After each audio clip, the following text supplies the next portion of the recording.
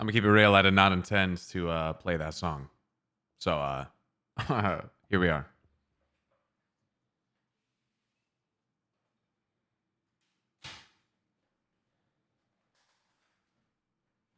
Oh well.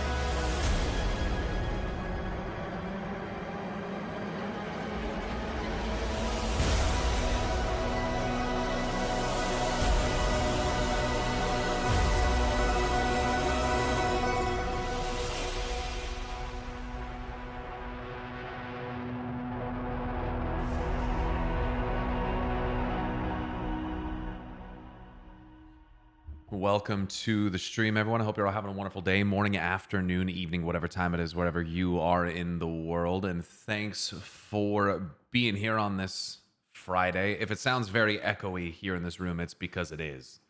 Because there's fucking nothing in here. There ain't a goddamn thing in this room. There's nothing. And the floor is wood. So it's Reverb City in here, man.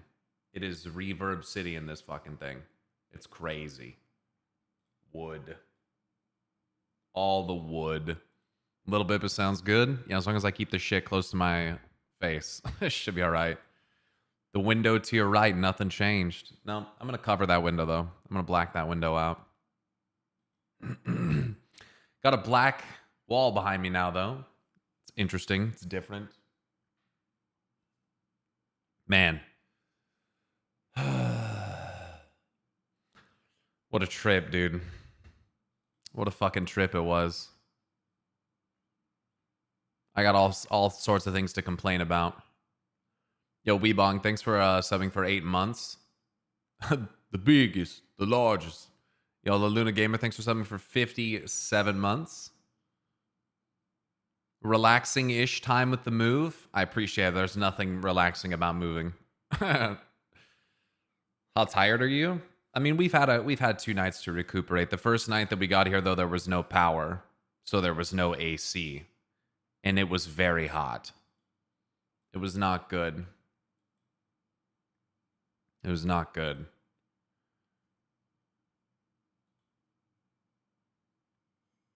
Where are the books? In a fucking box. In another larger box.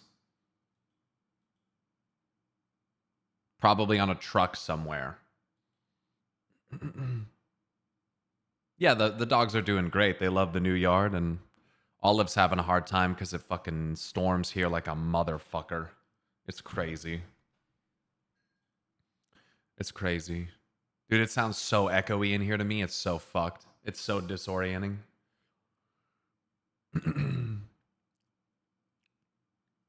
Yeah, first stream out of the new place. Yo, Empa, thanks for subbing for 27 months. We don't get our moving pods until like the 13th through the 17th. We don't really know exactly when they're going to arrive yet. So the majority of our stuff isn't in the house yet. Oh, the AC is good now. Yeah. Obviously we have power now, but it's cute. It's a cute little house. I like the layout. It makes it feel bigger than it really is. And this room's pretty good size. I'd say it's the same size, if not a little bit bigger than the last one. We moved from Oregon all the way to Illinois. It's like 2,000 miles. Yo, Shinzai, thank you so much for gifting 5 subs, brother. Thank you. I appreciate that very much. Yo, congrats to the people who snagged some gifties, dude. Pyro gifts, dude. Thank you. The distance by road is crazy. Yeah, it's long. It's really long, man, especially when you're towing a fucking camper that you can only go like 60 miles an hour while pulling. It takes a long fucking time. We had 2 hotel stays and like 10 hours of driving every day. It was a lot. It was a lot. It was the furthest I've ever gone anywhere. Well, driving anyway. Why the move? Because Oregon is fucking stupidly expensive. And because we wanted to be closer to family because we're having a baby in 3 months. Catching the heat wave in the central states? Fuck yeah, dude. It's so humid here. It's so... What the fuck? It's so humid. It's insane. Like, Oregon is so dry, man. Oregon's so dry compared to here. It's so fucking humid. And right now it's more humid than it normally is.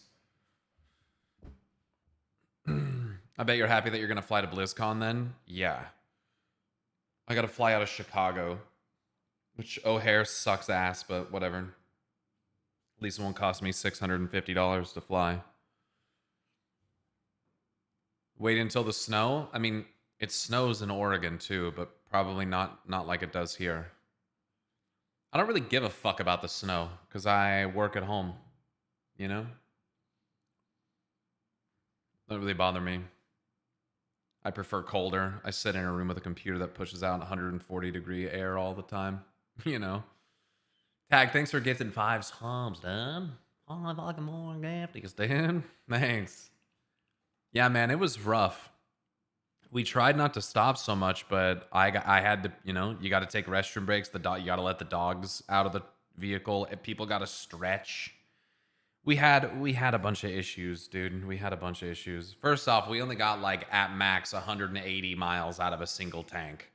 So we had to keep stopping for gas all the fucking time, which is just, we spent, I don't even know how much we spent on gas.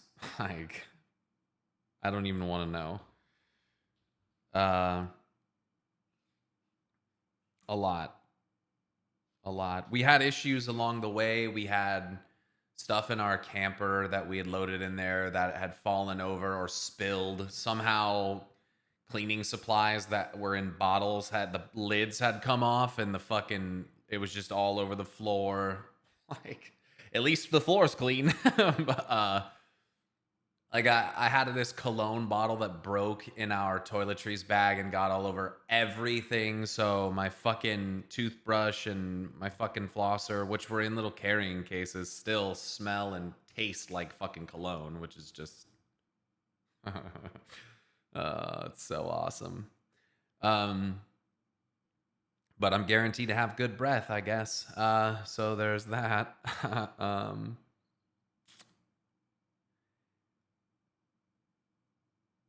Yeah, driving through some of those states sucks ass. There's not much in Idaho. Honestly, driving through Idaho is kind of like just driving through Central Oregon. It's very, very similar. Utah had some like pretty rock formations and mountains. That was about it though. Then we drove through Wyoming. Let me tell you something.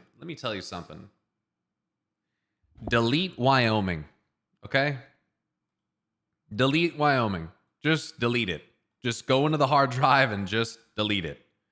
You know, Yellowstone's cool, but everything else, nah, dude. Driving through Wyoming is a fucking nightmare, especially when you're pulling a camper. The wind was fucking absurd, dude. It was absurd.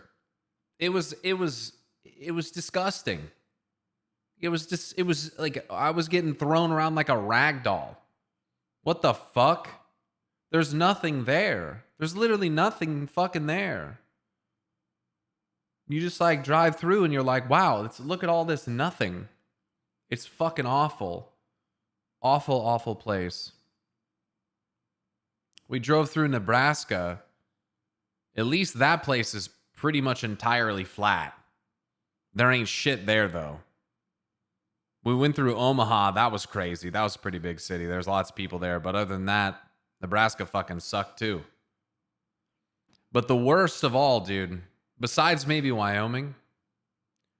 The worst of all, dude, was Iowa.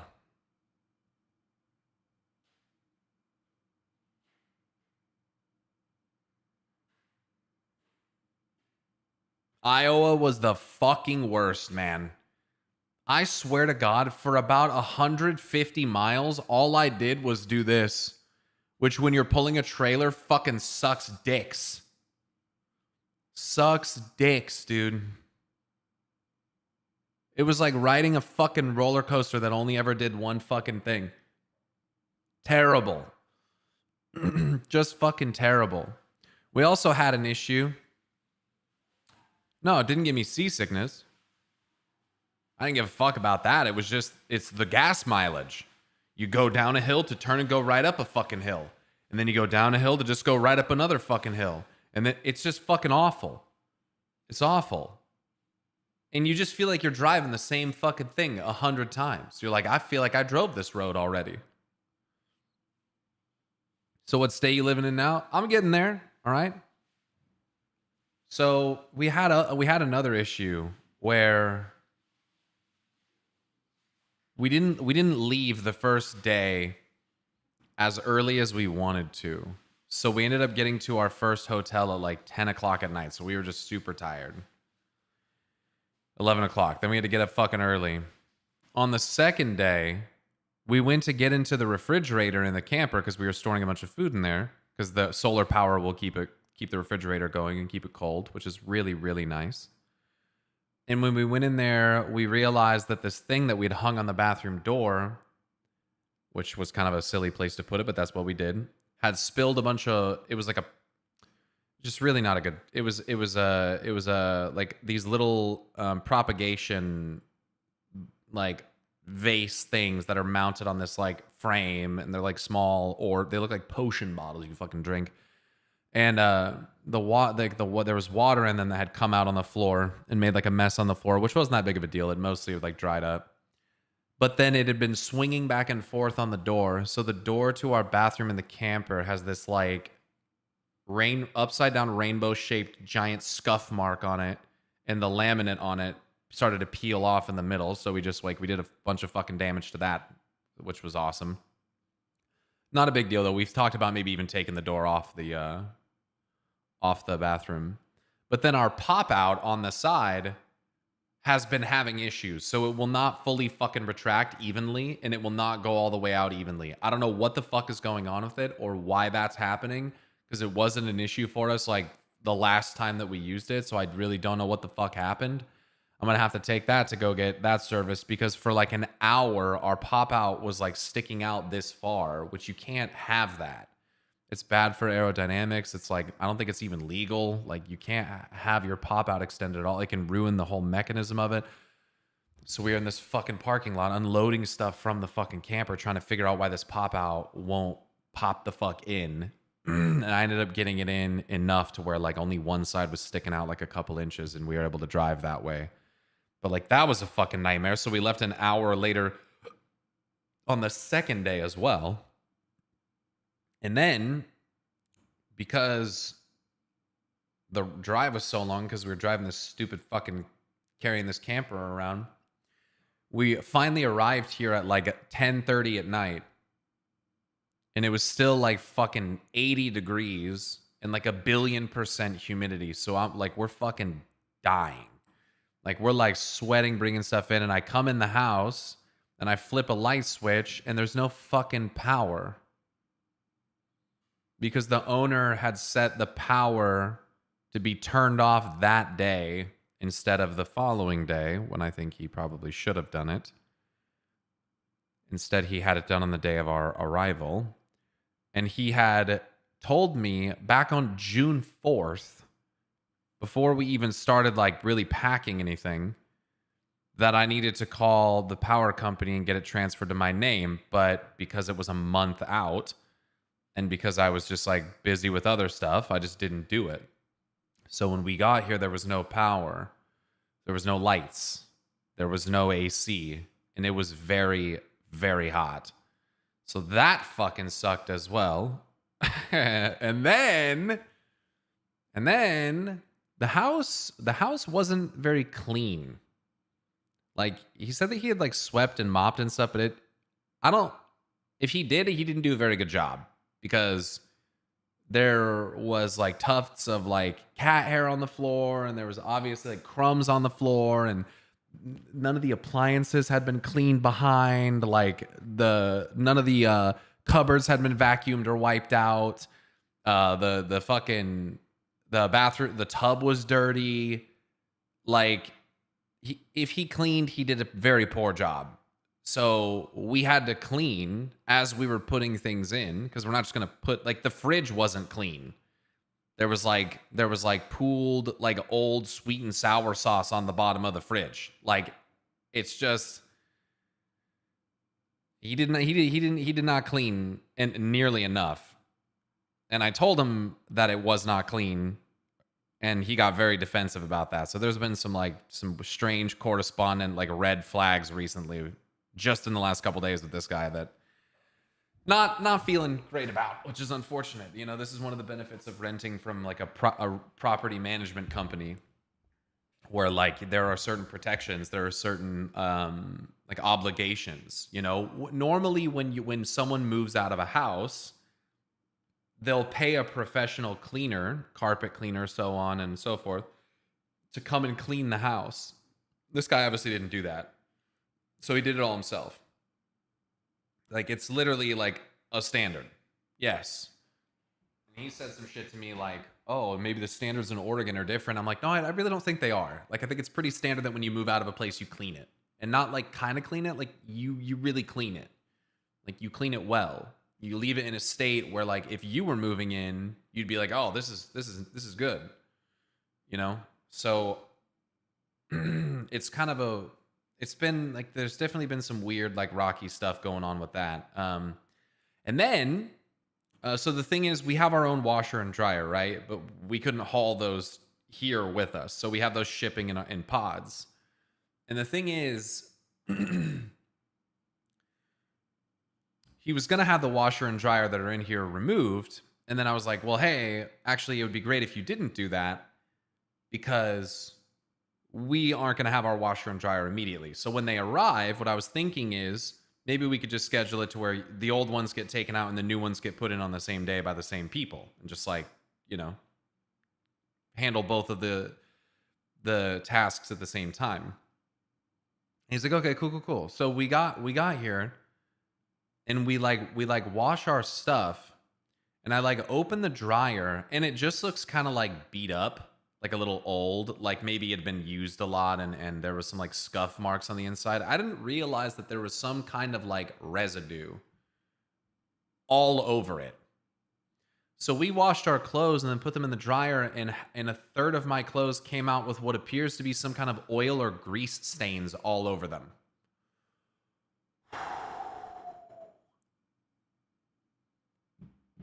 And that's very frustrating. And then when I told him, he's like, oh, that never happened to me. I'm really not cool with that kind of response. Like, I don't give a fuck that it never happened to you. I don't care.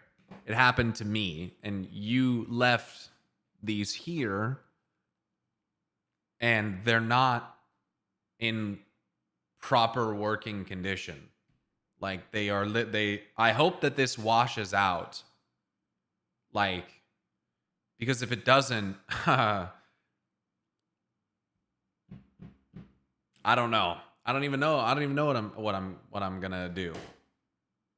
I don't know. But yeah, it's been, he's younger than me, and right now I'm not gonna say too much, but like, I just feel like there's a very strong like lack of accountability.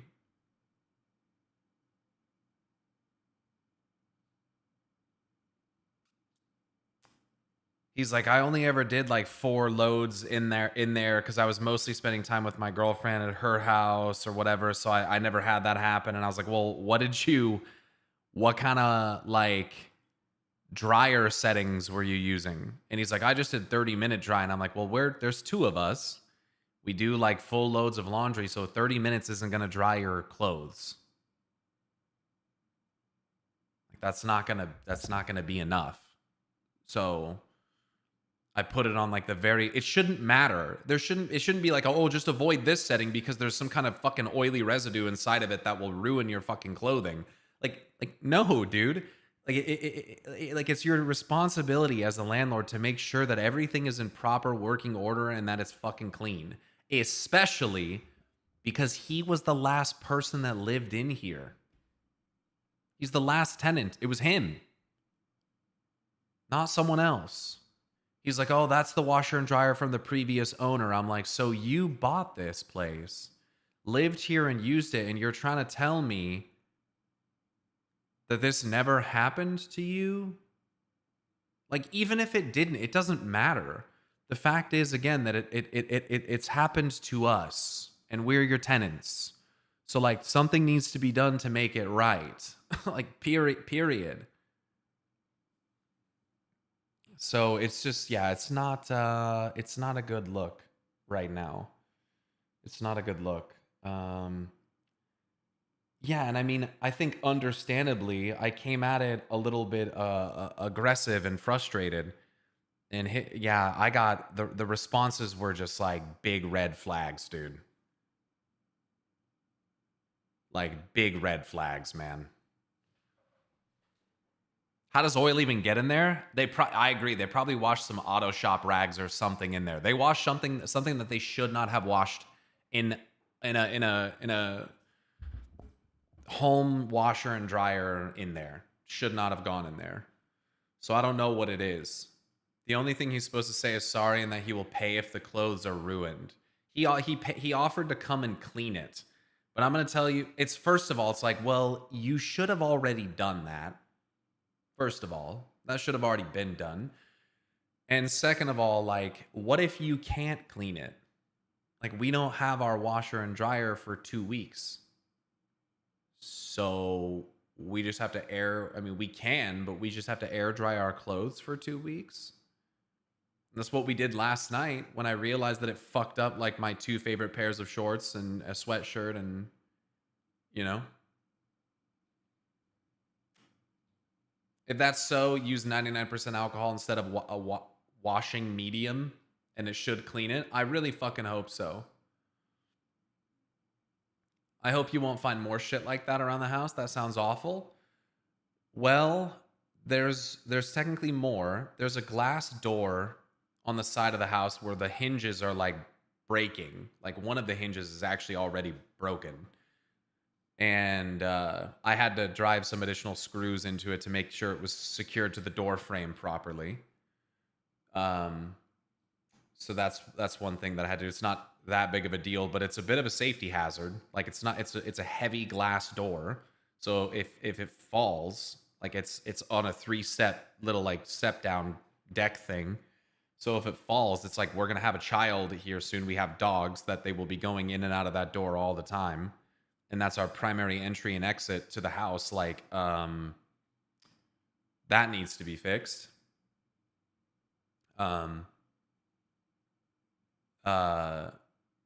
The toilet seat on the toilet is not the right size. He got like an oval seat instead of a round one, which I don't know how you fucked that up, but he did. So we're ordering a new one of those.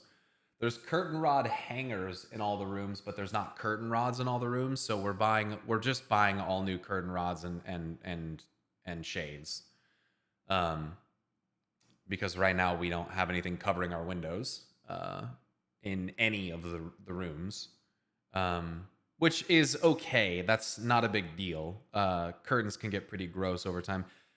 At some point, for some reason, someone took, and I think it was probably the people before him, took some kind of sticky liner or something and put it on all of the cupboards, which looks terrible it's on the inside of them, and it won't come off. So, it's pretty cheap. We bought new liners to go in there, so that we can feel like we can put our dishes in there and not have it be disgusting. One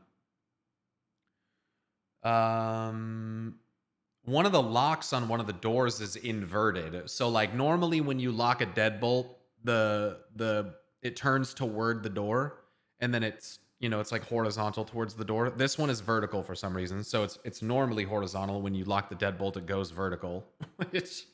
The front door is the same lock, but it is correct. So I don't know how they fucked that up. That might not have even been him, but that was the thing that I noticed as well.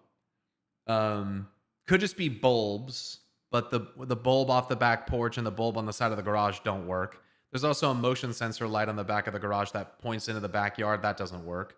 So I got to find out why that's not working. Uh,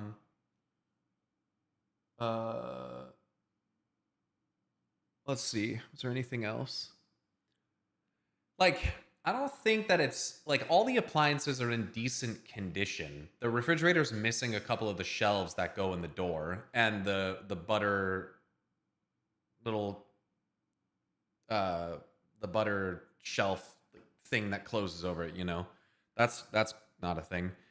But like they're not like in horrible shape or anything like that. So at least there's that. The AC seems to work pretty well. The house has fiber internet, which is nice. I mean, it's like essential for my job. We have a place to park our camper, but check this out. The fucking grass here is not cut short enough, which is, well, his fault, but it's not cut short enough. So I pulled my camper up alongside the house and we have it there. And when I went out there to get a couple things yesterday, when I stepped out, there's like a fucking, the ground looks flat, but it's not.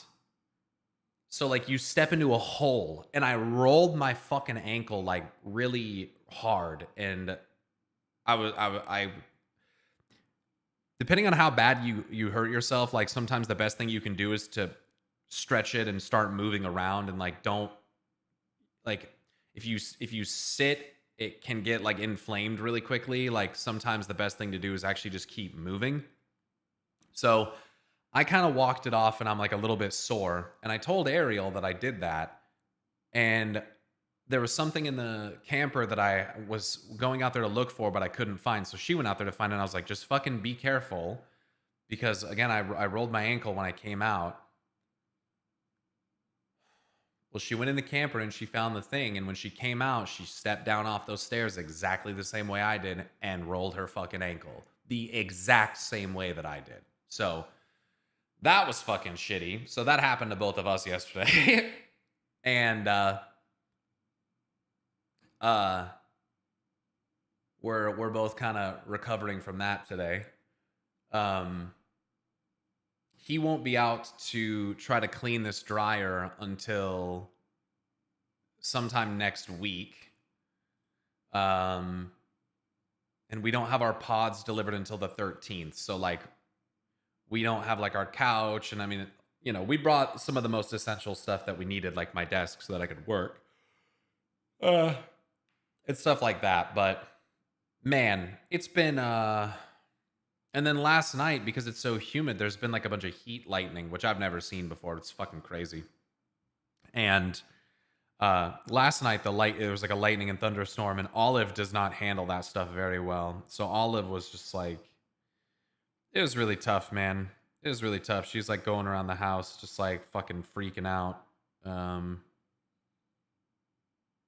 Like, look at this shit.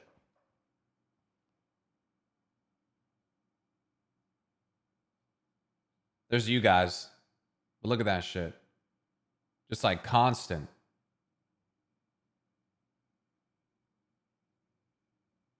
The lightning here is fucking crazy, dude. Just like doesn't stop. Look at that shit.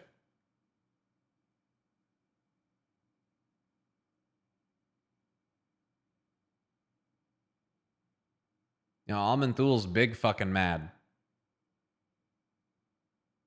Yeah, so that's, you know, not great for our dog, and hopefully, you know, she'll be able to get over that. But like, this is the inside of the dryer. Like, I'm not exaggerating when I tell you, like, look at this shit.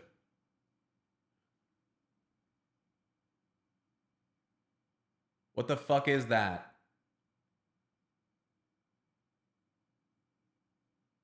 What the fuck is that, man? What the fuck is that? Is that mold? No, it's like some kind of grease or like oil. It's not mold. It's not. It's like some kind of residue.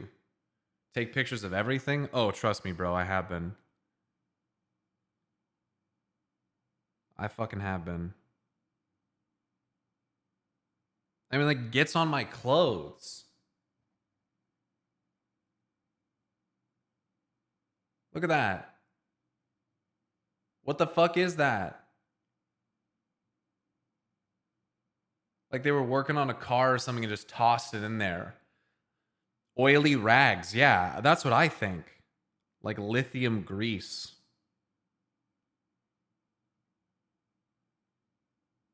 Yeah, the back door isn't sealed fully either. Like when you look at the where the hinges are, you can see light through the fucking seam of the door, which I don't pretty sure that's not supposed to be like that. That's supposed to be sealed. And it ruins the cooling and heating efficiency in the house as well when it's not sealed. So yeah, I brought some stuff up to him. I mean, the house is just blatantly not cleaned, and he got very defensive when I tried to bring it up. He got like very defensive. But I'm trying to defuse the situation because like I said, he's younger than me and I don't know how much experience he has with this stuff. But like there's some red flag language in here. Like I'm not going to read the whole thing, but listen to this. Like I'm not going to read the whole there's more. But like listen to this. I just want to say that my other tenants have all been very happy with their places. First of all, I don't care. I don't care. Your other tenants are irrelevant to me. They're not part of my life. That has no bearing on the condition of this house that we just moved into. It's irrelevant. Like I don't care. They've been great to work with, and because of that, I've been able to keep their rent the same since they moved in. Yikes. My goal is to do the same for you. I completely understand that normal maintenance and repairs are part of being a landlord. And if anything like that comes up, please don't hesitate to let me know. The only thing I ask is that we try to avoid unnecessary issues or complaints over very minor things. Because the more time and expense I have to put into the property beyond normal maintenance, the more it affects my costs. Over time, that can influence future rent increases. I don't mean that as a threat at all. Just that I believe a good landlord-tenant relationship goes both ways. Yeah, the thing about that is, like, I need to be able to tell you that the house was not clean enough. It is definitely a threat. I'd look for a new place ASAP. I have a child being born in 3 months, Taganor, and a wife that I just moved 2,000 miles across the fucking country with, so, you know. You could do whatever you want, but our lives are not the same. Oh, hell no. Yikes. Yeah. Yeah. That's a crazy thing. Yeah, dude. It's like, so this is what I said to him. So you guys tell me if I'm out of line here, okay? I said okay, so he said, how do you guys like the new place? I wanted to be there. With it being later, we couldn't make it. Thank God they weren't there. That would have been a fucking nightmare. We will have to meet up soon. There are a few boxes in the crawl space in the basement. I hope you don't mind if they are there just for a little bit. Our new place is a lot smaller and we couldn't fit them. Fine, it's not a big deal. Really, none of your things should be here, but fine. But we're figuring out where to put them. Same with the bike in the garage. Fine, whatever, I don't care. I said it's much smaller than we're used to, but we expected that. I'm a bit surprised at the amount of cleaning that needs to be done. Usually that type of thing is done ahead of time, especially with appliances. We have to clean basically everything before we can put our things in. We may end up replacing some of these appliances, so if you can work out a place to store them, that would be awesome. That said, the boxes in the basement and the bike are fine for now. We'll probably end up needing that space eventually, but no rush. The AC works well, which is great considering how humid it is here. Nothing like Oregon at all in that regard. I'm also a bit surprised at the lack of lighting in the bathroom. Not having an overhead light for the shower is a first for me, but anyway, that's all for now. It's not like it's not his fault. I was just commenting on like it's pretty dark in the bathroom, and he just put black wallpaper in the bathroom. So I don't know why you put it's so fucking dark in there. Anyway, that's all for now. Gonna get back to unpacking.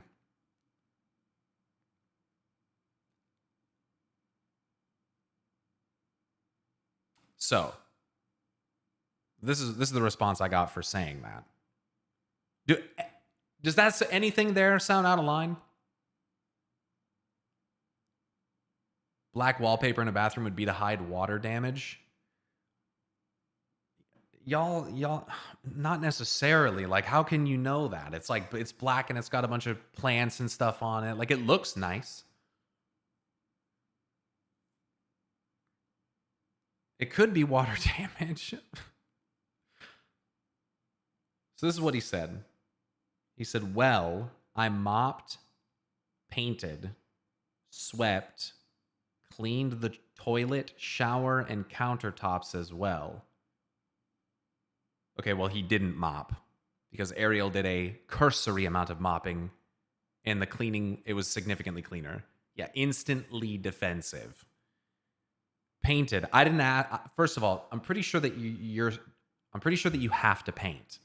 I think that you're like supposed to do that. Now, I will say he did a couple very nice things.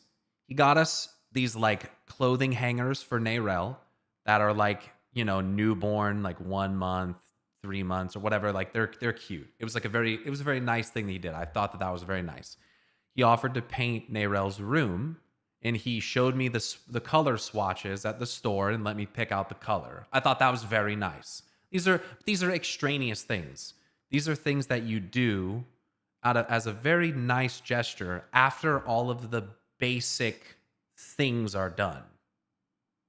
You know what I mean?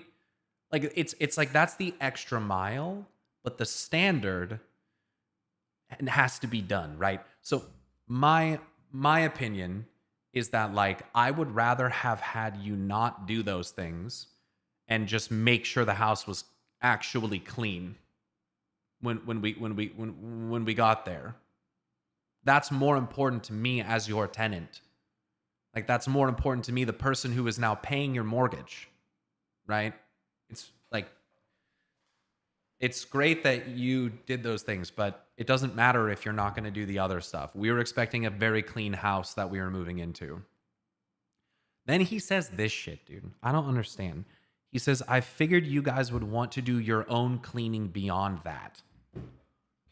In what fucking universe has anyone ever fucking said that? Ever? What? What? I figured you would want to clean it when you moved in. What?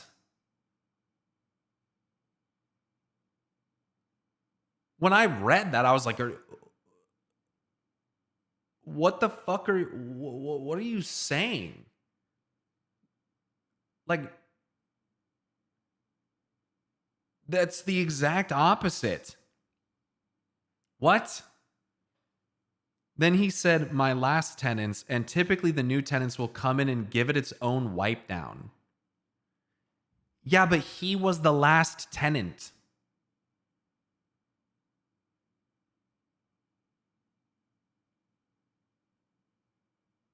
You moved 2,000 miles and you totally want to do your own cleaning. Makes sense to me. Yeah. Yeah. What the fuck? He said, I have photos and felt like it was in a good condition, but maybe the standards are different in Oregon. Again, I am used to renting from property management companies who will hire professional cleaners, okay? The fact that this guy has multiple properties that he's managing and he's doing it himself and he's working a full-time job, there is room for some lenience there, okay? But you can't say that. You can't say that. Standards are different in Oregon. No, brother. A clean house is a clean house. A clean house is a clean house. A mopped floor is a mopped floor. Did you tip him? What? Now, this next part was about the humidity and the heat. Because I was like, and again, I don't know why he needs to defend this point. It's not a complaint. It's me just saying, like, the AC is good, and that's good because it's fucking humid as shit here. Like, damn, the weather sucks right now. This isn't a point of like criticism. When I said like it's fucking hot, it's not a criticism. But he says we are having heat problems here in Illinois right now, which they are. A lot of rain for the last few months, and the last couple of days there's been a heat warning. This is not normal weather, so hopefully you guys don't think that it's always going to be this humid. I don't know why he's saying this because my wife is literally from this state. We know. He said, I really went out of my way for you guys not having a renter for a month, which, by the way, he chose that because he knew we were moving from 2,000 miles away, right? So here's my problem with this. This is the problem I have with this. It's like buying someone lunch, being like, hey, I got you. I'll get you lunch. And then later being like, hey, but I did get you lunch that one time though, like that was kind of an inconvenience for me. Like I kind of went out of my way to kind of like to do that, a month and couldn't clean or change an oily ass dryer. Yeah, that's what I said as well. He was in defense mode the entire time from when he read your message to when he wrote the reply. He probably felt like what he did wasn't good enough, which it wasn't. My wife would want to go over and sanitize everything before fully moving in, but would also expect the house to be clean and be pissed if it wasn't. Yeah, because that's fucking normal.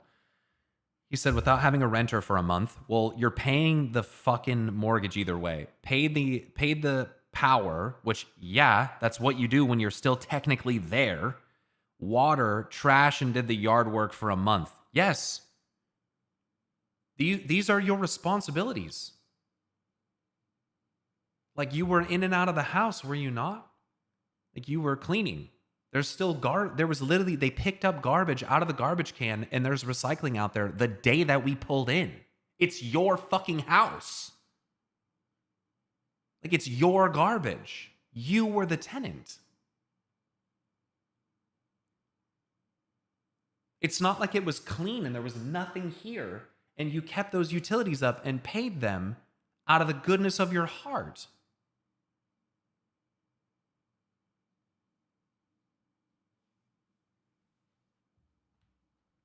What the fuck? What is that?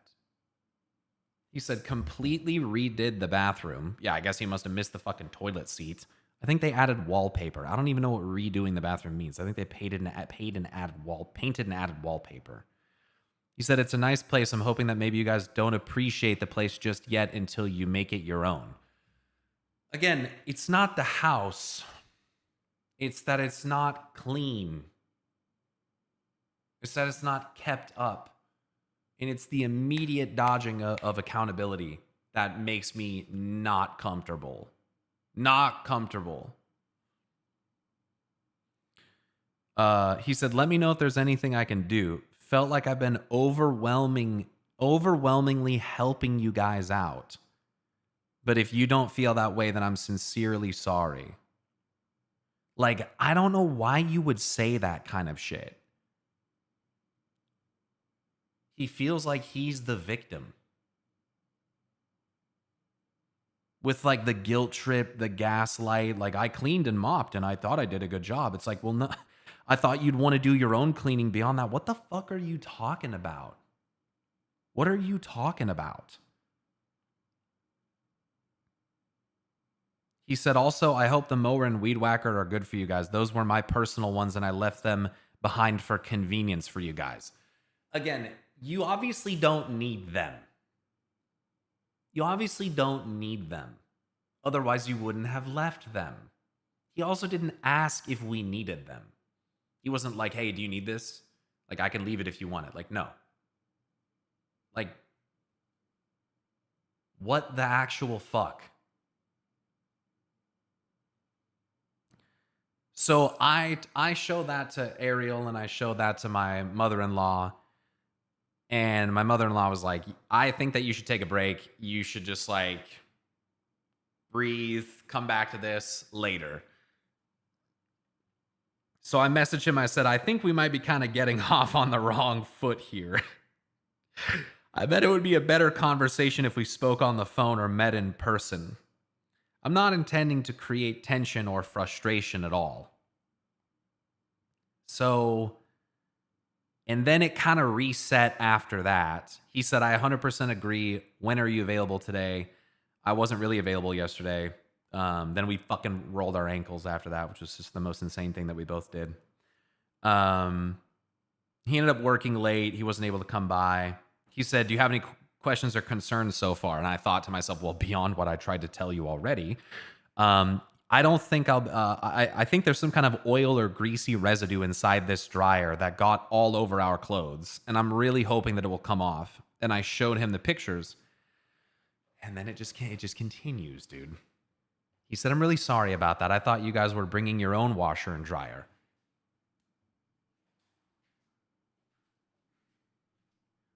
We are. But there's a reason why we asked you to keep those ones here. It is because we're not going to have them for at least 2 weeks. At least 2 weeks. And then he said, that's the washer and dryer left from the previous homeowners. Again, don't care. Don't care. It's in your home. We are now your tenants. It doesn't matter. They're your responsibility. I do not care who put them in here. It doesn't matter. Doesn't matter. He said, and then we go to this. I had never gotten any of that residue on my clothing, but it definitely seems like it's from the dryer. Did you guys still have plans to bring your washer and dryer? And I said, yes, but they won't be here for 2 weeks. They're being shipped in the pods, which is why we asked for these to stay here.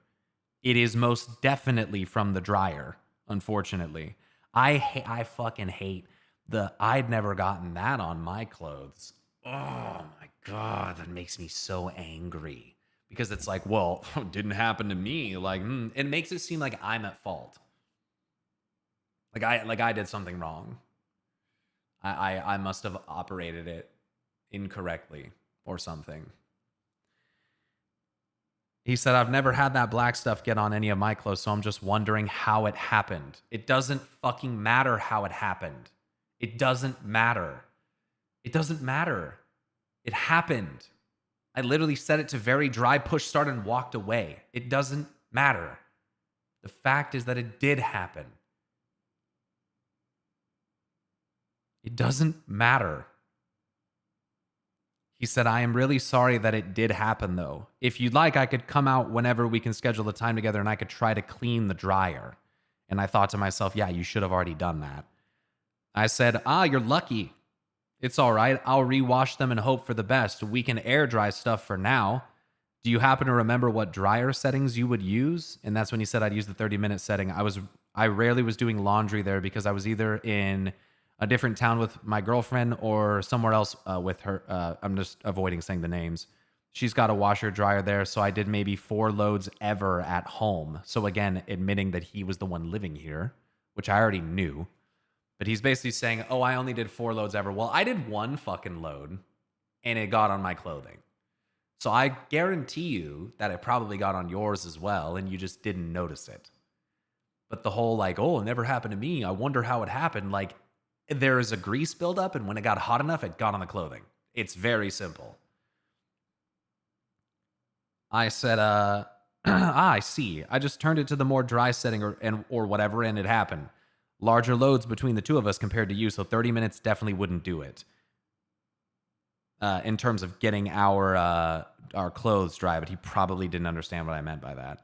It would be awesome if you want to come try and clean it. I'm not sure what you use to try to strip it off, though. You might need some kind of grease cleaner and like a wire brush, like what you'd use to clean an oven or something, which is insane to say. Then we scheduled a time for him to come out, but it's like that's been that's been our experience. That's been, and it's like I'm trying like. From the previous owner. He bought this house from the last person who lived in it. The only other person that's lived in this house since it was purchased from him is him.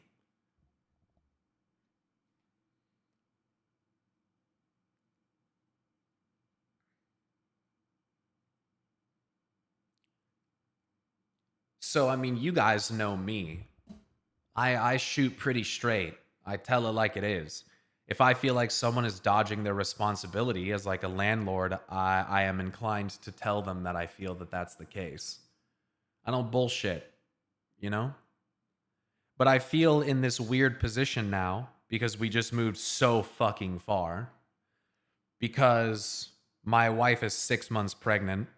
Because this place is very inexpensive. And because, with all of that stuff aside, at least right now, there does not appear to be any other significant issues that are worth bringing up. But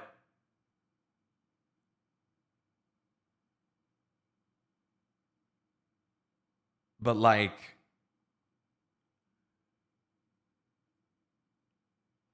when I read some of that language, to me, like some of you take it, it is very like dismissive. It's avoiding taking responsibility and accountability. It is it feels like gaslighting. It feels immature. It's not good. It's not good. And I've never rented privately before. But if this is how like relationships with landlords go, it's not worth it. It's not worth it. Rent through a property management company every fucking time. And like, because already I would have submitted about 5 different maintenance requests to the company. This place would have been professionally cleaned. The power being on would not have been an issue. None of that would have been a thing. None of this should have happened. None of it. So that's the benefit. The owner of the house pays a fee to the property management company, and the property management company protects the homeowner and protects you. And they serve as the middleman so that you don't get fucked in stupid ways like this. But when he comes out to look at this dryer, I'm going to show him the gap in the door. I'm going to show him the broken hinges on the door. I'm going to point out that there are lights that aren't working. You know what I mean? And I hope that he's able to take that, because I don't think that I've been unreasonable or like a dickhead. You know? So that's how it's been going. We didn't have one single issue like this at the last place. Not one. We moved into that last place. We used the washer twice and it just stopped working. Just literally stopped working. Completely stopped working.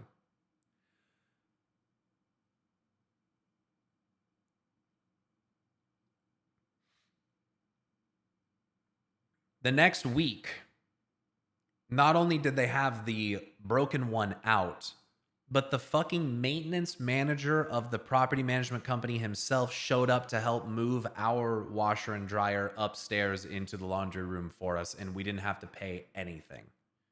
We didn't have to pay anything, even though I helped hire someone to come and help him put it up there. They covered all of it.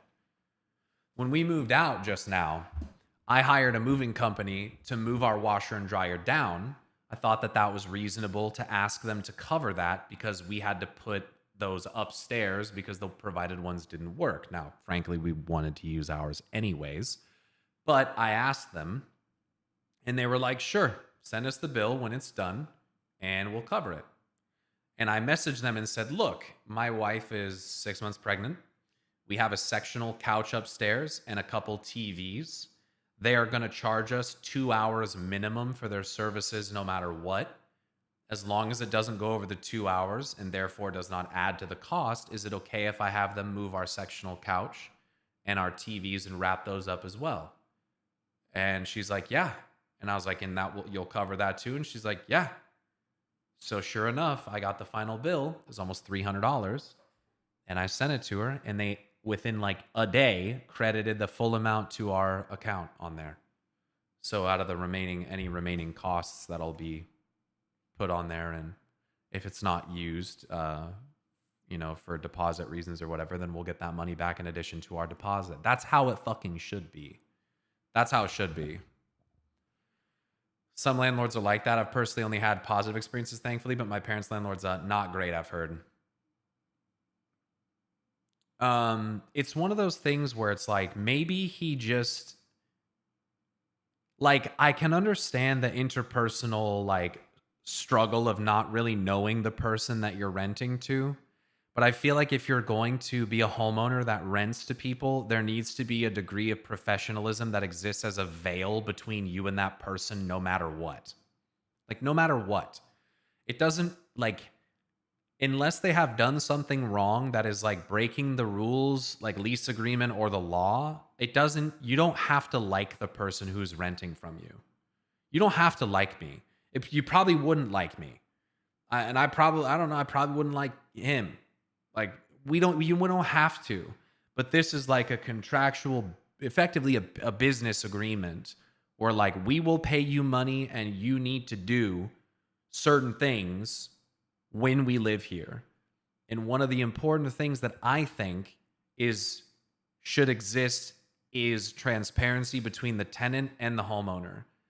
If I'm telling you as the person who has just paid you $4,500 to move into this home that it was not clean enough and that we're frustrated at the amount that we've had to clean, and your response is that people often want to do the cleaning themselves, that's a fucking huge red flag. That is not like acceptable or respectful or mature behavior.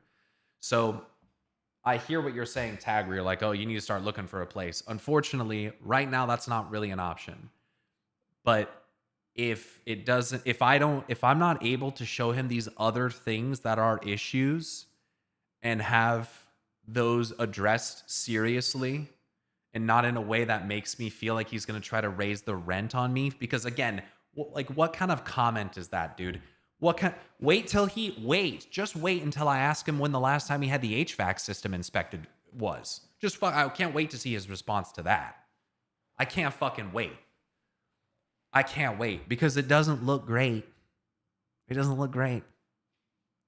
Not really. And guess what? That's like a $13,000 to $20,000 thing that you need to have done if it fails on you, or if it's not good anymore. It's not cheap, but that's your responsibility as a homeowner. You can't raise my rent because your HVAC system in the home that you own fails. You know what I'm saying? You can't do that. You can't do that. How old is the house? I think it was built in 1950, but it's definitely had work done to it since then. So it's pretty old. But yeah, you can't be doing that shit. So that's my concern, is that it's like, if there's and it's like, what do you define as very minor things? Like, what does that mean? Like, if it's a light bulb or something, I'll fucking fix it. But like, if there's a wiring issue, if there's a plumbing issue, if there is a structural issue anywhere in this house, I am not fucking touching it. Like, there is zero fucking chance that I'm gonna end up being liable for that. No way, dude. You're fixing that. Anything that needs a professional to touch it, that's on the landlord. 100% agree. 100% agree. That cleaning comment, such a cop-out by him. Yeah, dude, all you have to do is say, yeah, I was in a rush. I've been super busy this month. I could have done a better job cleaning. I'm really sorry about that. But no, it's like, well, I thought I did a good job and I painted and I did all that. It's like, dude, stop. Just stop. Take responsibility. It's not clean enough. Do a better job next time. It's feedback. Take the feedback. He's trying to cover his ass. Well, it doesn't matter because I have pictures. So it doesn't matter. It doesn't matter. At least here, I'm pretty sure you could sue if your landlord made you do stuff like electric work when you aren't licensed. Yeah, no, I wouldn't expect him to do that. I don't think that he would ask me to do that. I don't think that's not the vibe I get from him. I just think he's probably pretty new to this. Like I said, he's younger than me. And maybe doesn't have like the experience or skill set to like to do a good job of it. But what I hope to be able to convey to him when I meet him in person, because I've video chatted with him before, what I hope to be able to convey to him is the point that like I'm not telling you this stuff to like belittle you or to like I appreciate the things that you did do. But I do think it's important that you take this feedback and you treat it with respect and sincerity, because he's very quickly made me feel very uncomfortable to continue to rent from him. And I think that it's important that he knows that. And he may think the same thing about me. But at the end of the day, if I'm not destroying the house or the yard and I'm paying my rent, you don't really have that much to worry about. We take good care of the homes that we live in. Like, there's not like there's it's fine. Like we're fully insured. Everything we have is insured. Like we do what we're supposed to do. So anyway, that was a lot to say that like this move it's been something, dude. It's been something. But we're here and we're getting settled and we're figuring things out. We're making it work. And I hope that it ends up being a good situation, because I don't want to have to move again in a year, with a fucking 9-month-old. I don't really want to do that. So I felt like some landlords think themselves to be feared, terrible attitude. It's a power dynamic. Maybe he figured you guys wanted to inspect the HVAC yourselves.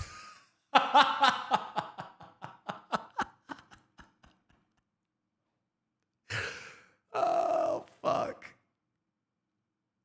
Power goes into the head of some people. And look, dude, like property values between here and Oregon are significantly different. And again, the standard for cleaning when you hire professionals is much different. But we just moved out of a $750,000 home from a very nice area to a significantly more rural and cheaper area.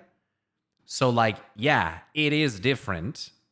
There's definitely a difference, but it doesn't matter if it's a fucking $150,000 home or a $600,000 home. When you clean the floor, you clean the fucking floor. So that's just how I feel about it. It's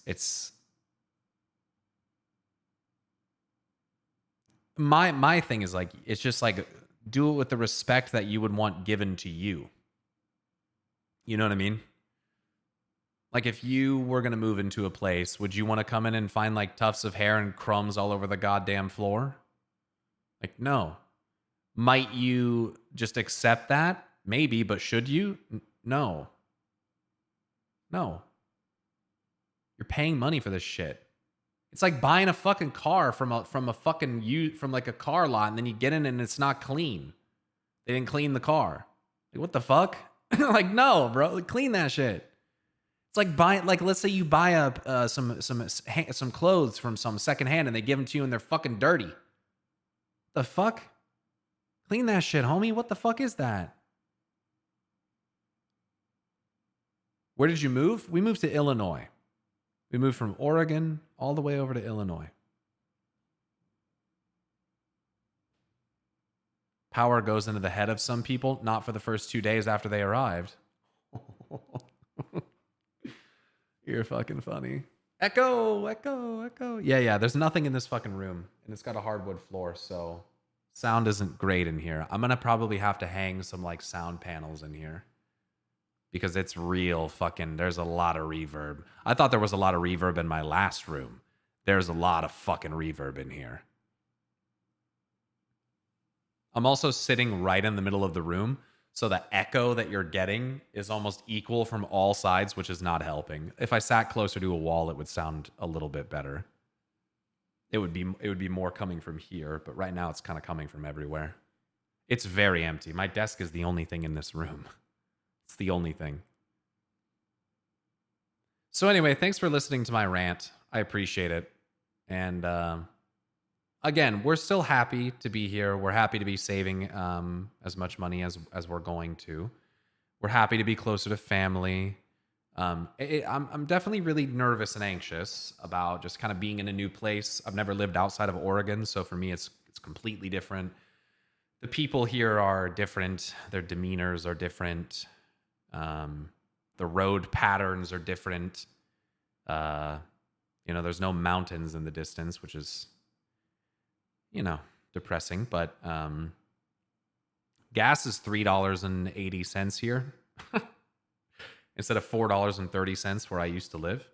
So that's nice. I think the lowest I saw was coming through Nebraska, like $3.29. It's $1 cheaper than Oregon where I lived. The weather is very different. So far, not in a good way. It's fucking humid and kind of shitty. But I'm hoping that in the springtime and stuff like that, it'll be better. Our neighbors are quiet. Seem quiet. They don't seem to have any dogs, which is good for the girls. You don't have to worry about that. Yeah, it's quiet. Cute little town that we live in. We live 5 minutes away from a little bit bigger town and 20 minutes away from a pretty decent sized town, and then an hour away from like a pretty big town, not like, metropolitan type of city like Chicago, but I'm a few hours away from Chicago, so I can get to the airport pretty quick. And yeah, it's definitely different. Yesterday I was feeling very anxious. I drove to the store to like pick something up, and it was definitely like just a vague sense of being lost, So, yeah. $5.65 a gallon for you? Holy shit, dude. Yeah, it's going to take some time to get used to for sure, but I'll get used to it. I'm really excited to try some new food places, some new restaurants and stuff, That's what I'm really excited for. There's a lot of different food places out here. I'm excited to discover some new favorites. The movie theaters out here are way fucking better. It's like not even fucking remotely close. Way better. Yeah, it'll be good to spend some time with family, and there are probably better music scene out here too. Festivals and more variety in artists and stuff. So looking forward to that.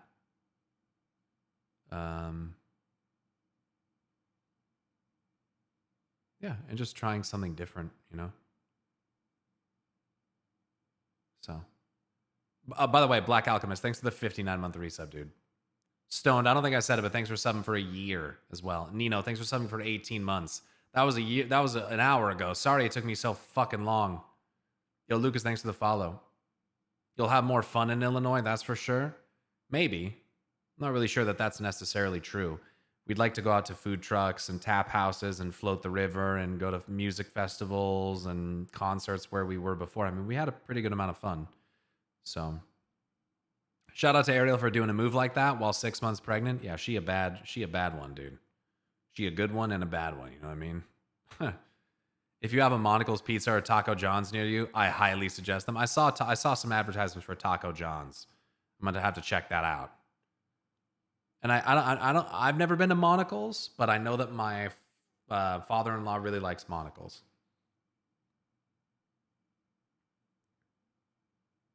Also, for some reason, I don't know why, we were trialing this Warlock. And yes, he didn't show up for raid on Saturday. And then, like, yesterday, he just left the guild. And just, like, left the Discord. Didn't say anything. Didn't say shit. Just dipped out. I don't know why. He didn't tell me. Only thing I could think was he got a BOE, and then I took the majority of it and put it in the guild bank and gave him his cut.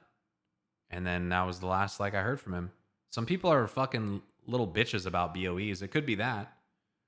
He could have just been, well, I should have got the whole value. Well, no, go fuck yourself. We're a guild. So we share. That's how it works. You don't want to pay for consumables or feasts or anything? Shut the fuck up. But I don't know. He didn't say. Gas is 309 where I am. Fucking very nice. Did you see Pinecone Garrosh on Reddit? No. I don't know what the fuck that is. Maybe it's the landlord. Culver's is decent. I've got their custard before. Culver's custard smacks, dude. Shit is fucking straight gas. Very good. You're only a couple states over now. My daughter went to college in Iowa for a semester. She went to NC after boot camp. Very nice. Yeah, I feel like I'm only a couple states over from every fucking state now.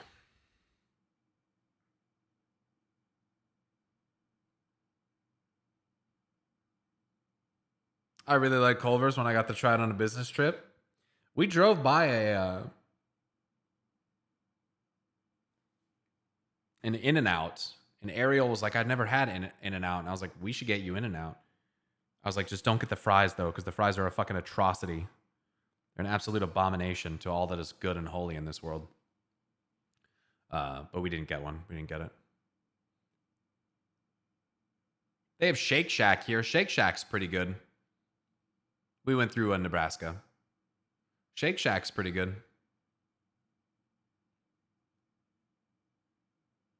I've had that a couple times. The fries are Sag agreed. You mean In-N-Out fries? In-N-Out fries are disgusting. They're honestly disgusting. They're soggy dog shit. They're disgusting. If you get that shit animal style, you're a fucking animal. Steak and Shake in that area is the first one ever. Getting mad about a BOE is crazy in a guild situation. I spent like $300K making all the pots for beginning of midnight because I wanted to help in some way and ease the burden of spending gold. And thank you very much for doing that. I mean, it helped a shitload. Yeah, I don't know what it was. Maybe he didn't. Maybe he couldn't make the raid times. But it's like, just tell me. You know, if you can't make. Usually, when someone has a schedule conflict, they'll just tell you. They'll just be like, hey man, I thought I could do this 3-day raid schedule. I just can't. You know, I appreciate the trial, but I'm gonna get out of here. And I'd have been like, hey, dude, totally get it. It doesn't work for everybody. If you're ever looking for a guild in the future, hit me up, right? Like, there can be a very nice communication, mutual exchange there. Like, it's not a problem. Like, your life is your life. I'm never going to ask you to, like, put this over what you've got going on. So usually when people leave like that, they have an issue. They have some kind of problem. Something rubbed them the wrong way. Or they're just too much of a coward to talk to anyone. Which, if that's the case, I don't want you in the guild anyways. Get the fuck out. So, yeah.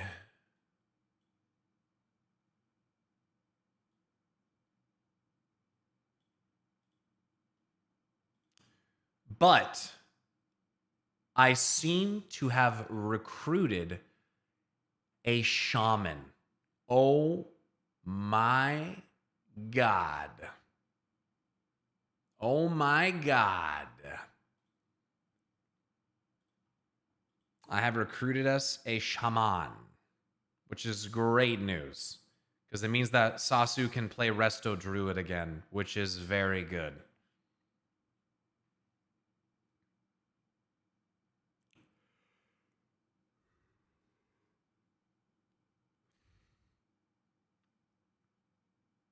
Thank you, Sendo. I appreciate that. Thanks for telling me about your experience. A Shah, man. Any guildies online want to invite my pal? Yeah. Are you Hoarder Alliance? I'll get you. Yo, Cassius Green, thanks for subscribing on YouTube. Oh, Ducant. How do you pick that name? Alliance, by the way. Are you a dwarf? Are you a dwarf? Human? Okay, I respect you. The most generic shit ever.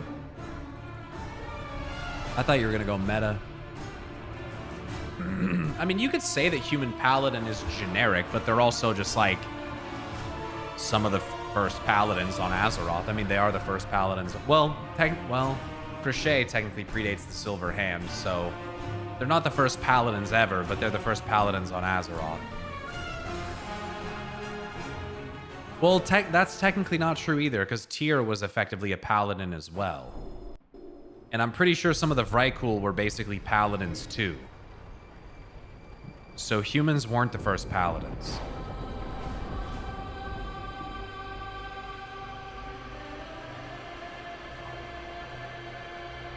Sargeras is the first paladin? I agree.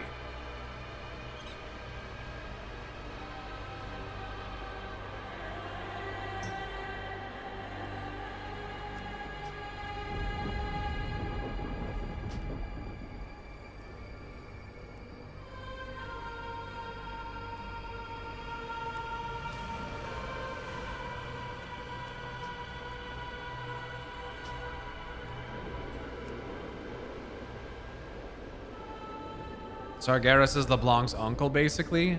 Maybe, but is he using good radiant magic or bad radiant magic? That's the question. Also, I already opened my vaults. I didn't get anything good on this character, and I basically don't need anything on my paladin, so. There is a new trading post, though. Did you check out the new audio drama? No, it's pretty long, isn't it? Isn't it like a 3-parter?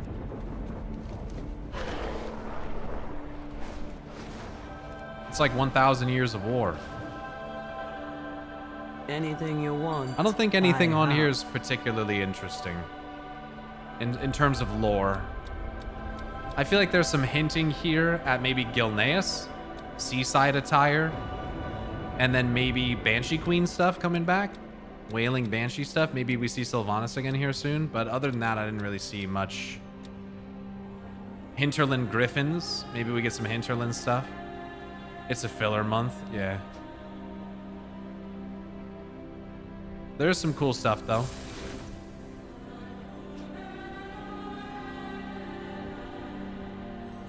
It might be a 3-parter, but each is shorter than 10 minutes. Oh.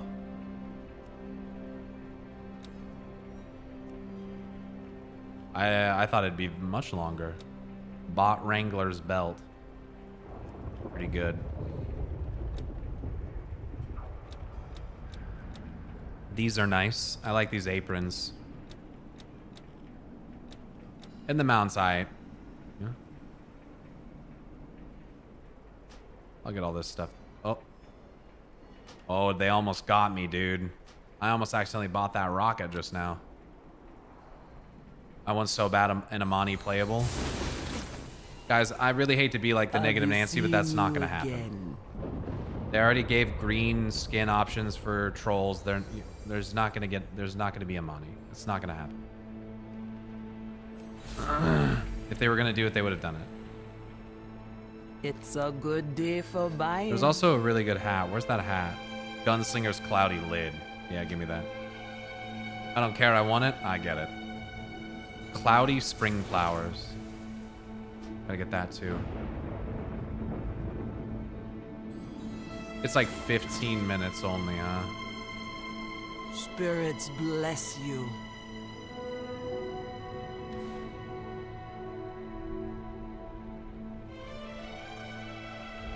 I wish the Fallen were playable. You mean like from Destiny 2?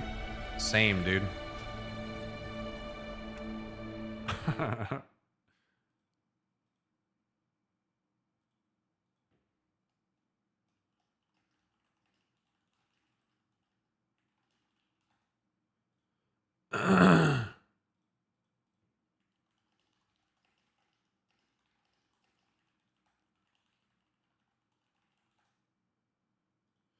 All right.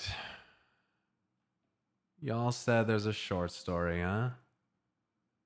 What do we have? What do we have? React request. Part 1, The Bitter Truth.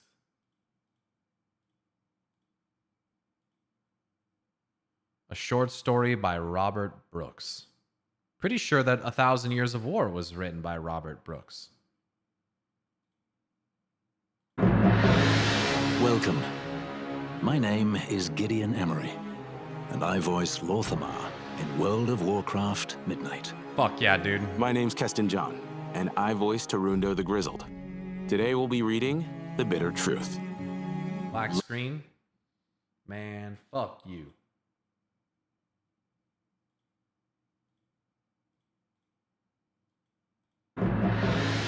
Welcome. My name is Gideon Emery, and I voice Lorthamar in World of Warcraft Midnight. I love Gideon Emery. My name's Keston John, and I voice Tarundo the Grizzled. Today we'll be reading The Bitter Truth. Let us begin. Part 1. To the Brim. Oh, Liadrin, I hope you've amused yourself today. An invitation to meet you for a drink, and you send an Amani general in your stead. I suppose that's one way to arrange diplomatic talks. Hold on. This doesn't sound very good to me. I feel like my settings are fucked up. It doesn't sound good. Sounds... doesn't sound right. Sounds like compressed. Maybe that's just YouTube being a piece of shit. I heard the PDF version has extra narration compared to just the audio, by the way. You heard that or you verified that to be true?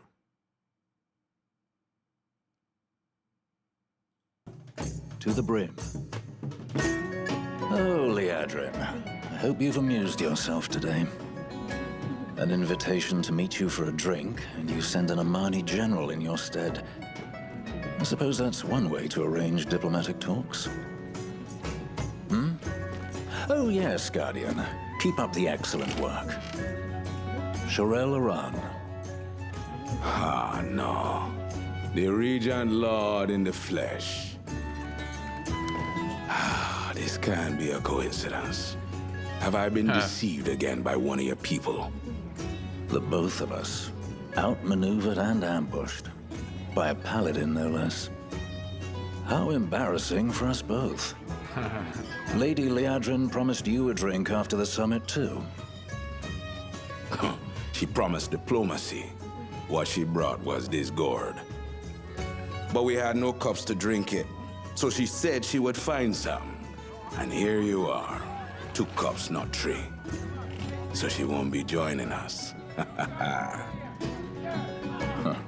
Why would she? She accomplished her mission. Bloodshed is forbidden on Haranir soil. So, now an Amani and a Sindorai must speak without violence. Is that something that we knew? Bloodshed is forbidden on Haranir territory? They're just like meeting in Halifal? Not Halifal, excuse me. They're meeting in fucking Harandar?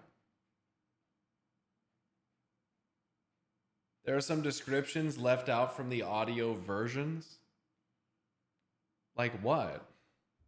Why the fuck would they do that? Like descriptions of what?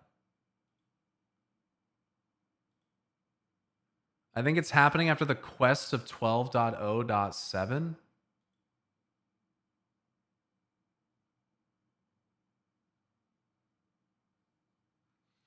Wait. Wait. This comes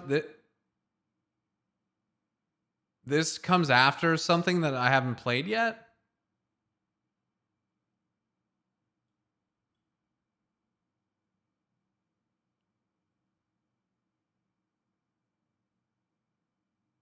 They released it a week early. What?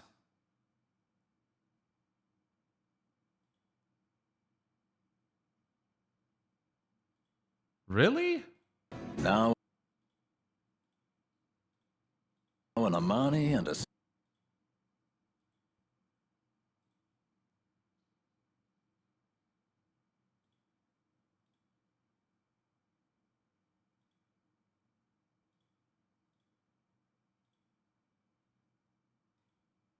Well, I'm not going to listen to this then. Sindor. Coincidence. Have I been deceived again by one of your people? I can't watch. I mean, I can't watch this.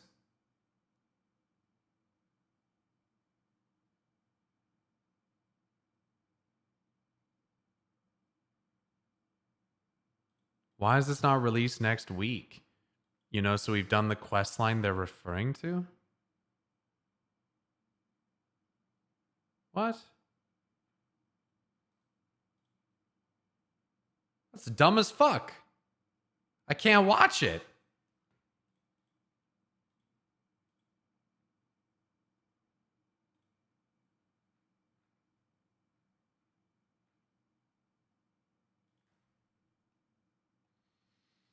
Well, I'll have to watch that next week.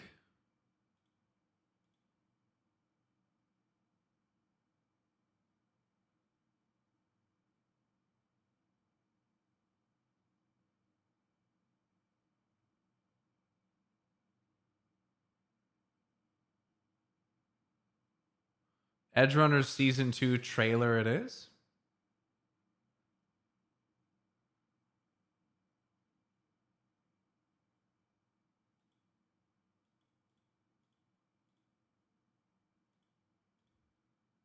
I liked Edge Runners. What do we have here?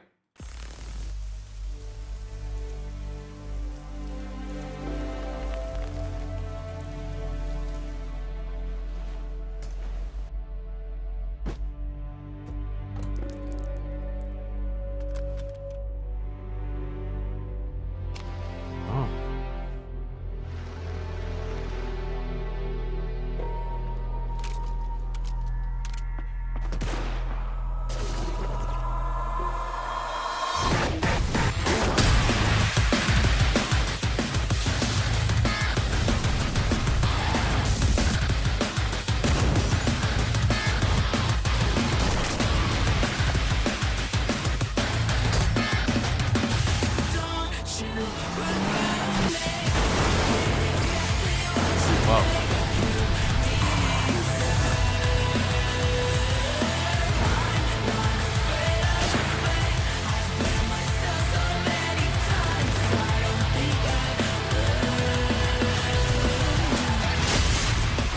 Bunch of new characters, go 6 mana slaves.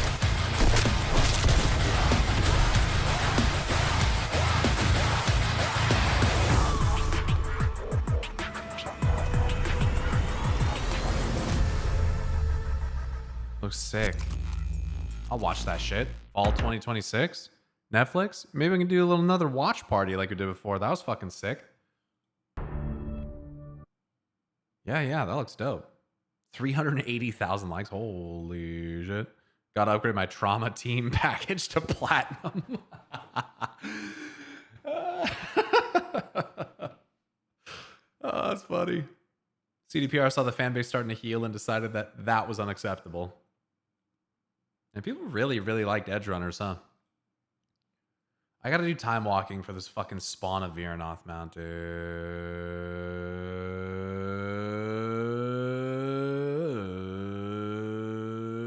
There are character blurbs on their website.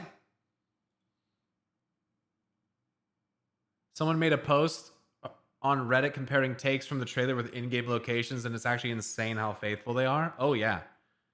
Oh, yeah. They said this season is going to be even more heartbreaking. Well, I saw like a kid with like a video camera, so if the kid dies, it's game over. You know what I mean? If the kid dies, it's interesting. Arasaka, if it play after Cyberpunk, then there might be not much of a canon ending open.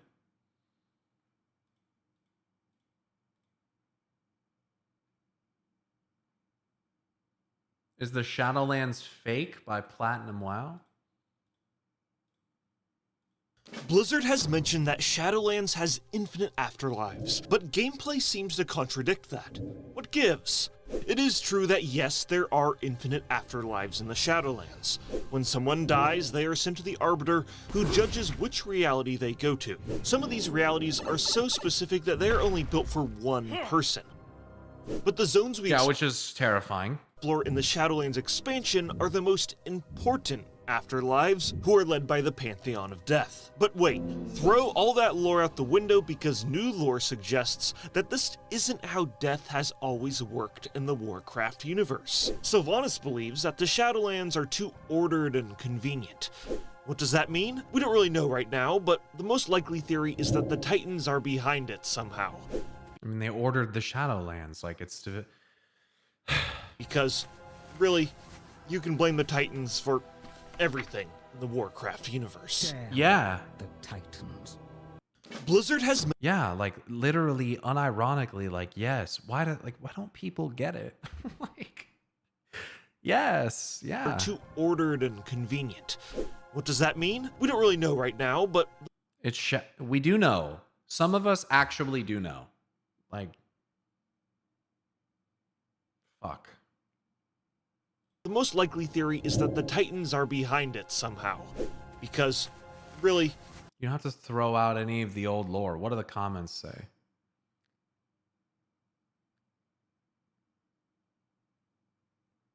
Players, well, it was all Titans, future retcons. It always has been.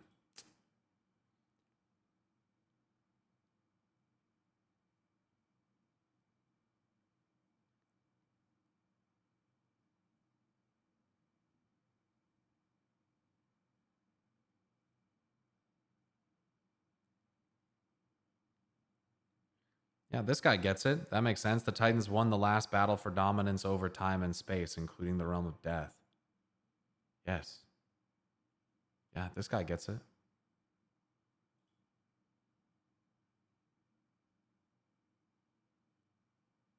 Damn the Titans. Unfortunate. Can't block. Otherwise would do.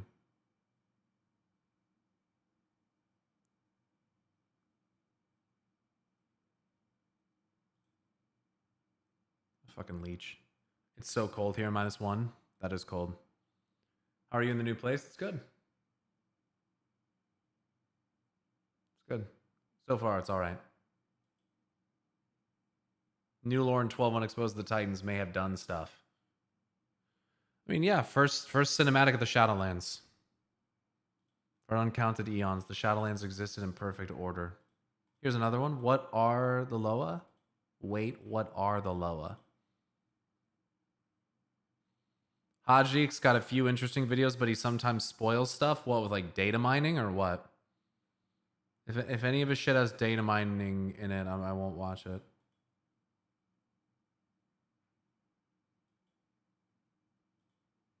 can we technically call the gods in Pandaria Loa? Well, it's complicated.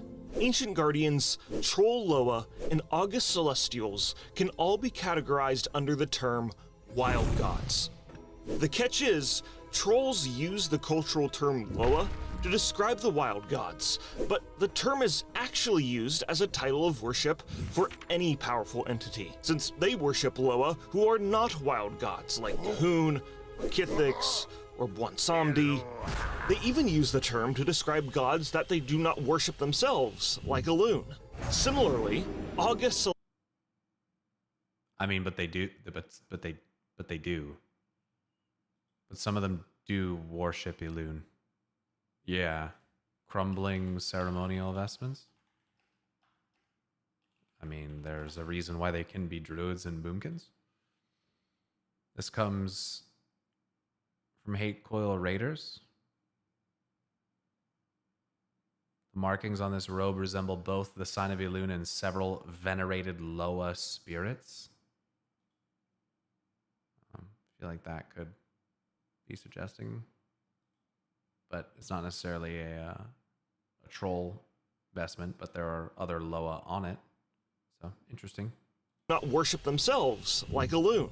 Similarly, August Celestials are also a cultural term which is used by Pandaren to describe the wild gods that live on Pandaria.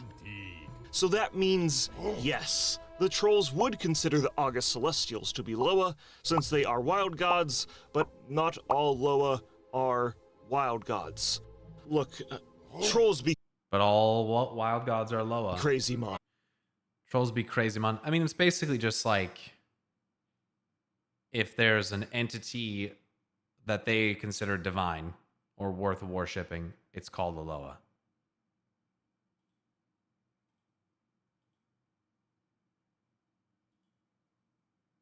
People always talk about the August Celestials, but never about the September Lunarians. Waking up to cultural terms. I mean, it's a helpful short. It was a good one. It was a good one. There's a developer interview with Ian Hazakostas. I don't know how long this is. It's an hour? Oh my God. Oh my God.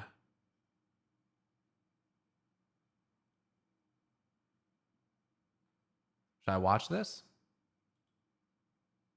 What do y'all think? I don't know if any of you have seen it, if it's good. It's pretty good. It's super in-depth, apparently. I waited to watch it. Well, give me a sec. Let me grab a drink.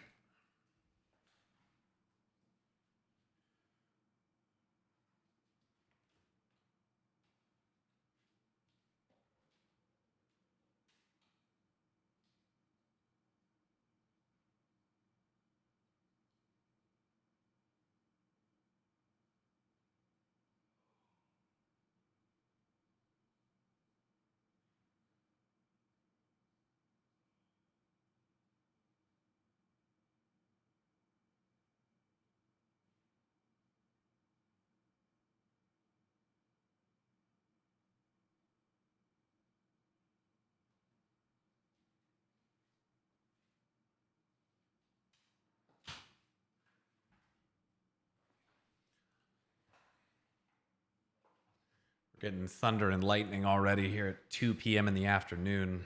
Olive is having a hard time, man. It's gonna be rough. I really hope she can get used to it, dude. Yo, Perky, thanks for the follow.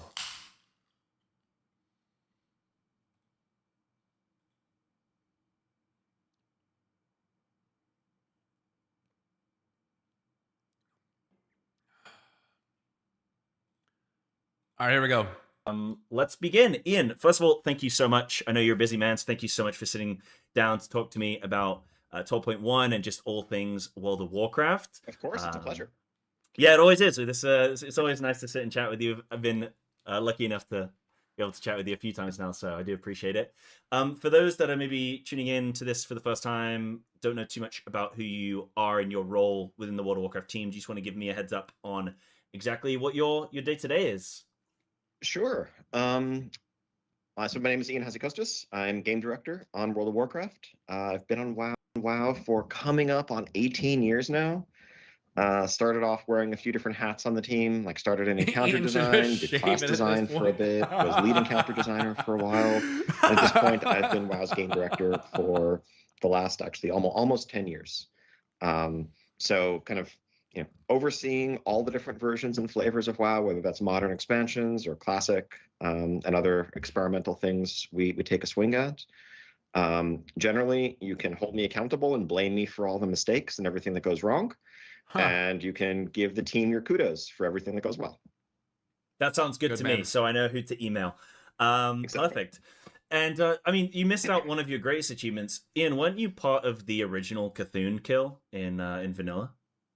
I was not. I was part of an early one. I believe world first Cthulhu, I want to say, was Nihilum, with Kungan back in the day, because I think the patch that fixed the hotfix that made Cthulhu killable for the first time went live like basically during prime European raiding hours and in the morning in North America. And so a couple of EU guilds got in and killed Cthulhu, and then I think my guild and a few others that evening in North America did it. There is that. Oh, but I thought they always patched it during American raiding hours, man. I thought that NA always just got free world first because that's what they do. You know? Shit, dude. I guess that can't be true based on the very first one. Crazy. Well, Cthulhu wouldn't be the first one, but you know what I mean. Pesky EU advantage that's always indeed always showing up. Advantage. What can we say? Well, NA's been taking the title lately, and we'll see how long that continues. Ian, let's get into things. So, Sure. First and foremost, Midnight has been, I think, an exceptional start to an expansion. You're just building and layering on, building this nice cake of just so many different systems and things that seem to be working very, very well and expanding upon that. How has the team found... Who do you think this John guy in the call is? You think that's a Blizzard PR person? Who do you think? Who is that? You think?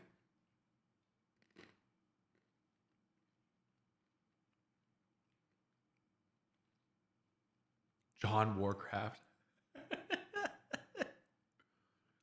The reception to Midnight Season 1 and just how everyone in the community seems to be Community manager. finding it.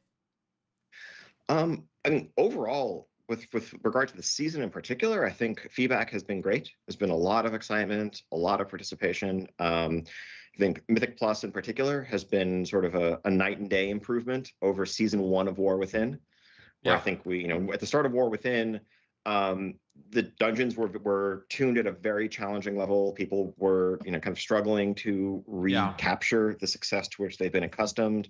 I think we wanted to make sure with Midnight that it really came out the gates in a way that was approachable. And I think that, has landed pretty squarely with people. Now, we've had to pivot in a couple of ways to make sure there's still we'll see how season 2 compelling goes. rewards and goals to chase at the high end of the system for people who may have, quickly blown through the first 10, 12 levels early on. Look, I gotta say this though. Although I think the black and red recolor of Beleren looks fucking sick, and I want it, I do think that 1% mounts should be like unique. And I think there's an argument against it to where, like, why should something that high level be so unique? Because then it makes it like unobtainable for collectors, but it should be unique because it's that high level. It's like it being high level is the reason for which it should be unique and also maybe shouldn't be unique. But like it should be, I don't know. I guess gladiator mounts aren't like that. So... But I think we're very excited about, the new top 1% title, other things that we've rolled out there. And then I think it's been a great season on the raid front. We had the experiment this time around of having multiple raids, 9 bosses total, but divided into that, 6-1-2 structure. And I think, the flexibility that's given groups, both pugs and guild groups, I think has been really appreciated. Also just the, thematic and tonal variety of seeing some different places as opposed to spending all of your time every week in the same single location. And then delves continue to rock on. I think we've been evolving and polishing the system from what we learned in War Within. I'm gonna be honest, bro. Since week 1, I don't think I've done like a single delve. Which I guess is good that I don't feel like I have to. But I just don't do delves. And it's been a great PvP season as well. So from top to bottom, I think we're pretty happy with Season 1 of Midnight, really, and just looking to build upon it going forward. Yeah, perfect. Yeah, couldn't agree more, to be honest. I do particularly really enjoy the multiple different raid tiers, and even now in 12.0.7 where we had Sporefall, if I'm correct on the patch there. So even that's been really cool, and we'll get into more questions about that, I'm sure, later on. So yeah, it's been really great. To be honest, it's been almost overwhelming for me as a player. You guys been playing a lot of Midnight, where even as somebody who plays the game like full time or have done traditionally, I felt like at times even lost, because I was like, where should I be going? What should I be doing? There's so many, the prey system, delves, dungeons, there's so many different things going on. So if anything, I think players are spoiled for choice, and it's really cool to have an expansion where people can just go and tackle things that are important to them. So kudos on that one. And to be honest, all my friends have really been, they play the game at maybe like a lower level than I do. They don't go as hardcore on the raids and stuff. But they like to get stuck in, and for them, they've been having plenty of fun. So, awesome. So yeah, it's been really great. So that's a good point. What have you learned in the transition then from the War Within to Midnight so far, initially, and then obviously as we're getting deeper into the expansion with 12.1 now, you probably learned a whole host of lessons then from Midnight Season 1 as well. But how's that transition look for you guys? I mean, I think Midnight really in a lot of ways is about doubling down on what was working well in War Within and trying to refine and polish where we're able. Good. So I think the addition of delves as a new pillar of our endgame, I think, was tremendously successful and reached an audience that had been underserved for a long time. And so while we rolled that out initially as maybe a feature that might be just specific to War Within. We pretty quickly realized it's going to be something that we want to carry forward and really enshrine as a permanent part of our end game.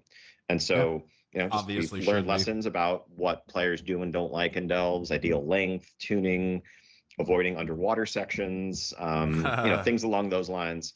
And I think we now have a dedicated team that has pulled people from encounter design, content design, systems design to make a delves team that's just focused on continuing to evolve and guide the delves experience, where it was more of an experimental feature back in War Within. I think just lessons otherwise in world building, storytelling, trying to serve our players and their very diverse motivations. Yeah, dude, there's so many different ways to play World of Warcraft, and even though I don't really play delves, obviously some of you do, Benzu, Vadrin, among others, Layweaver, just to gear alts. I just very much prefer Mythic Plus and rating, so I'll always try to prioritize that stuff over doing delves. But to me, it does seem like I can't really imagine World of Warcraft now not having delves. So it definitely feels to me like something that needs to stay in the future.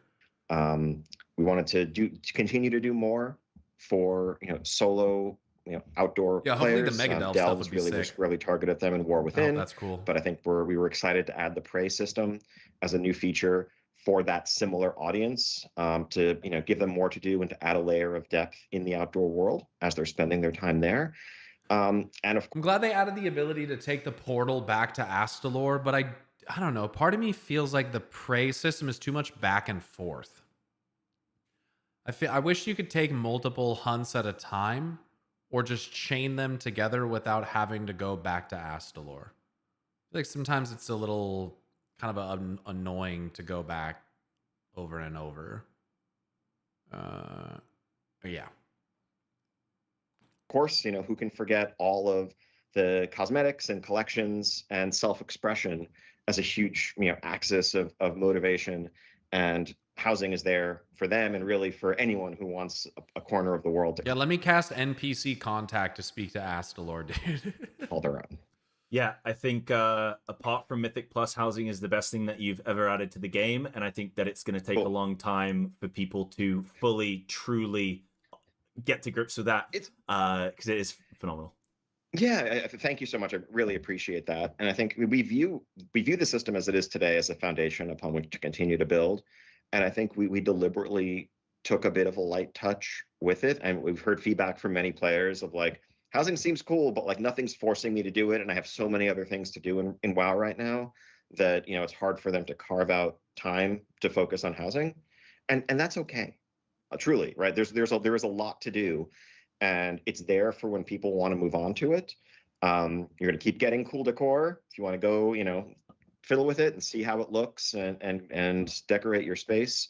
You're welcome to do so, but we want to keep layering, on depth to that system, while avoiding sort of the heavy-handed solutions you might have taken in the past, where like there was a core player power reason to force you to do it. And I think it doesn't really feel great to be forced to do things either. Like you should want to do it because it's enjoyable, and if what's enjoyable to you is doing housing, then go and do housing. But I feel great that I don't feel forced to do it. I feel like as a system like that, I don't feel like makes sense as something that should force you to do it. Ritual sites got boring fast. Yeah, I don't like ritual sites.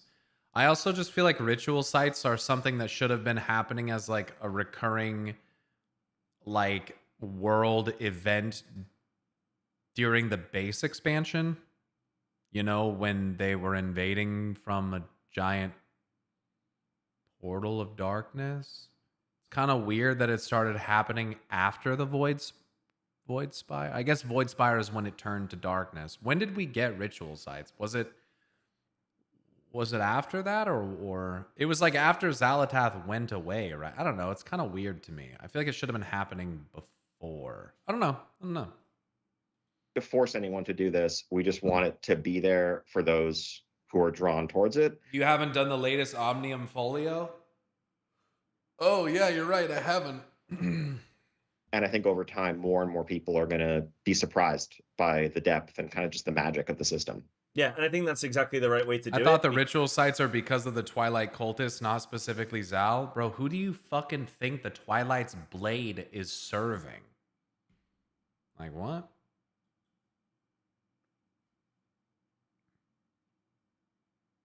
What? Stormageddon, thanks for subbing for 27 months, big dog.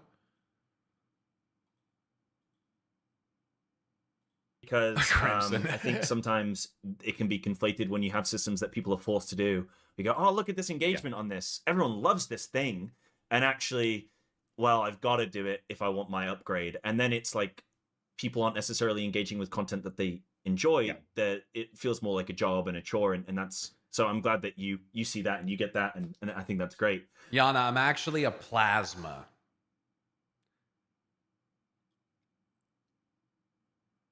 It can happen disconnected from the void invasion itself because of that. So didn't have any problem with them being there now personally.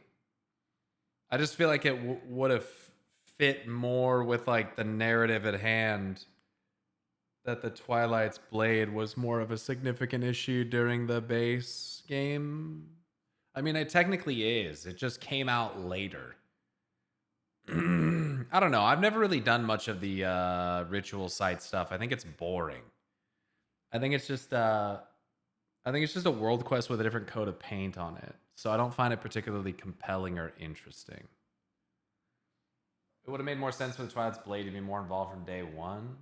Yeah, that's kind of how I feel about it. Because like Twilight's blade is kind of like Team Rocket. You know? They're just kind of always there meddling about, you know, fucking around. But they're not like that serious of a threat. Like, you know, they're going to lose. I feel like the Surekian incursions in the Worth had made more sense in that way, though they were boring as fuck. Yeah, didn't that happen after we killed Ansurek? They were like trying to get vengeance for their queen or whatever. That's why we had the Flames Radiance thing. Pretty sure. Yeah. Maybe it's like their forces moved to dominated field after they won the war. Yeah, I mean, and look, ultimately, I'm not even saying that one thing is objectively better than the other or that there's some type of narrative issue. I just think personally the ritual site stuff would have made more sense earlier, but that's just how I feel about it. How are you finding then the balance between known good content that players can expect in a new patch or a new expansion versus not allowing things to become stale and just like, right, I'm going to get my 4 old dungeons, my 4 new dungeons, I'm going to get a couple delves. Like, yeah, how do you like not do borrowed power that's like significant, but also like not like, but also not just have the same, because otherwise you just turn into Final Fantasy 14, right? Like you got to have something that's like adding additional flavor patch to patch. Now, what do you do to accomplish that? Flames Radiance was Garbo. Yeah, but I had to do that shit to get the title, dude, because Sacred Templar is insane. That's an insane title. I had to have that for the Pally. How do you balance that and then experiment with new things like Prey and decide when to implement new systems? That's a great question, and it's a very real challenge. It's something we grapple with a lot, and that I think, you know, while Midnight has been great all around, something that we are reflecting on a lot as a team right now is some of the feedback we're hearing about how things are starting to feel a bit samey in places and a bit formulaic. And I think that's often a challenge on our end. Like, in some ways, it's easier to design the game when everyone is mad. Like, when everyone is like, all right, borrowed power sucks or whatever. It's like, okay, there's a problem for us to fix. We're going to pivot away from this thing that everyone is mad about. But when players are... When they're happy, what do you do to keep them engaged and interested when there's not a problem to be solved?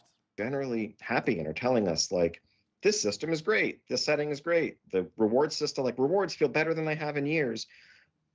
Our natural inclination is to kind of carry forward what's working. Right. But then we do start to get that feedback, as we are now from some quarters, that well, oh, this is just starting to feel so, Yeah. repetitive. So It's funny how that works, isn't it?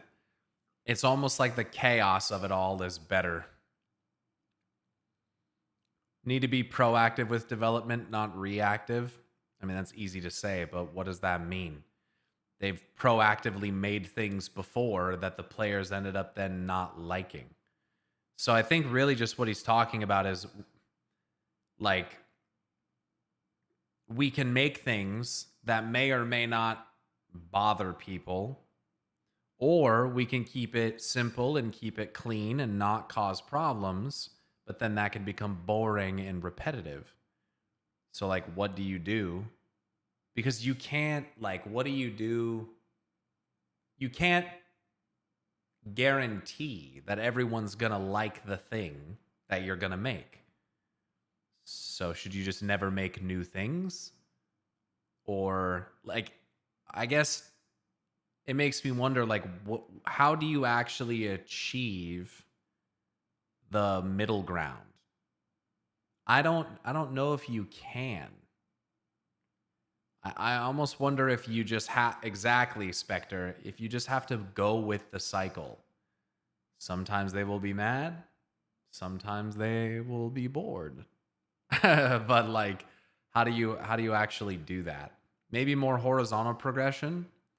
I guess housing is that, but honestly, I have no idea how I'd go about fixing stuff like this. Housing, housing. I guess there's different kinds of progression. And when I think of progression, I think about meaningful ways that my character becomes stronger or unlocks quality of life or convenience. And I always go back to RuneScape because RuneScape has about 150 different ways. And it's very well done. But World of Warcraft's not like that.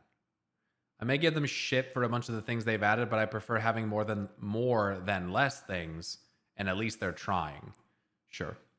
familiar, Yeah. and it's not exciting anymore. And it's like, okay, you never want to think or say that change for the sake of change is sometimes the right approach, but I think sometimes it's what we need to do just to keep innovating and keep things feeling fresh. Yeah.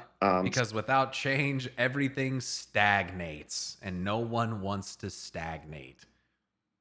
Something that works today and people are having fun with, even if Now, some people do. I don't get it, but there's no clear problem with it. If it's repeated for long enough, we'll start to wear thin. And so, I think one area right now where we're definitely focusing some attention is the raiding ecosystem, how raids are structured. Raids are something that really hasn't been touched since 2014, I want to say. I think in Warlords is when we settled on the 10 to 30 person flex, normal and heroic, 20 player mythic, and it's kind of been untouched for a dozen years since then. And meanwhile, all the rest of the game has changed around it. You have the Great Vault, you have Mythic Plus, you have delves now, and these things have kind of chipped away at and undercut some of the core motivations that made raiding work for so long. And so part of moving to different structures, as having different smaller raids in the first season, or what we're doing now going into season 2, making sure that raids give you tier up rewards from the Great Vault to let them really continue to kind of hold their own. Dude, it's actually fucking insane that doing heroic bosses can give you myth track vault loot. That is fucking insane, dude. I can't believe they did that. I can't believe it. I mean, I'm okay with it, but I honestly, I can't believe they did that. Like, when I read that, I was like, this is a fucking joke, right? Like, they're not actually going to do that. But they're actually going to do that. It's insane. Against Mythic Plus and Delves, in the face of feedback we were getting from, a lot of players that while they still enjoyed raiding, they didn't see the point anymore because they were getting so much better rewards from other portions of the game. That's an example of an area where I think we're looking to really take a fresh approach to something that. And that's only an issue because if you're not doing mythic raiding. If you're doing mythic raiding and actually killing the bosses and clearing the raids, then it's not an issue. But if you're just doing heroic, you're gonna get better loot from Mythic Plus, with the exception of some trinkets and stuff. but you can get better weapons and tier pieces that you can catalyze by getting myth track vault items, and then you're just stuck getting heroic loot from killing heroic bosses, and like it'll never get better than that. So it definitely is a problem, like where besides the select few very bis items, why would you ever do raid? Thanks, Extropian. I think rewards should equal out at super high tier. I don't know what equal out means, and I don't know what super high tier means. I never did Mythic at all, so this would be great for me. Since heroics usually aren't really all that hard, yeah, they're pretty easy. Yo, Extropian, thank you. And thanks for the Twitch Prime sub for 4 months. Had been dormant for a while, but it's something that we need to, keep doing in every facet of. Okay, so I need someone to tank raid tonight. Jesus fucking Christ, man.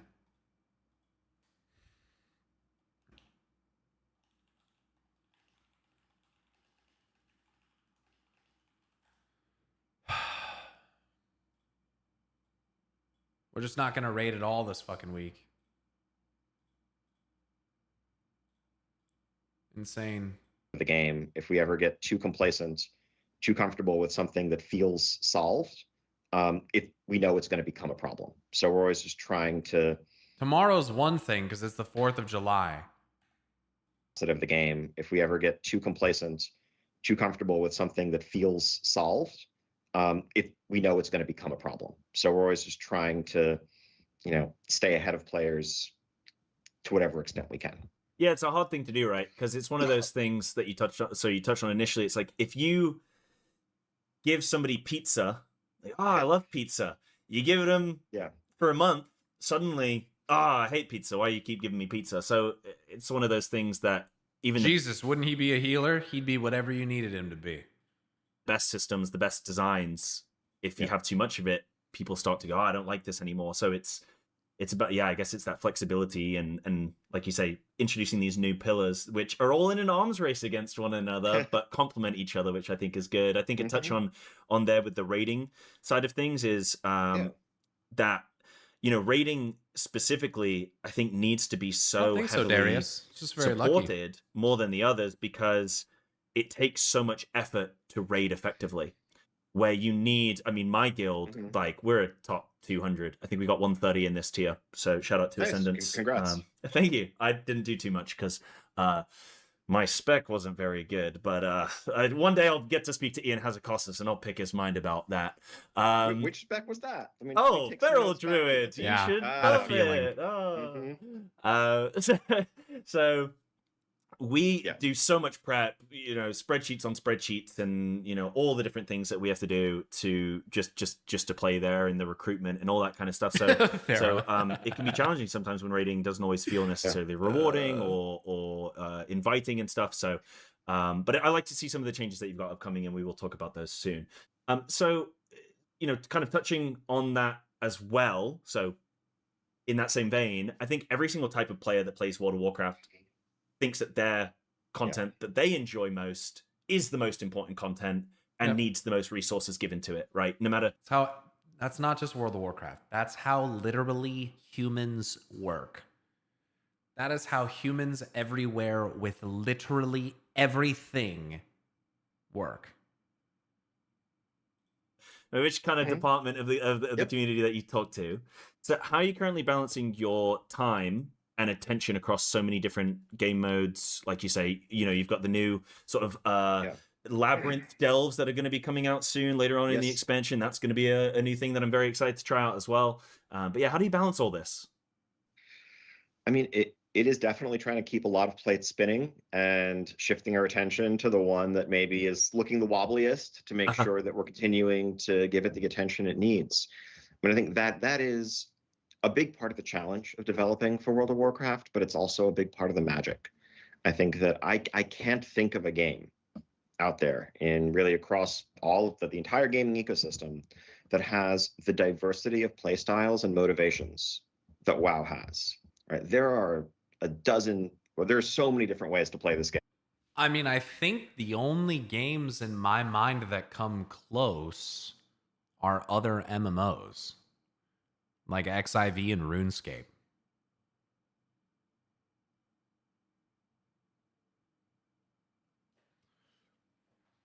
I can't really think of anything else. Right? Like you could take a dozen people who are all self-identified, serious, hardcore WoW players, sit them around a table and ask them like, why do you play this game? What is it that you do? What do you like about it? And you could hear 12 different stories. And boy, would it be easier for us if we could just pick one or two of those people and say, we're going to make this game for you. We're going to focus on just dungeons. We're going to focus on just PvP. We're going to, or whatever. Then you get Fellowship or League of Legends, and that's it. And very one-dimensional games. They have one game mode. They have literally one thing to do. And not worry about the other motivations. But the game as a whole, the world as a whole, would be so much poorer if we did that. Right? Part of the magic of WoW is this massive. But people are very ignorant and selfish, and they'll hear that and be like, "No, you just need to focus on PvP. You just need to focus on it," because they just in one ear out the other. They just don't give a fuck. Multiplayer ecosystem where all of these players are kind of brushing shoulders with each other, crossing paths, interconnecting, trading as part of the same economy, having friends who play the game for different reasons, who maybe pull you into something you haven't done before that you unexpectedly like, and all of that. And so, yeah, we're always looking at the data of like just objectively, where are players spending their time? What are they doing? What are they gravitating towards? How far progressed are they? Looking for opportunities, looking for gaps in how we're satisfying them. And then, of course, the feedback all across the internet on forums, Reddit, social media, etc., to understand, again, where there's opportunities, like which plates might be a bit wobbly and need focus. And I talked about Delves a lot. I think Delves are an example of an area where it's not something that players were asking us for. Players weren't saying, make something exactly like this. But we could see and hear very clearly that solo players or small group players, maybe who played with a close friend or a family member, were running out of goals and running out of content when they reached the end game. They would have a blast, get to max level, do some world content for a bit, finish the max level campaign, and then realize, like, I guess I have to join a guild or start doing large group content if I want to continue. I'm just going to stop. And the existence of Delves and things like Prey are a testament to our focus on trying to serve that audience. How many of you guys are that kind of player where you're like, yeah, I can't fucking, not really into PvP. I don't really have like the time to like raid. And so I guess I'm just going to be done. But Delves have like given you something more to do. Not to mention, aside from retail, there's like 4 more WoW versions you can play if you get really bored of the retail / current version that you do play. Genuinely, if you at this point are not enjoying WoW, then the game might not be for you anymore. Yeah, if you don't enjoy one of the versions of World of Warcraft, bro, then like just fucking play something else. It's crazy. Is there someone that actually subscribes to do Delves? Yeah, for sure. I'm just a lore fan mostly now. So do you even play the game? Me for sure. Only not raiding because of limited time, so I do single player WoW right now. I'm a filthy casual right now. Take a shower, you filthy casual. I refuse to play anything else. I won't play WoW, but we'll create AI Arthas content and complain about videos. Complain about videos about the game. The AI Arthas content. It's so good, dude. I would invest in that. You know what I mean? I would invest in it. It's just so good. How can you not love it? That reaction is still peak. Yeah, a bunch of fucking retards got really mad at me for that. Delves are viable early for sure, but now that I'm in a guild, I do AOTC or chill on +14s. Very nice. Nice. Blizzard should hire them. Which maybe didn't have the loud advocates in the community that PvP or Mythic Plus or raiding does, because there aren't. I was scrolling YouTube and randomly saw the guy who made the AI Arthas saying the final part is coming. Chills. That many content creators or big streamers who are just focused on that solo play style, but there are millions of players who play the game that way and who want to play the game that way. So I think, we have a wealth of data and information to draw upon, and we're just trying to, synthesize all this feedback and do the best that we can. And I know that for portions of the community, it can feel frustrating if it sounds like you are telling us, hey, we need X, we want you to do X. Dude, I've heard Ian Hazacostas say this so many times, dude. I have heard him say this so many times. I feel like I hear him say this at least once a year, every year for the last 15 years. Us, and then we do something else that feels like it's missing the mark. It's likely that we're just listening to a different portion of the community. And at that specific point in time as well. At that specific point in time. It's not that we're never going to come back to you. We are. But if we had to do something for everyone, to do something for anyone, every single patch, we would basically, it would either the game would be a convoluted mess, or we would just never be able to actually deliver content because we'd have to tick way too many boxes. Instead, I think we try to, spread the love over time, give everybody their turn, and make sure that we're always, being mindful of the different play styles and approaches people take to the game. Obviously, it's not to say we don't make mistakes. It's not to say that, we don't sometimes have something that we think is really going to resonate with a certain audience that misses the mark. But when that happens, we're going to listen, we're going to correct it, and we'll do better next time. Yeah. And I think two things I want to comment on that. So first of all, I think, I forgot what I was going to, something poignant there, but I was going to say, I think Delve players, Delve mains, they deserve the most resources because they've never been mean to me online, but all of the other mains definitely have. So Delve players seem nice. They never Delve players are wholesome, dude. Cause any problems. They're chill. Exactly. They're chill. But yeah, so unfortunately I can't remember. I had something there, but that's okay. I think so something that I want to move on to now as well. Delve players and are I think that was a great answer to listen to there.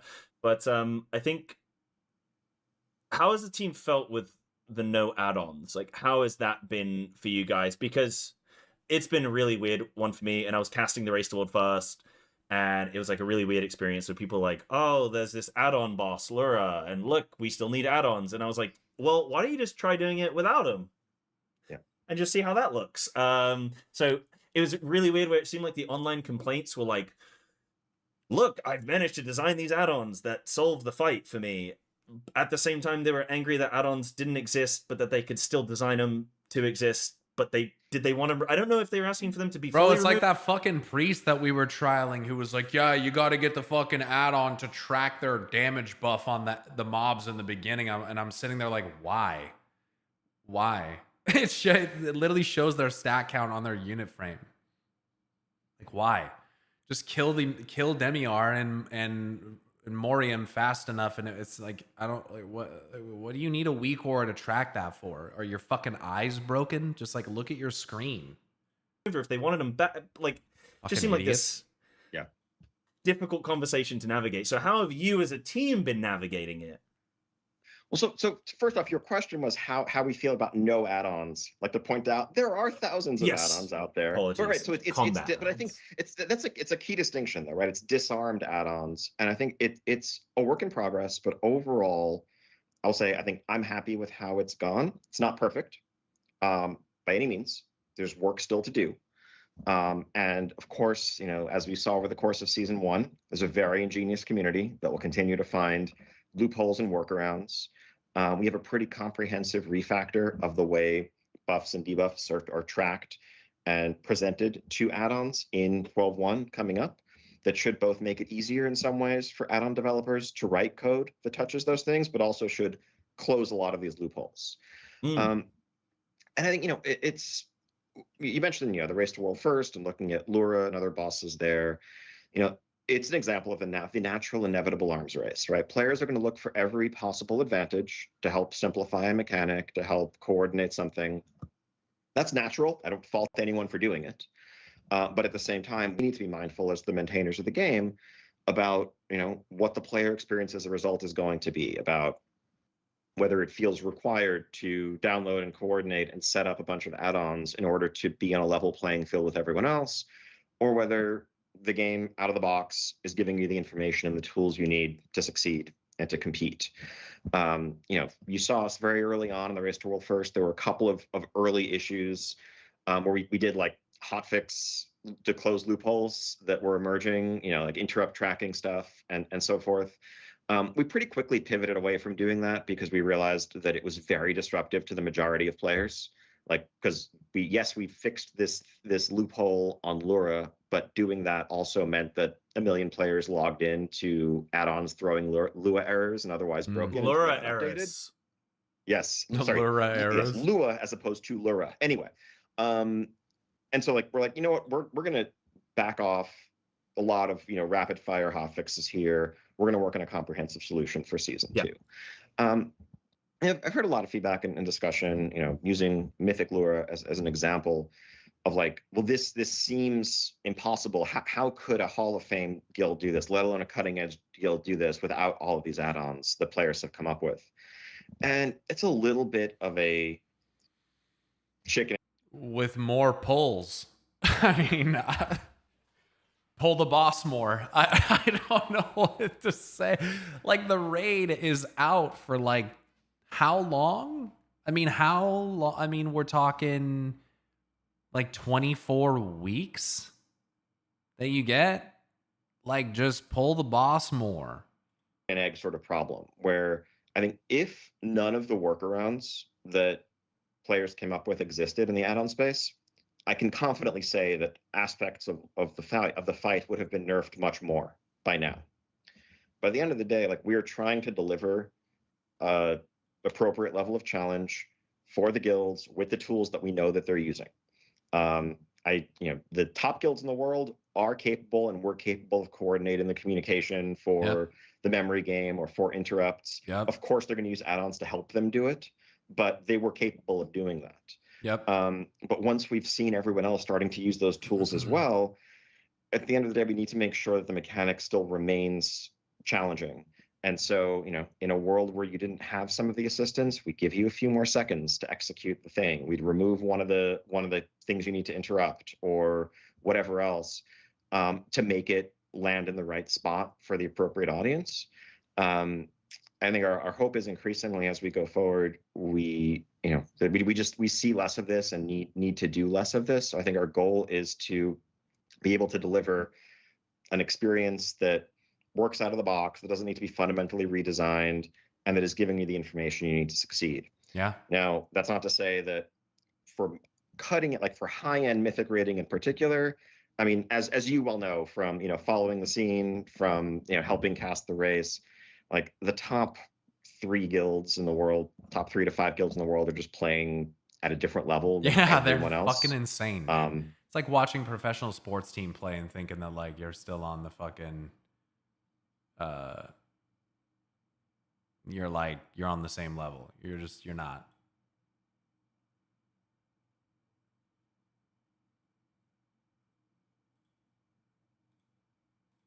By a pretty significant margin. And yes, we do design the last couple of bosses early on for them because no one else in the world is going to be seeing those bosses in that state.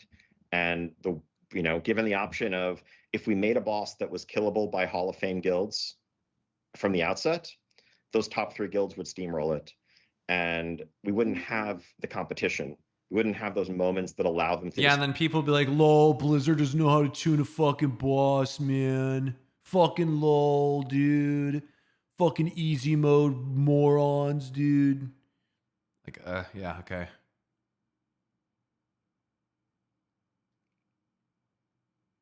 What was the reason that major mechanics didn't have tells or flags built into the base game to begin with? The only answer that makes sense to me is lazy development. Like what? Like what major mechanics didn't have tells or flags? Midnight Chimeras is impossible for 80% of people. I'm not surprised people think it's impossible. Distinguish themselves from each other and really show who is the best at a given moment in time for a given season. And so the approach we do take, and that we'll continue to take, is to kind of tune them at superhuman levels early on, and then progressively nerf them down so that they're accessible to mere mortals as the season continues. But that's really Yeah, I mean, I get what they're trying to do. They're trying to preserve the spirit of the competition and all of that. I just think this is what hyper optimization does to things.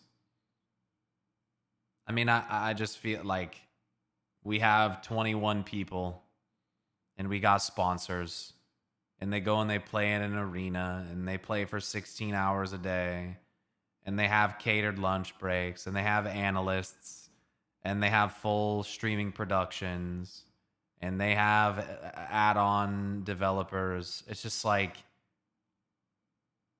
this is what happens when you take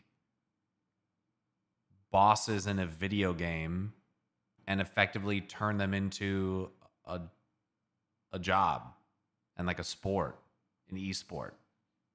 You know what I mean? Like, it's not like it's not this insane. It didn't used to be this insane. Like, yes, there's always been like try-hard guilds and stuff, but not like what it's been in the last since like Legion. Just like got to another level where like it just kind of went crazy. And now you have all of this like infrastructure that's built for these people on that, and it's like, how do you justify taking that away or ruining that? But I mean, you can design the game in the way that Ian is describing.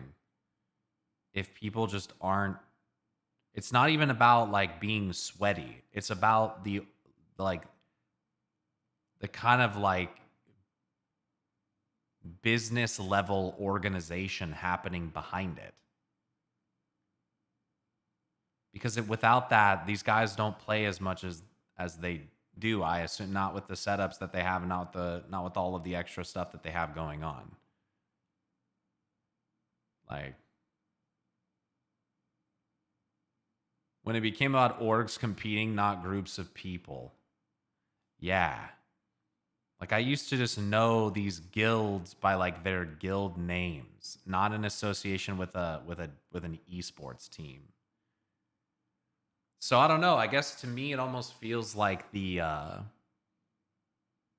video game spirit of competition turned into something like totally different when money got involved, you know? Race to World First is free advertising for the game, so they are happy.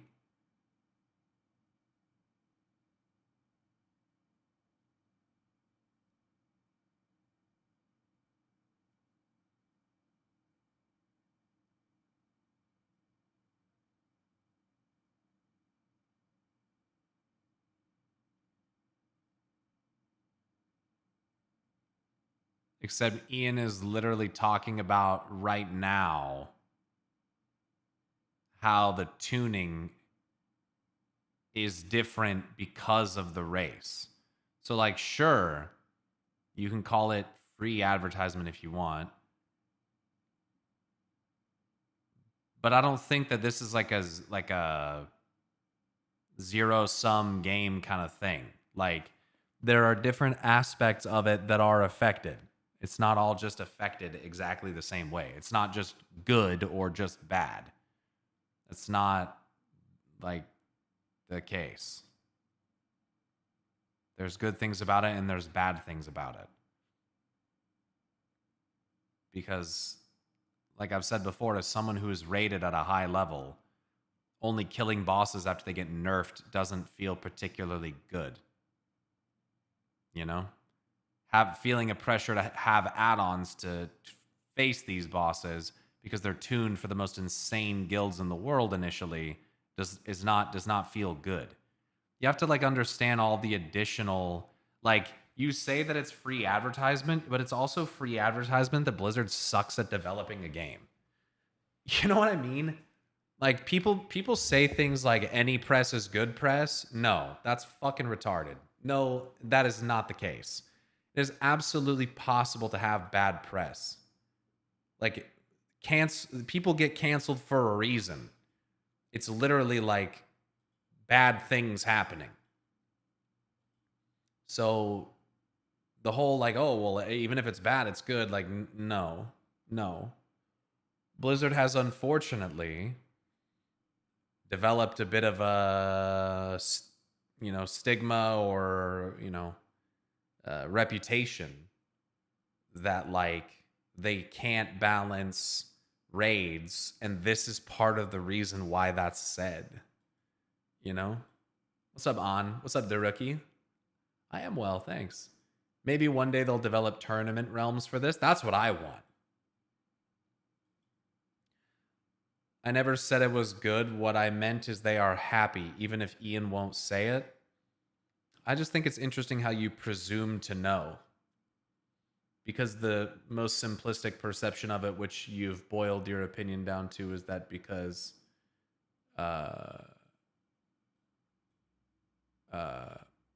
it's advertisement, so they like it. It's interesting. Tourney realms are the real answer for PvP and RWF. That's what I think. Yeah. Approach we only ever want to take for the last couple of bosses in a mythic tier. Ideally, everything else, Hall of Fame guilds, cutting edge guilds should be able to go in and feel like they can make real progress from the start. Yeah, I mean, a lot of things to touch on there. Interestingly, like, I find it so fascinating because, like you said, it's the chicken and the egg, right? And it's this arms race between Blizzard and add-on developers. And I think WoW players, and especially MMORPG players in general across the board, are used to being able to have their game be so customizable. Tourney realms are not profitable? What?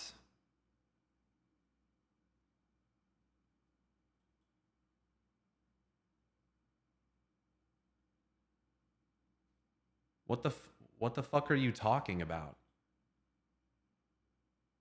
What do you mean they're not profitable? Just require signing into a tournament realm and active subscription. Like the same things that you would need. Like, what do you mean it's not profitable?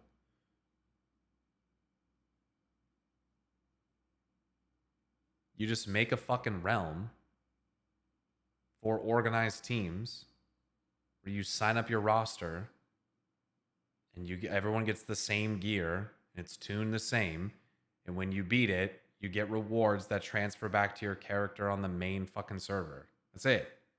It's like this isn't, what do you mean it's not profitable? There are a lot of games out there that you just don't have the same levels of customization that you have. I can load up an add-on page and have millions of available add-ons, and if I can think it probably exists, right? So there is a lot of freedom, and I think the player base has just been so used to a freedom of being able to make whatever they want whenever they want, and maybe that there is a little bit of maybe policing of that might need to exist, and I think it would have been really cool to see players, especially world first. Do the race to world first players want tourney realms? I don't know. Let me ask one. Like what?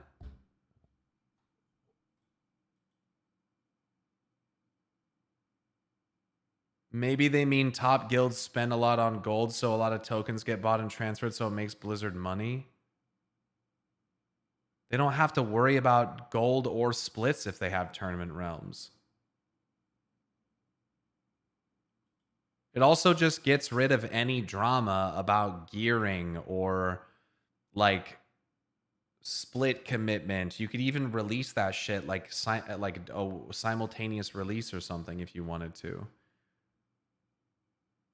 Guys, this drops in the fucking bucket. Who cares about buying gold and tokens and what the fuck ever? Like, you guys understand Blizzard makes billions of dollars every year? They don't give a fuck about that.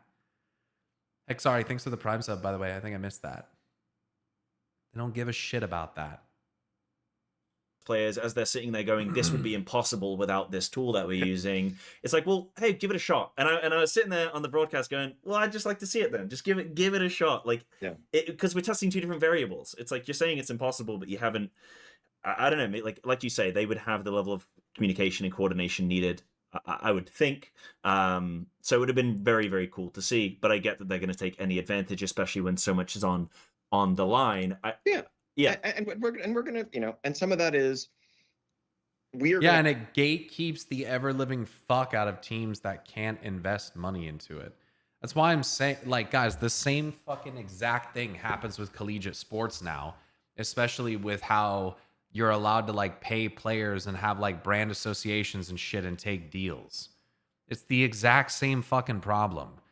Schools that have a lot of money, a lot of donors, like Oregon, University of Oregon, for example, who's backed by fucking Nike and Phil Knight, like they have an easier time putting together good sports rosters because of that funding compared to, let's say, like the University of the Oregon State University Beavers or whatever. Like there is a tangible difference between them, right? So again, when you just allow, when there's a degree of like pay to win or pay to compete at that level, like, yeah, there's a lot of people that are just automatically excluded from that. It's fucking stupid. It ends up being that like you might not, those might not even like they're good players, but like it's not even a guarantee that they're the best players because there's a fucking wall that exists between them and the next few guilds down where it's just like, that level of investment is impossible because they don't have like an esports team behind it paying them. It's like F1 racing. There's one or two teams that win everything and that's it. Everyone else is just there to get third place. continue to evolve.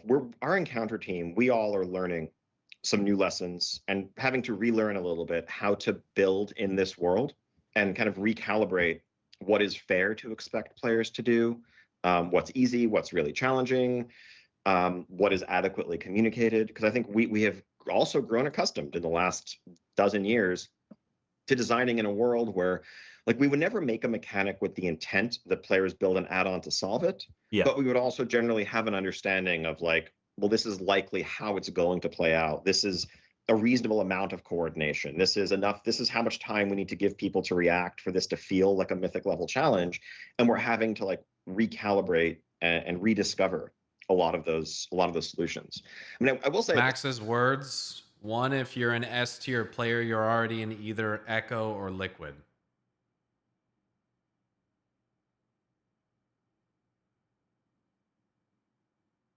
I mean, where did those players come from in the first place? They didn't all start in Echo or Liquid, did they? So I get what he means by that, but that cannot possibly be true. Those players all came from other guilds. Like, just because you're not on the best team doesn't mean you can't be one of the best players. That's just not true. It's not how it works in sports either. the same time, obviously a lot of focus on the memory game or uninterrupt tracking, but even like very simple things. There's a, I remember Echo had a catastrophic wipe late in the secret phase due to just, the like spread out within the circle beam mechanic. That's the kind of thing that back in the day, last expansion, an add-on would have trivially solved, right? It would have been one person gets assigned to back left, one person gets assigned to back right. Like you'd hear that, right? Exactly. It would be like, okay, these are the three people. Person one go here, person two go here. It would have been move left in a way that was pre-mapped. I don't understand why you can't. Why can't?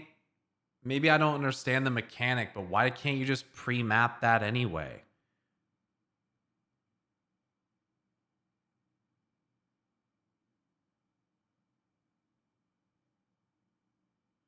He didn't mean they don't exist. He said there's a bunch that don't want to join them. He meant it in the way of, if he knows you exist, he will try to scout you. Yeah, I don't know how you get that from what Fernando just said. Exactly. And it's like, you know what? That's not an impossible mechanic, but it's harder. Like that became a mechanic that could wipe one of the best three guilds in the world at a crucial moment.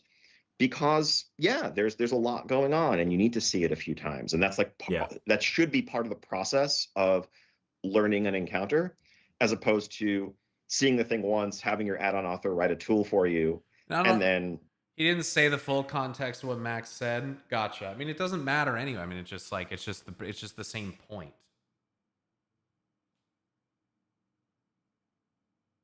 It's the same point. It's like there's still just like this monopoly on at the highest level. You know what I mean? Having it solved externally. Yeah. And so there may be places where we overshot in terms of complexity or coordination, but I think I am happy and really optimistic about the foundation that we've built upon and what the future will look like as we continue to evolve raid mechanics in this new, more consistent world. Well, you're already as well with the 12.1 because of Ulatek, if I'm pronouncing that correctly, but you have some improvement to some of the like telegraphing of some mechanics already with like a lot of sort are of getting better. frontal, Cleaves. like you've already said. I think the dragon in this in Void Spire, Taliesin and Evertel, I think they've got the twin dragons. They do a frontal beam that is a little bit wispy around the edges. You said, okay, if we design that fight now in 12.1, we would have a solid block line. Yes. It would be a lot more sort of visually,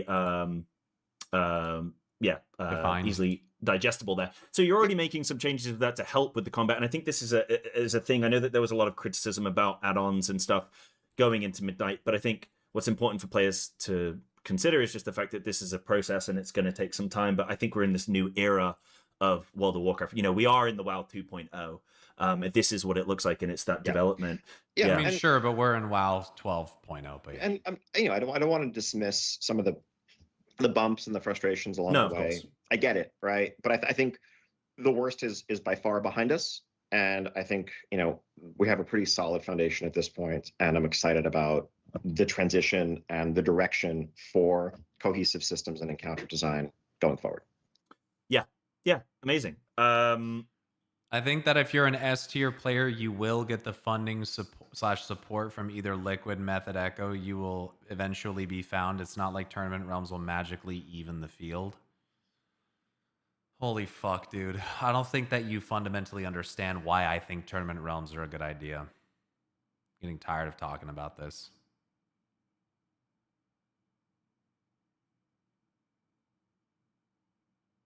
Do you understand what the funding from an esports org allows the guild and the members of the guild to do? Do you understand like why it is so beneficial? Not only because they can take time off of work, but also because they can spend basically an infinite amount of money and gold getting BOEs, doing split runs, gearing second and third alts, mirror alts. Like, you comprehend all of that, right? Like, that's one of the main benefits. Those are like the main benefits of that backing, right? A tournament realm makes all of that irrelevant. Like, Liquid no longer has an advantage because they have 1 trillion gold in the ability to, you know, buy gear from people and do all this extra stuff. Like, that's the point, right? And because everyone is at the same gear level on a tournament realm, all the bosses, the way that they're tuned is very precise. There is no variation in the gear whatsoever. There doesn't need to be. And anyone who's going to be like, well, you know, you can't, why would they want to do that? Because it actually, if you actually give a fuck about the spirit and legitimacy of competition, you want it to be fair. If you don't want it to be fair because all you care about is winning, you're not really a competitor. You just want the easy win. You don't care about the integrity of the thing. You know what I'm saying? So if you actually care and you want it to be a compelling competition, you make it as even for everyone as you possibly can. And that includes releasing the raid universally across the world. Right? You set limits on how many of each class you can have. You can't stack 5 hunters. Or maybe you can, it doesn't matter. Maybe you want to switch the comp up and you go to 5, right? Maybe you can't min, it's just you switch to a different character. That's fine. I'm all for tournament realms, and still top RWF will provide with everything else. Analysts, add-on devs, even sponsors, so players can take time off. Well, you don't have add-ons available, presumably. And yes, you're going to have things like analysts and add-on devs or sponsors. There's nothing that you can do about that. But basically, Fernando, it's kind of fucking irritating me what you're saying, because you're basically saying like, well, it doesn't completely and in every single way solve the issues, so like, why bother? That's what I'm getting from it. I'm not sitting here trying to make it sound like this is an easy fix all. Every variable is completely erased with it. But I'm also not going to sit here and be like, yeah, well, we just shouldn't do anything. Like, I think it's one of the most potent, realistic, actually achievable ways of evening the playing field that Blizzard has available to them. If you don't have a better suggestion, then stop fucking arguing with me about it. I'm not interested. Yeah, and I think the last thing that's interesting to note on what you just said there about raiding and top guilds, and if you design fights in a way that the top guilds can have their fun with it, and like you said, there's the distinction between the top 3, top 5, even the top 10 guilds in the world compared to everyone else. Something that's just so interesting is just looking at World of Warcraft and how the raid design is. There is that expectation that things will get tuned, that knobs will be turned and stuff, and there will be rebalancing. So I think it's one of those things that, like, that things are going to get addressed over time, and that things are going to be made more approachable as well. And we have seen changes to the bosses already. Kind of in a similar vein ish is I want to ask you about, like, what would you say to people that feel like we're getting content now faster than ever? It feels like we have. By the way, is the Omnium Folio stuff that we got this week, is it like a power gain? And if so, is it like significant, or is it kind of like meh? We have clear distinctions on how content's going to be being released, and there just seems like there's so much content. What would you say to people that feel like maybe, if there's a bug here, there's a bug there, there's maybe this system is designed, but maybe it's not fully fleshed out yet. Maybe it needs a bit more time, but does it get given the time? Like, what would you say to people that maybe think about that with the current state of things? First off, I would say thank you for the feedback. I think it's super valid that it feels that way. If it ever feels like something is rushed or half-baked, that's not something that we're going to take lightly. I think we want to understand what more players we're hoping for from a given system, from a given feature, and take that to heart and do better the next time. I think there are a lot of players, as you mentioned earlier, a lot of different perspectives, a lot of different desires, and we are trying to serve a very diverse, very large audience. And so there are times where we're putting out content that someone may look at and be like, I don't see the point of this content. Who's it for? It may just not be for them. That's fine, right? There's also players who are playing a ton, have exhausted everything there is to do, and need something more. There are players who have less free time and who feel like they're struggling to keep up. We're trying to strike a balance across all of those audiences. I can say, we definitely committed to a faster patch cadence from Dragonflight on. And I like the faster patch cadence. It feels like the most that I would do is like 10 weeks, but 8 weeks feels pretty good. 8 weeks feels pretty good, considering it's minor patches too. 10 weeks would be pretty long. It would mean that between major patches, you're looking at like 30 weeks instead of 24. So it adds up, right? If you added 2 extra weeks onto each patch. But I think 8 weeks feels pretty good. I've been enjoying that a lot. Feels like there's pretty much always something to do, which, well, I feel like you get a little gap depending on how far you want to go. You get a little gap at the end of like a patch, and then then you can come back in the next one. It doesn't feel like you have to play until the end of a patch. At least that's how I feel with the kind of way that I play the game. And I think I'm proud of the team's efforts to have been able to continue to meet that cadence over the years. Yeah. I think they could have held off. Because season was at a week in or 2 weeks in technically. So I think that if they would have started it with season, that would have felt a little better. Yeah, I agree. That was coming out of long droughts during BFA and Shadowlands, where we heard loud and clear from players that having months go past without anything new, without any meaningful updates to the game, was not acceptable to them.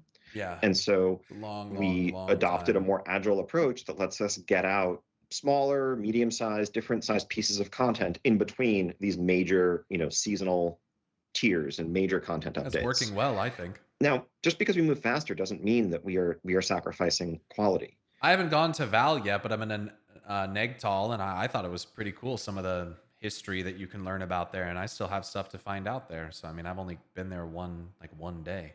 We are never going to put something in a patch if it's not ready.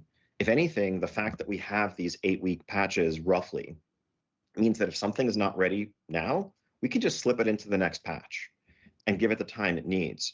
Whereas years ago, when there wasn't the next patch, when the next patch might be 4 months away, that actually put more pressure on the team to, in some cases, work overtime, do whatever they could to get the thing into this patch because there wasn't going to be another chance if we missed it.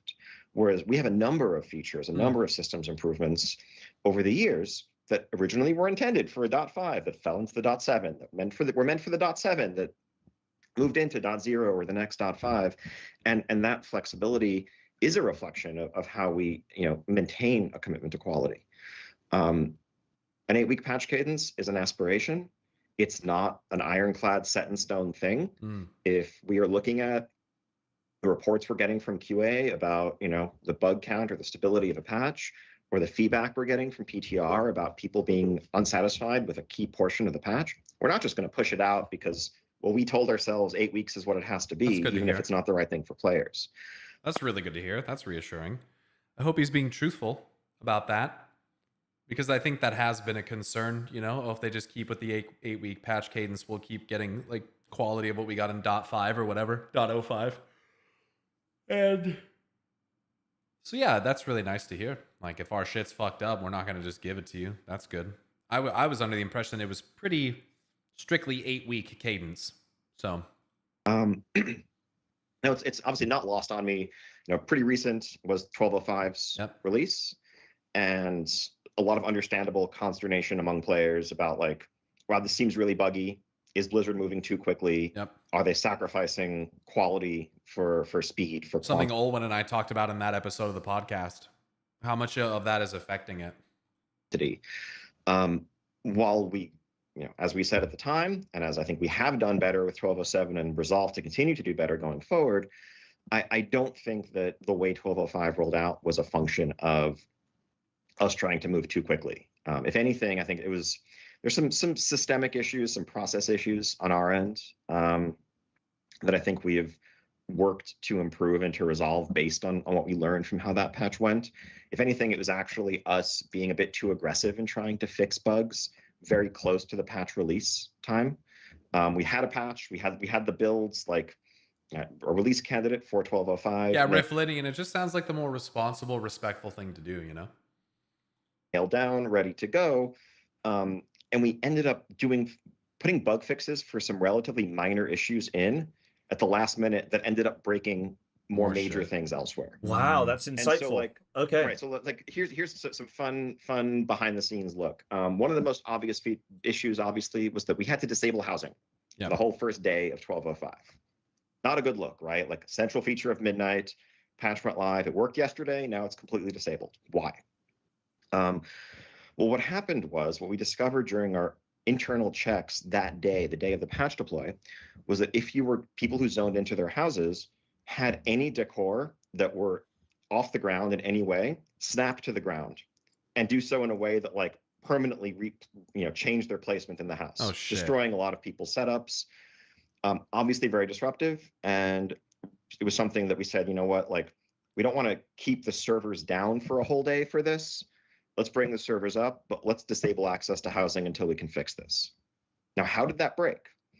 All right, well, so I know this is going to inspire some spaghetti code memes on Reddit and comments and elsewhere. But don't worry, nobody will watch Mayans, and you're fine. You can say whatever you need. Nobody will watch Mayans. So there was a last-minute bug that we found with the Siege of Orgrimmar elevator. Yes, Pandaria raid, Siege of Orgrimmar, where players would fall, like, there's a bug that was like, hey, you fall through the elevator. It was like, well, okay, we should fix this bug. It's legacy content, but there's people still mount farming and stuff. Let's get a fix for this bug in.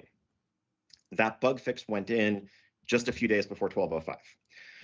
Because of the complex interdependent nature of 20 to 25 years worth of code, aspects of what controls how a player attaches to an elevator object also touch on some aspects to how different objects can be parented to each other or stacked in housing placement. What the fuck?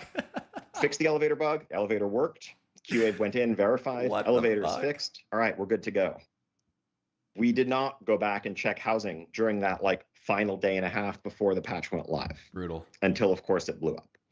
And so it's like, in retrospect, the answer really was for us to say, this is fuck that elevator, bro. It's too risky. We might break other shit. Sorry. Fuck that elevator. Not a critical bug. We should not fix this in the tiny window we have right before we release the patch. We should have gone ahead with a stable build, released it, and then rolled that out as a hot fix later on with not the same immediate short-term risk. Dude, the fucking undefeated elevator boss. The elevator boss has claimed many a man and woman. But then it didn't stop there.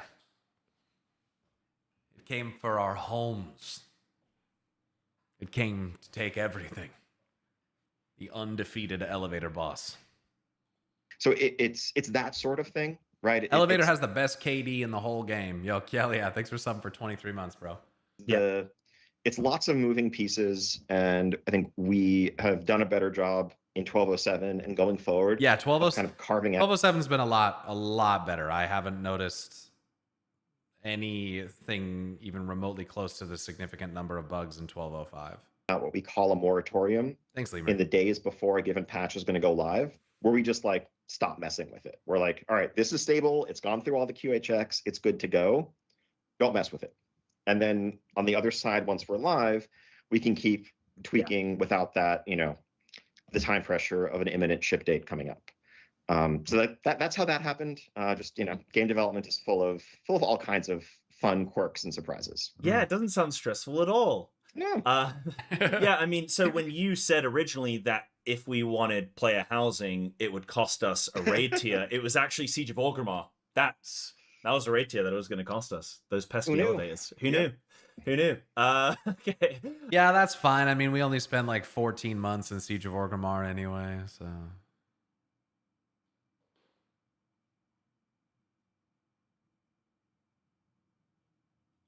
Yeah, so it's kind of like team's ambition is almost you're almost working too well.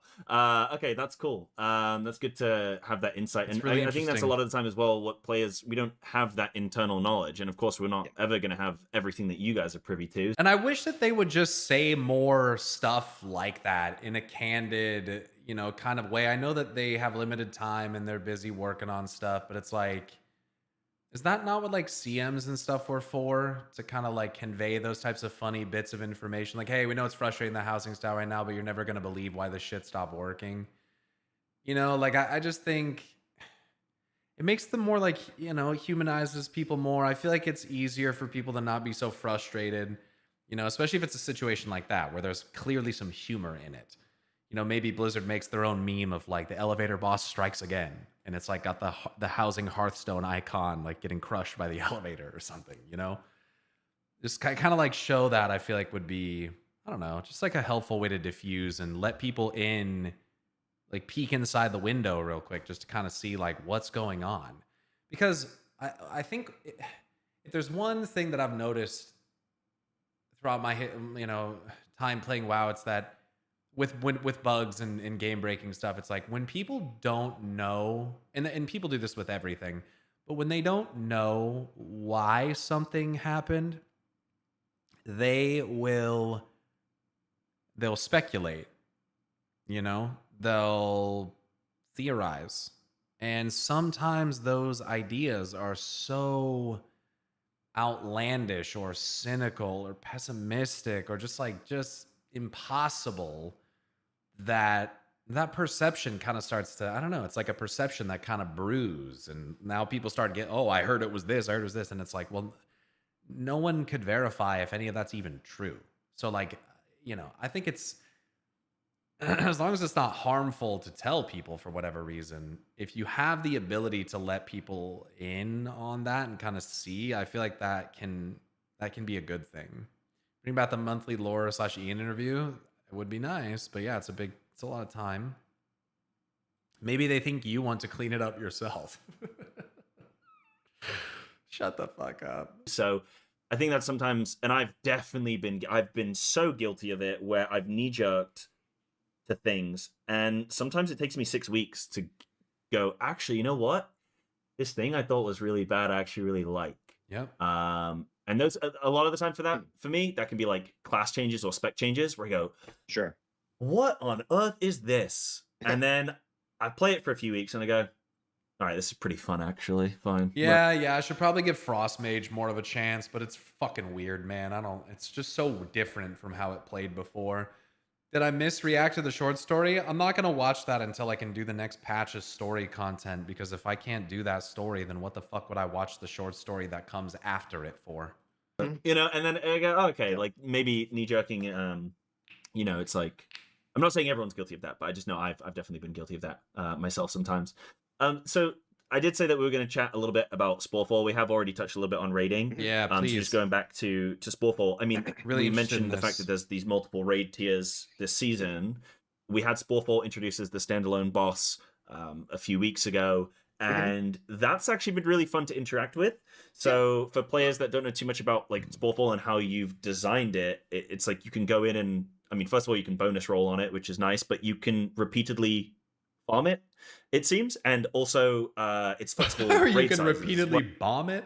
On Mythic, which is not something that we've really had. So talk to me about Smallfall. Man, it's is so this nice. sort of like a Talk to me about Smallfall.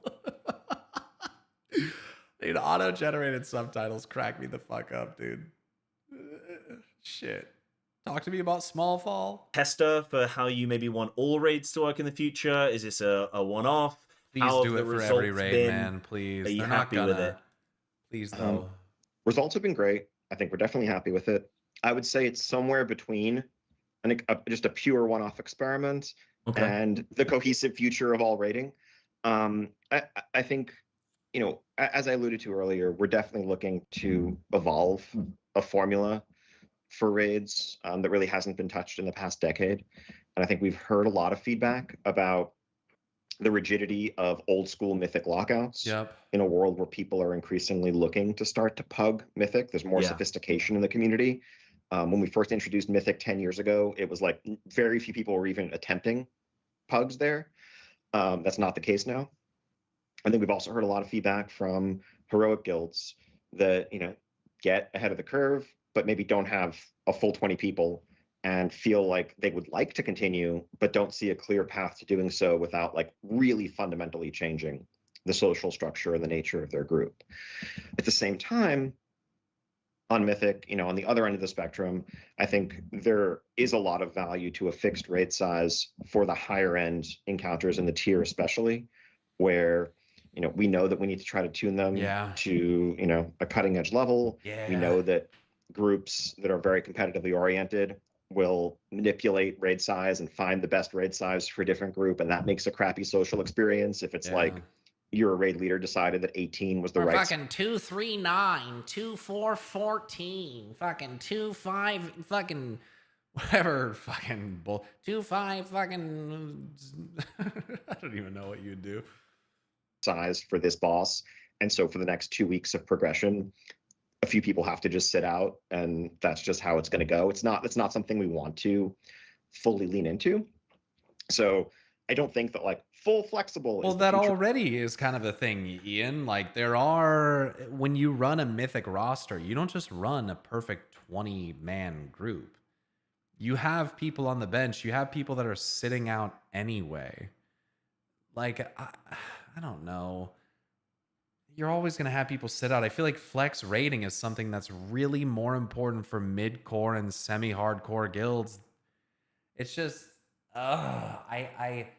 it's so frustrating to constantly hear, like, considering that the vast majority of raiding guilds are heroic raiding guilds, it's so frustrating to hear how beneficial it can be for those guilds.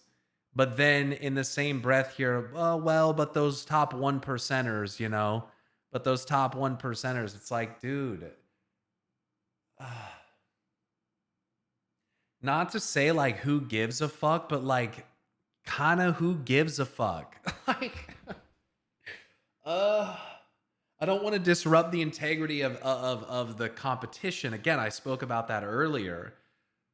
But like, if making flex rating and tuning it is more beneficial for like 85% of your player base, let's say, you know, 14% are relatively indifferent. You know, let's say 5% are in the middle echelon or whatever, 10% even, and then you have a few percent left over. Like, I just why do we design it for the highest end? I get doing it temporarily in like the race or whatever, but like I get like the prevalence and irrelevance and importance of the race to world first and like the culture of WoW. But I also still think that the people that get involved in that is still a very small number of people compared to the actual active player base. And so I just can't comprehend the idea of not prioritizing the greater player base over that 1%, even with those other factors in mind. And you're still going to have a race to world first. You're still going to have drama. You always will. You're still going to have guilds doing, you're still going to have a bunch of people watching it. I just don't think it's like, do we take 5 players from the top 1% guilds and make it so, oh, sometimes they'll have to be sat because the sweatiest raid leaders will do the most optimized thing, which people already do in pugs anyways, even in heroic? Or do we open up the door for the majority of raiders to play flex down to from 15 up to 25? I just, to me, it's like, how, think about the number of people who benefit from that versus the number of people who are harmed in some way by that, by choosing not to do it, or choosing to do it. It's like the needs of the many over the needs of the few in this case, like, especially because it's like harmful like a video game. Like, I don't, or harmless like a video game. I don't know. It just doesn't make sense to me. 18 was the right size for this boss.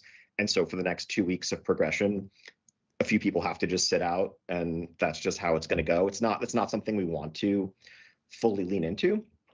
So I don't think that like full flexible is the future of Mythic, but I would love to have to see flex. some flex size Mythic bosses making their way into future raid tiers. I think that's certainly not impossible. Yeah, but they're gonna be like, what, single boss raids like Sporefall then? Like, just make it consistent, man. Make it consistent. Could we see some reevaluation of the rigid Mythic raid locks? Again, maybe later in the tier, like after the Hall of Fame is full kind of thing? Yeah, I think Certainly. that's the right time to do that. I think after HOF is full, I think that's a great time to do that. You don't necessarily have to do it instantly, but like once HOF, because honestly, man, I hate to say this. You know, I don't hate to say it. It's just the fucking truth. Okay? If you're not shooting for at least Hall of Fame, you're not really competing. Server first achievements aren't even a thing anymore. No one gives a fuck. If you're not pushing for HOF, you're not really a competitive guild. Not really. Not really. Possible. Okay. Nothing fixed to announce right now, but these are all things we're discussing. These are all things that are on the table. Or something flexible to announce, perhaps. Yeah, I think when I look at a lot of the like the walls that I face when I raid Mythic, right? I have my guild. Yeah. We're a high level guild. We clear content. Yippee. But a couple things that I notice is, okay, well, if I'm not needed this week, maybe could I go pug? And if I do want to pug, well, I'm going to get saved to the lockout rather than the boss. That makes me like, we've all been there where you've cleared the first boss on Mythic. Look, and this is anecdotal, I'll just speak for myself, but there are times as well where it's like maybe you get sat for prog on a boss and you're like kind of chill with that. Maybe you want like a little break, or like maybe you want to go have dinner with your significant other, or like watch your new favorite show that just came out that like or like it's not, sitting on a boss is not always a negative thing, by the way. Just throwing that out there. Sometimes it's not, or go to sleep early, like if that's what you want to do, And somebody leaves. It's different when you only have one person on the bench. So like if someone disconnects, you can't raid anymore. So it's like you need to have a more healthy bench. But yeah. Well, nobody's going to come and do if you've already killed the bot, because then they're not going to get their weekly vault. And so that's one of the friction points, I think, as well. Something that I definitely noticed as well, again, with like players in my guild, where they will almost be mercenaries, where they will go and help like friends guilds and things. Like we've already cleared the tier, but they're going to go help a friends guild with maybe Illyria on Mythic. And if they could take that character of theirs, go and jump in and help them, where they're getting more, because some people just love to raid. I know as well. And just help other people. Some people just genuinely like love just helping other people figure it out. When I was in, I can't remember what guild I was in, but I ended up going and helping another guild get cutting edge like at the very last week. And I remember how excited and like happy they were. And that's like, I can't remember what guild I was in at the time, but I remember doing like fucking 16% of the damage in a 25-man raid group. So that was it. That was pretty intense, but it felt good. It was fun. It was just cool to see how just like elated they were overdoing it. One for you is I want to raid on. You've made playing alts so fun now, and it's also so much more accessible, dude. Because I want to raid on all of them. I want to raid on, Mythic on 5 different characters because it's the best way to like gear up, and I want to get access to that loot. And my guild is not going to do 5 alt runs a week, and most guilds won't, unless you're like a world first raider, and even then they're probably not doing that.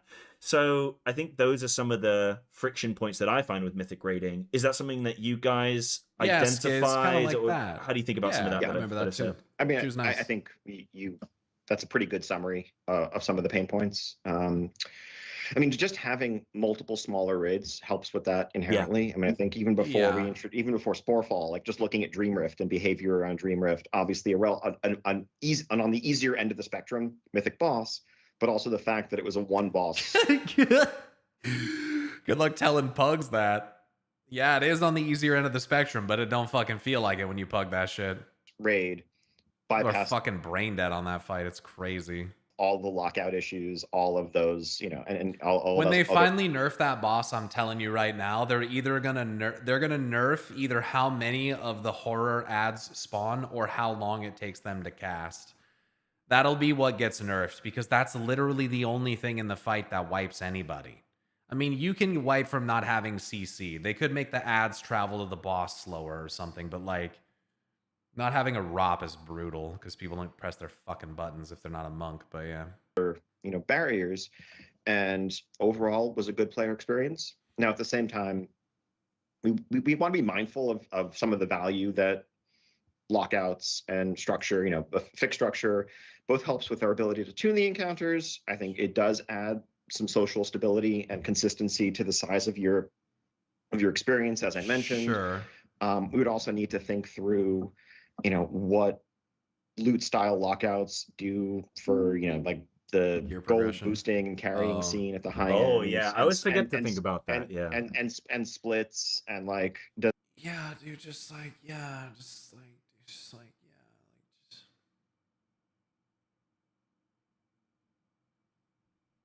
bullshit ass. Does mythic splits become an even more widespread thing?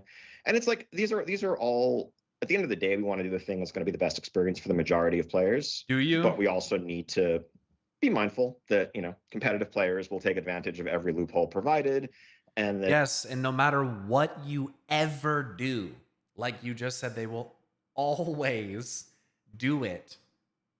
So just make it for the vast majority of your players.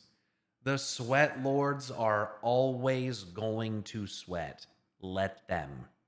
Why are we so concerned about that?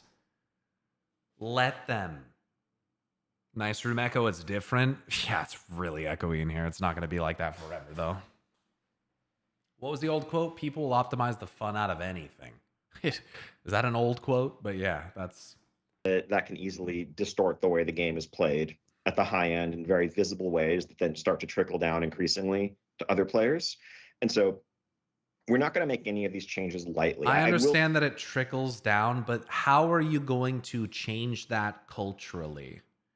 It's like these are things that are just inherent consequences of people wanting to fucking try hard.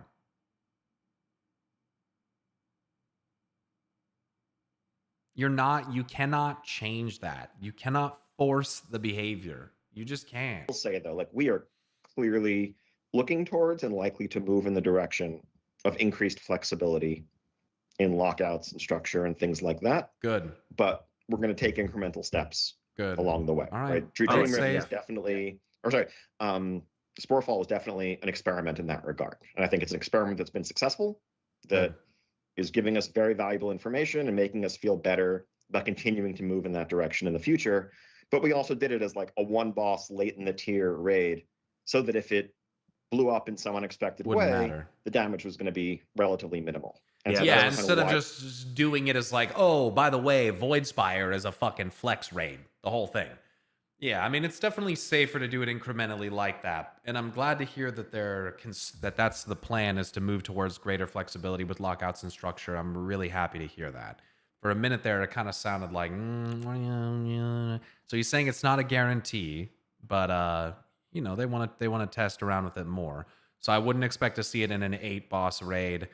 Maybe not even this expansion. Maybe in the Last Titan they could go that route, but I imagine they'll probably keep the 20-man mythic structure for all of Midnight. Be positioned it that way. If there was some Spore fallout, perhaps. Then and then they could even use that as like a selling point for TLT if they wanted to. You know, introducing new flex mythic rating for all raids, like, if you know what I mean. Yes. Then yo, TBTNH, thanks for the Prime sub for 5 months, man. Appreciate that. Yo, Jay Lawson, thanks for subbing for 2 years, dude. Langsford, thanks for the follow, brother. You can navigate around it. Yeah, no, I think that makes a lot of sense and true. I'm not looking at it from the overall viewpoint. There's probably some other elements that I've not thought about. In that regard, then as well, with loot acquisition, we've had the bonus roll like sort of system this tier, which has been really interesting and super nice, kind of cool. Like I have enjoyed it, especially you can go take a fresh ult and you can gear them up in like 8 minutes with a couple of friends. And it's very nice. That in some ways is very, very good because it helps teams where like, right, we need 8 marksmanship hunters for this boss. Yeah, we literally had tag reroll from a fucking shaman to a hunter and had him from a fresh 90, right? That's our max level. From a fresh max level to 288 in like a week. Like, I mean, and all I did was tank Mythic Plus Dungeons form and bring him to raid. We geared the fuck out of his ult so quickly, and the bonus rolls are so insanely good for that. You get like 18 of them bitches right now. Gear them up in 20 minutes. But at the same time, like, you want to re-roll whatever you might need for certain bosses and any content. You just want to re-roll to play with some friends. I think item level acquisition is rapid. And then me taking all tier to get 289 on my hunter, well, it's a bit of a different situation.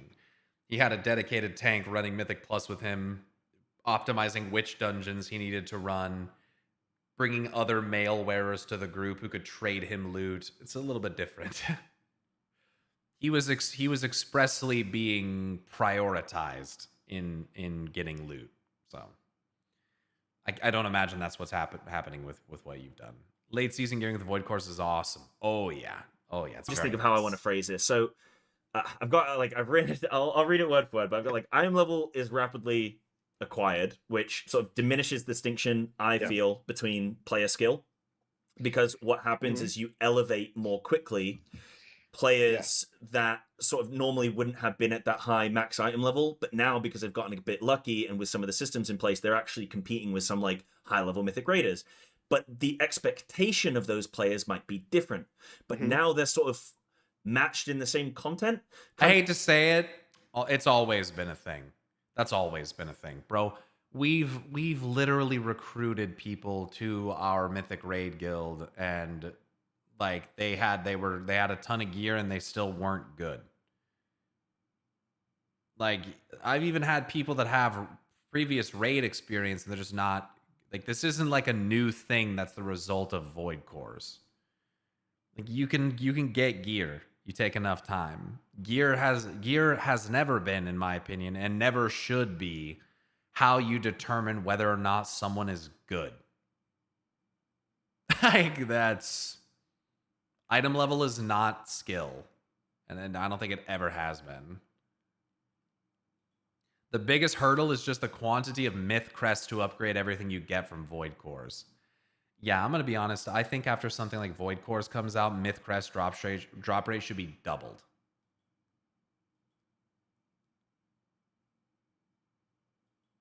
I think it should be doubled. You should be getting like 24 to 32 crests per dungeon that you're doing on 10 plus, 12 plus. Since TBC, I think gear has been secondary to your skill. Yeah, I've seen people 10 item levels lower out damage people at 289, 290. I've literally seen it happen. So if you can have gear and not be good, and I get what he's saying, like, you know, there's an expectation, but if the expectation is based off their item level, that's not, I don't really think that that's how you should be forming your opinion on someone's skill in the first place. And I don't think that making gear more accessible is the reason why that's a problem. I think it's always been a problem. Is it more of a problem now? Maybe. It might be. But there's still plenty of people who don't have a lot of gear and aren't good. So, of like how when a plus 10 drops the best loot, you find people are doing the plus 10s because it drops the best loot, but their skill might not necessarily place them there, if that's a nice way of putting it.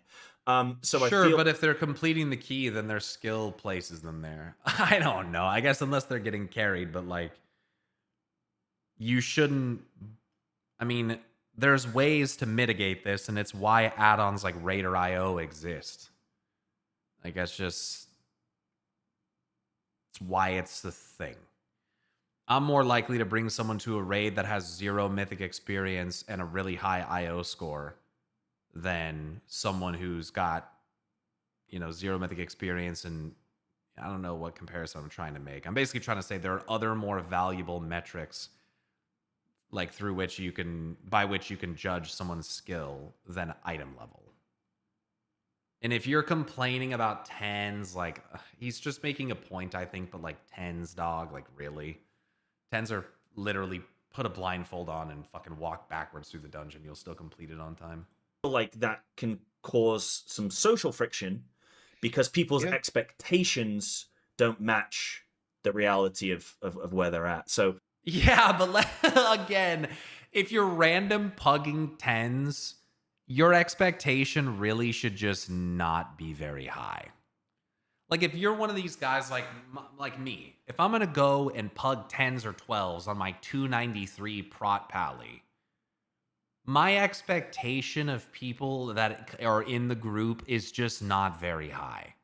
Like, it can't just always be on Blizzard or the people joining the group. Sometimes you need to temper your own expectations.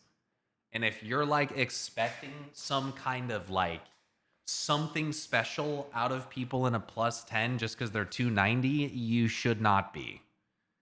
You should not be. It's just like, it's the level of content that you're doing. Someone who's confident enough to come in and prog late stage end bosses, that's when the expectation should be high. That's where expectations should be high. Not in something like a 10 or like early mythic bosses or whatever the fuck. That content is just not particularly hard. Why would the expectation be high? I don't get it. Hopefully that question all kind of makes sense. But how does the team feel with item level acquisition? Because obviously it feels amazing to get item levels. It's an RPG. We want to grow our character. But has that presented challenges for you? Do you see them as challenges, or are you okay with that? There are definitely challenges there. There are also advantages. It's a complex picture, really. I mean, I think that the separation of item level and character power and experience / skill is something that I think has been present in WoW in various forms for, a decade or even more. My motherfucking man. Yep, that's about what I expected him to say. This is not new. This is not the result of void cores or whatever the fuck. It's not even remotely the first time we've got reroll tokens. Now, have they ever been this accessible or good in the way that they are now? No. But is that the reason for that disparity? No. I mean, the second we started to have, the only time that it was really unified was when there was only one consistent path to endgame gearing. 20 years ago, vanilla. If you wanted to get good epic gear, you raided. Yep. And by definition, if you had, Sunwell gear, well, that meant that you had done the stuff before it and you were good enough to play in Sunwell and complete those encounters, and that was the only way to get there. It's kind of double-edged too. If it's easier for casuals to get the best gear, it also means your alt's gear easier too. Yeah, sometimes I get the analytical mind, especially of higher end mythic players and WoW, but sometimes it feels like they're manufacturing issues to me. It's just not a problem. Have even just parallel dungeon and raid ecosystems. I mean, I've had plenty of experiences myself, running a raid guild and having players in the group who don't necessarily have a lot of free time to do dungeons. Yep. And we would, jump in and try to bang out a couple dungeons for the vault or whatever. We have exactly and these are that. players who are skilled players, good raiders, but don't have the dungeon knowledge because they don't spend much time doing the dungeons. Yep. And it was a guild group, so we just kind of, carry people through it. We have a good bit of overlap in our guild with that, but we had Shaka Boom, who was great in raid, warlock DPS, and maybe broke 2,500 one time or something. Just didn't have a lot of time to do that stuff outside of raid, but he was a great player. But that's something that the community is broadly aware of, that there's a reason why more than item level, if you're putting together a group for a dungeon, you're also looking at people's Mythic Plus rating and their key history. Yep. If you're putting together a pug for, let's say an early Mythic raid, or you're trying to do a ahead of the curve pug. They killed it. You're looking at some achievements. You're trying to get a sense of not just what's the item level, but what's this player's experience. And that's some can say that's toxic. I don't call that toxic personally. I think that it's reasonable. I seem surprised at that response. It's not. I don't think it's toxic. I think it's toxic to message the person and be like, your logs are shit, retard, get out of the queue. That's fucking toxic. But being selective in who you bring to a group is not toxic. It is not toxic to want to form a good team that you think is capable of killing the boss. And if you pull someone's logs and they're a gray parsing Andy who's only killed each boss a couple times and does no damage, you're not toxic for not inviting them. I think that if you're going to hold that over someone and be like, you're toxic for doing that, I think you're fucking toxic. I think you're fucking toxic for doing that.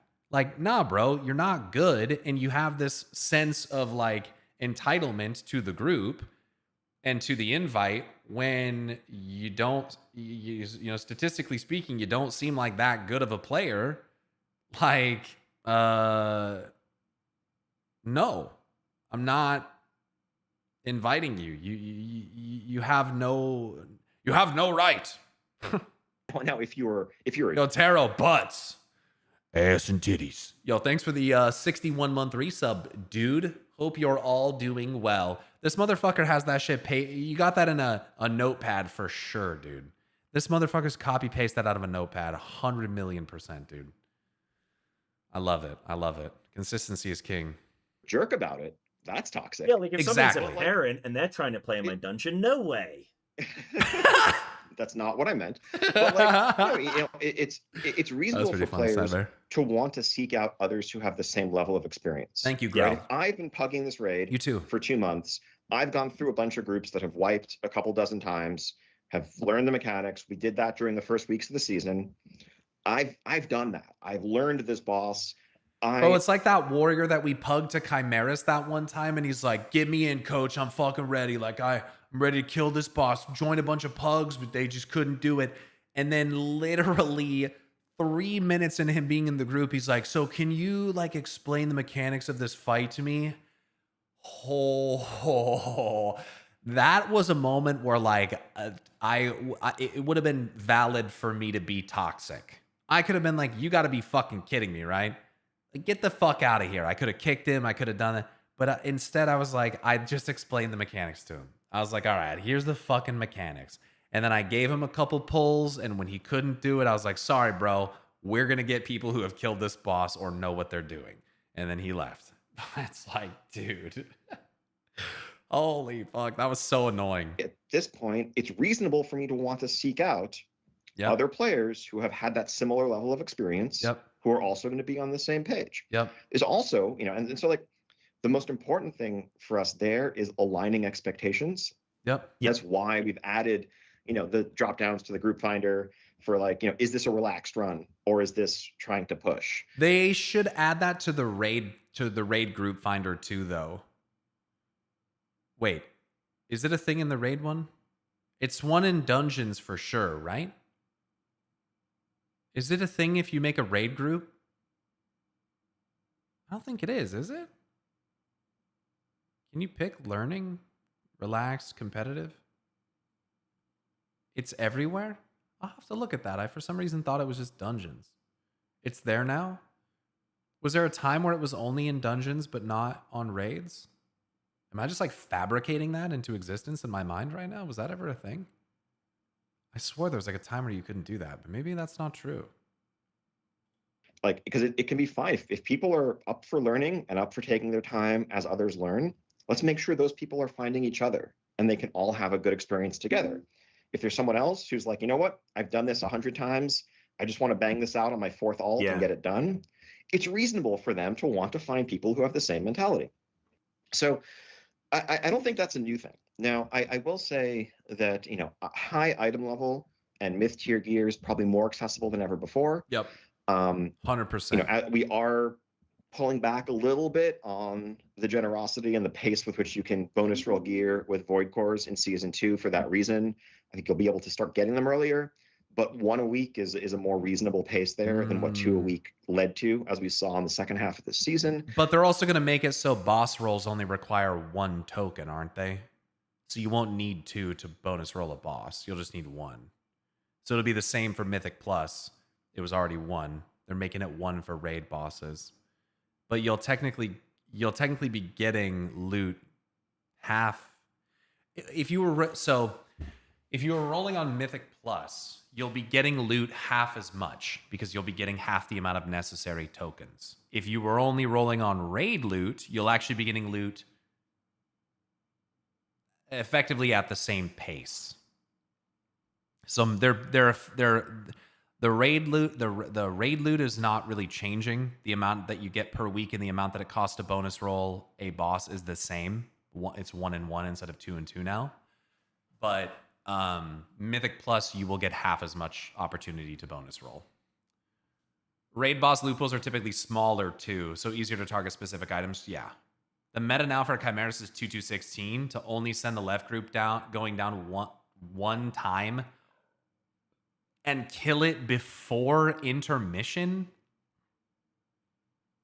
But they require like 290 eye level to join. Imagine just like not being able to do one fucking mechanic and therefore having to do something like that. That's crazy, dude. Holy shit, man. 2 interrupts, 4 interrupts is just too much, dude. It's too much to handle. But also, what we've heard a lot from the very high-end players in recent years, especially. There's small things that you could do to make Chimeras not so awful in that way. You could make it so the first cast of the horrors is not a fear. You could do that. That would be better. Maybe like have them move towards the tank initially so that they don't just stand in the middle of nowhere and cast a fucking fear. I mean, like, that's an option. You could have their cast take longer. You could spawn less of them. you could like there's different ways to make it not so fucking terrible. Is that for a Because it's not that hard, but our guild still fucks it up. So lot of them, gear is a means to an end. The end being competition and success and killing the mythic boss or timing the highest key possible.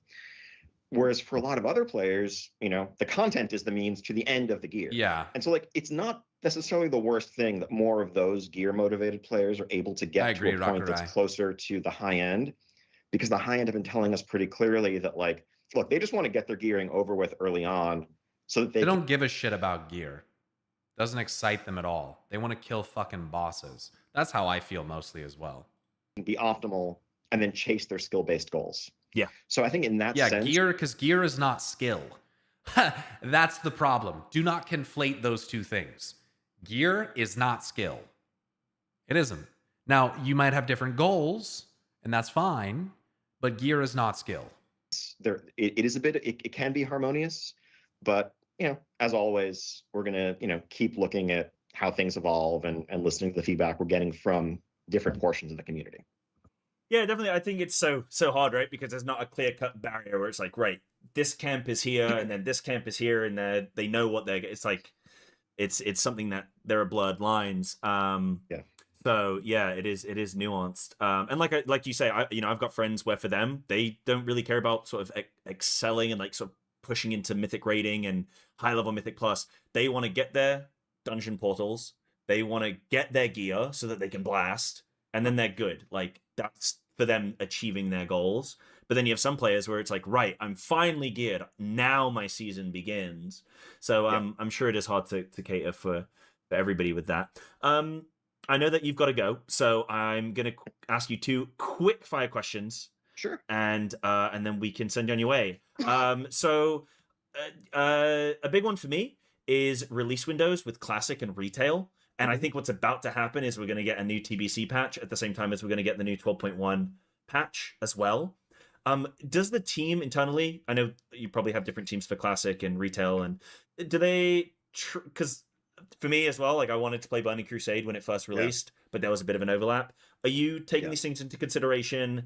And could we maybe in future see a little bit more of a distinction? So you actually have this beautiful rolling, I do this one, then I do that one, and just there's always something there. How much do you consider both communities?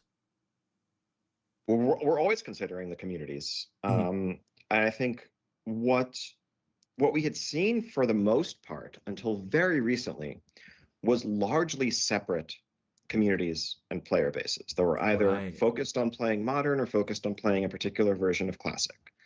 You know, bro, I know this is super random and like not pertinent to the question at all, but I think Ian would actually look good bald. Like someone made a joke earlier saying that he should just shave it. And honestly, dude, I was just sitting here thinking about it and I agree, man. I think Ian would look good bald. I think he should just get rid of that shit. You know? He needs to let it go. I think he would legitimately look good bald. Like he's got a good shaped head, you know, like his head's not too tall or anything. He's got like good proportions, dude. I legitimately think he'd look good bald. I think Ian just looks good in general. You get a fucking crush on him or what?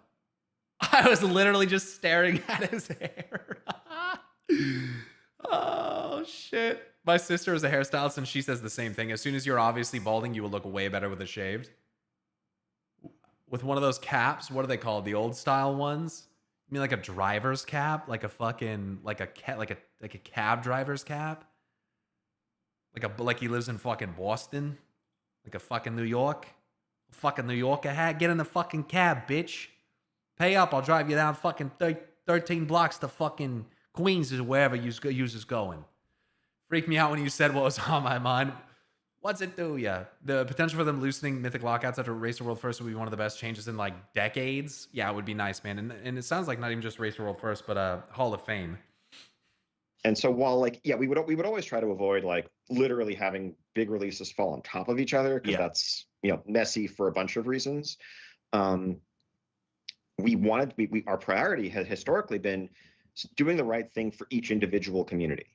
Right. In a world where it seemed like most Classic players were Classic focused, it didn't feel right for us to say, oh, we're going to rush this next update or we're going to delay this next update in order to avoid conflict with some other group of players playing a different version of the game that you may not care about.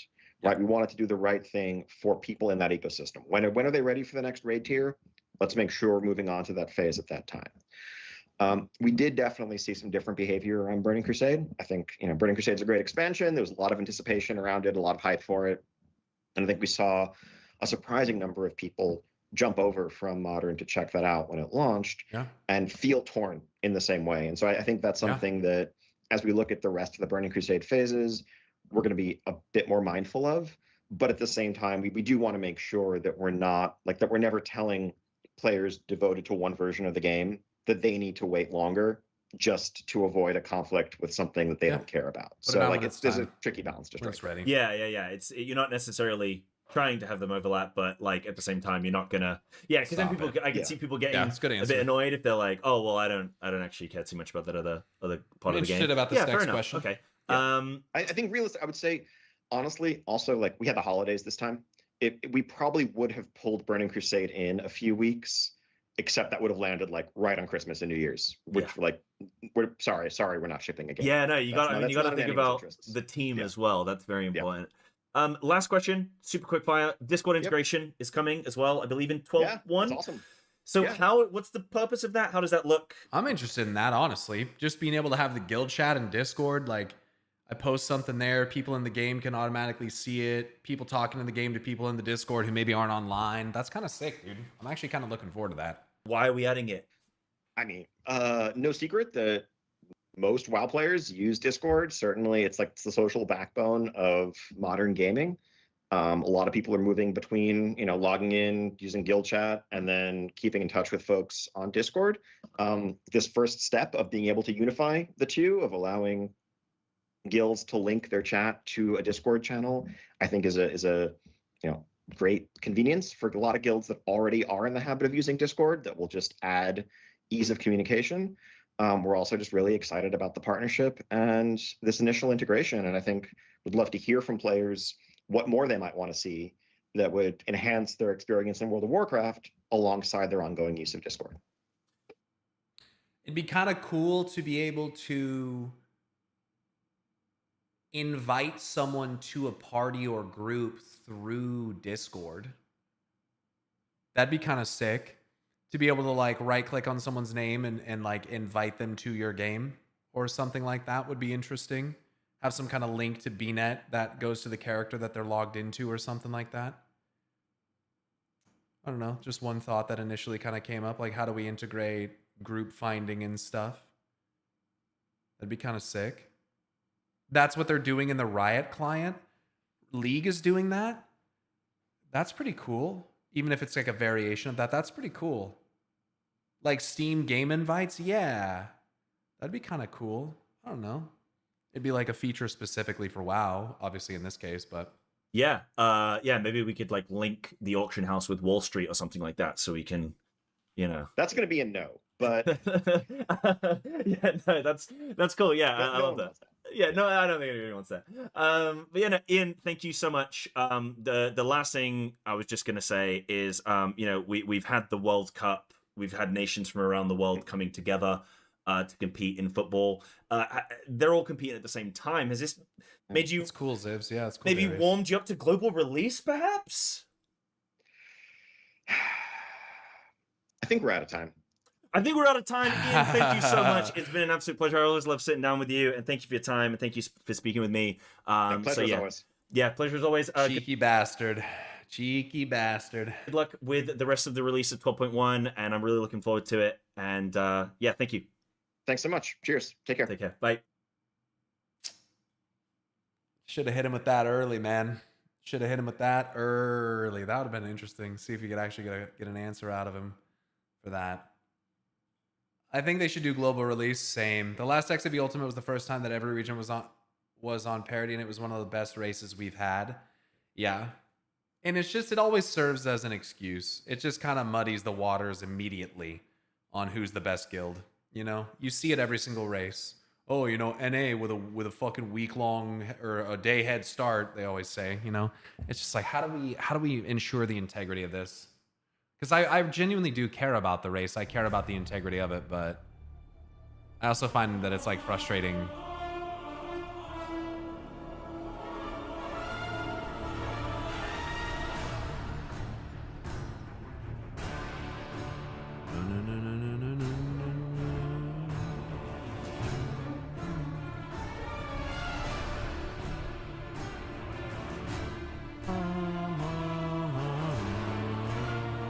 The guilds that want to win are going to go hard as fuck. It is what it is. Yeah, the sweaties are always going to sweat, dude. There's nothing you can do about that shit. Always going to happen. Enjoy the folio quest. Fucking do that.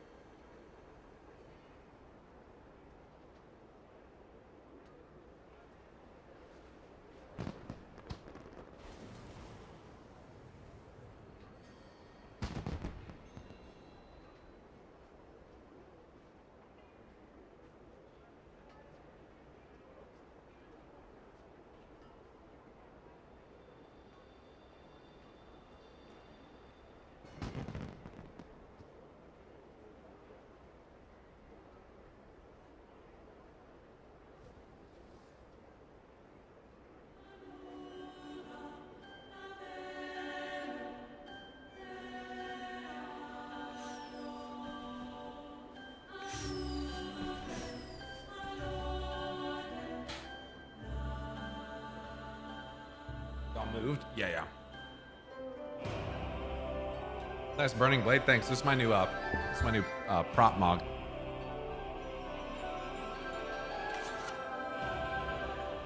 Flamekeeper on Shera. The Farron shoulders. Hell yeah. You gotta check out that new Time Waste vendor. Where are they?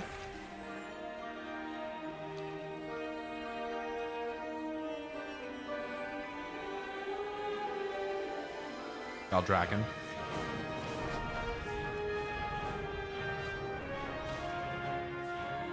Makes sense. Is your warlock a night elf? Yes, I changed it.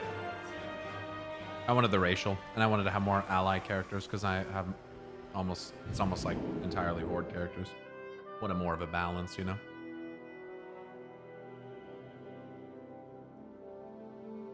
Did you do the new Midsummer Festival Flying Quest? Yeah. The one with a lot of stuff about Anshe. Yeah, it was cool. Time walking vendor.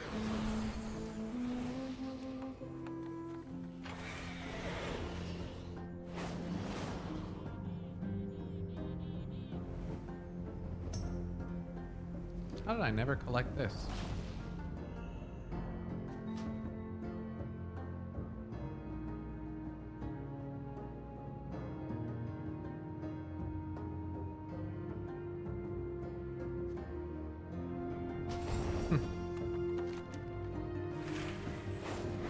What's the wall behind you made of? It's drywall, and then there's like wood, you know, planks that frame it.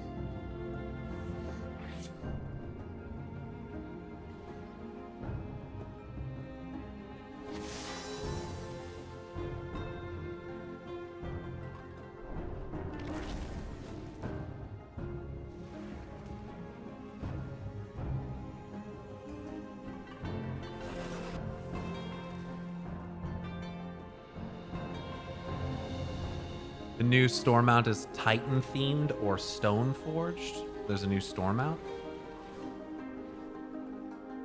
Stone forged sentinel.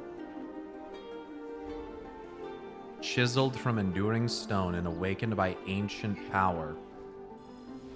The stone forged sentinel is yours to shape. With a wide array of customization options, craft a truly personal flying guardian unlike any other. Almost looks like a fucking parrot. It's got scaled with gold on it too, though, like a dragon. It's Azarok. You can customize it a ton. It has like 6 or 7 forms. Oh.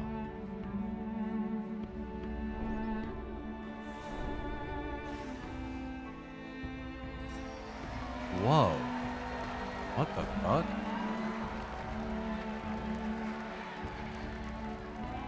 So it can be shaped to become many different things. Over 300,000 unique mount variations.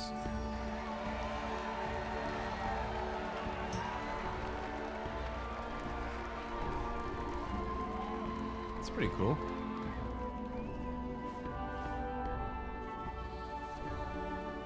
Probably one of the more worthwhile mounts.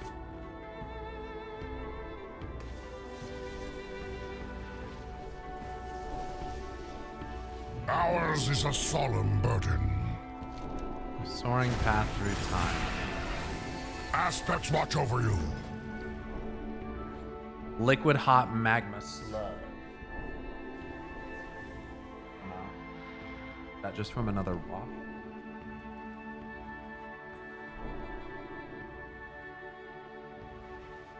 Oh, really? Yeah, then I'll give him a fucking wire brush and a bottle of Dawn. You can fucking scrub it out of that thing. Thank you very much for doing that. Glad to see that. No, I'm not permanent fucking doing it. Completely happy now.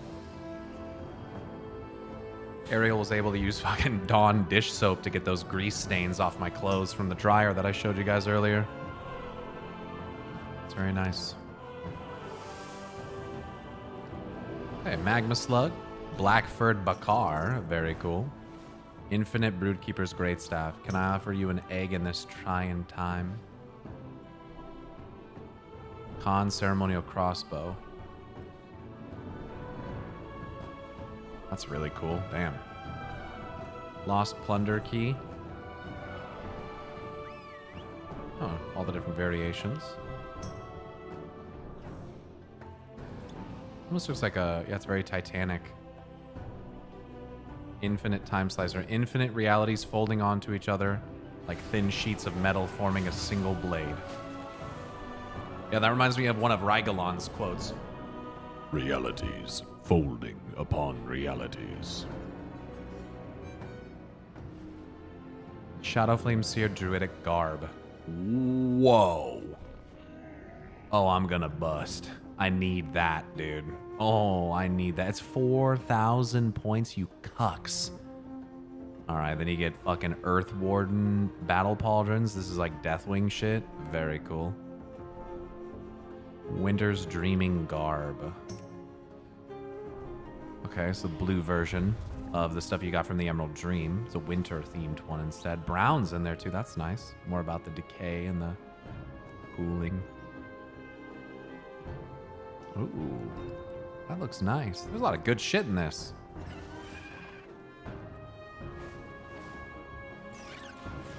Emergency landing kit. A parachute. Safety not guaranteed. Scavenger's banner. Oh my god, there's so much good stuff. If you see this Vicious Null banner, it's already too late. Photo finisher. Beckon a bronze weapon to capture victorious moments against epic foes. That could be interesting.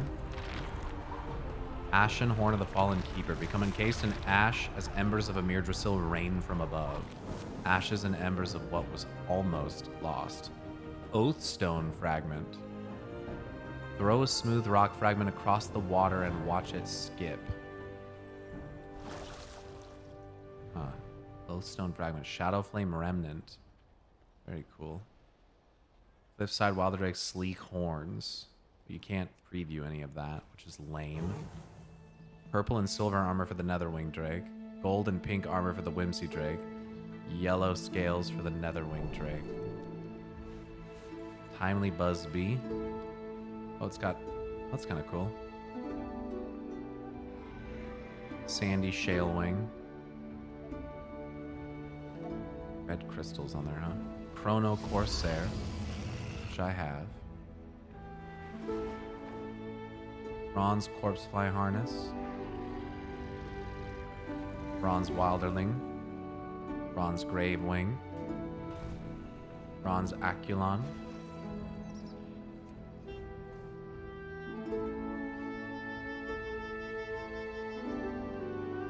Gear for alts.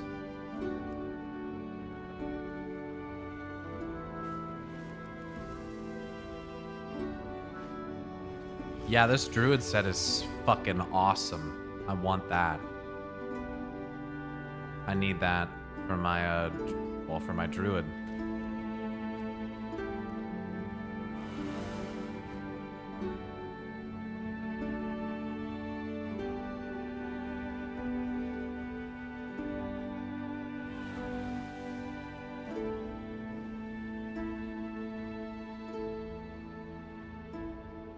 Dude. Dude. Oh, those are fucking sweet. Yeah, well, that's what I'm spending my points on. What the shit? How do you get the Viranoth mount?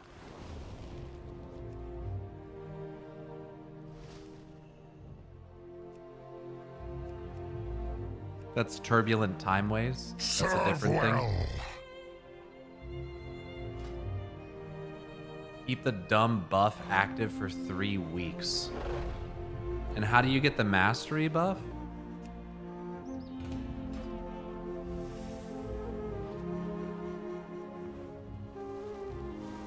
Do like 5 time walking dungeons per week. 4 time walking dungeons per week. Oh, 5. So 5 time walkers for 3 weeks. And then they'll add it to a vendor later and let you just buy it for points. That's what they did with the Corsair.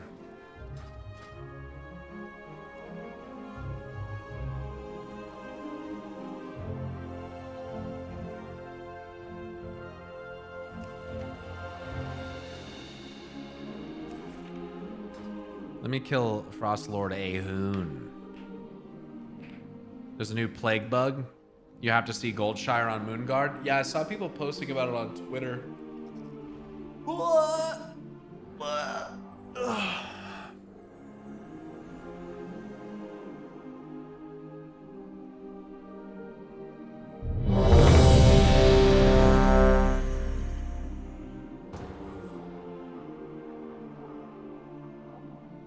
Bro, we're just mysteriously and miraculously missing like fucking 5 people tonight all of a sudden. God damn it, man.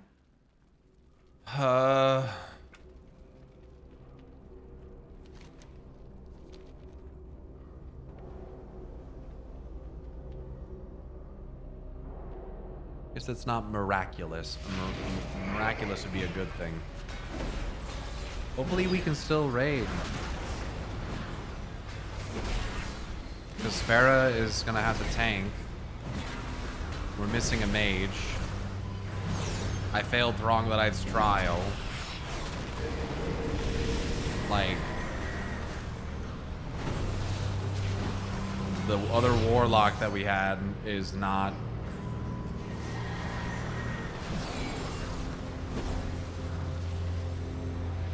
in the raid anymore.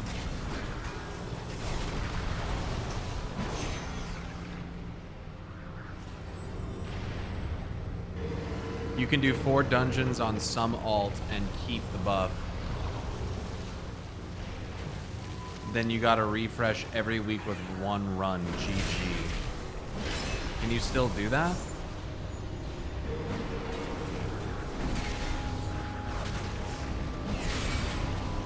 So I do 4 runs on my warlock or on my pally.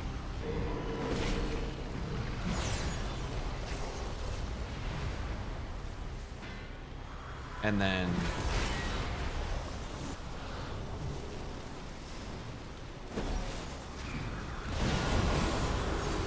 well, the 5 runs and then 1 run every week to keep the buff up. But I'm not quite understanding.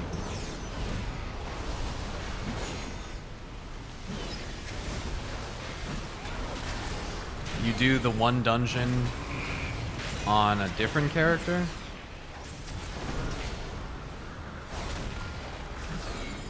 Oh, so you just hold that buff on a character that you're not gonna log in and play, is what you're saying.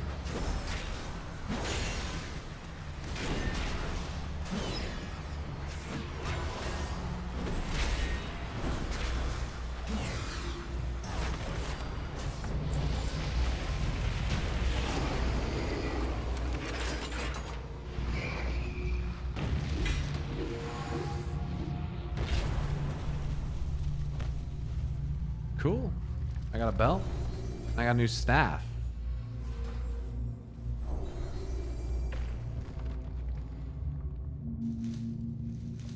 Man, fuck snowballs.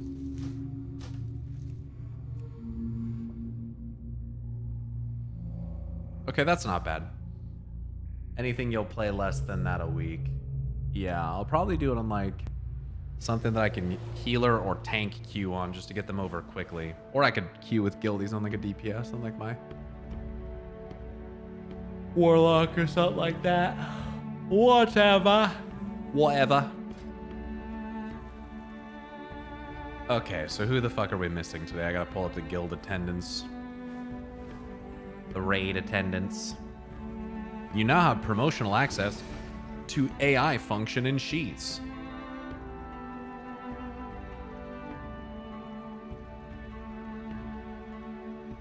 Cool. 7-3. Dude, we're missing Imp today, too. Jesus fucking Christ, man.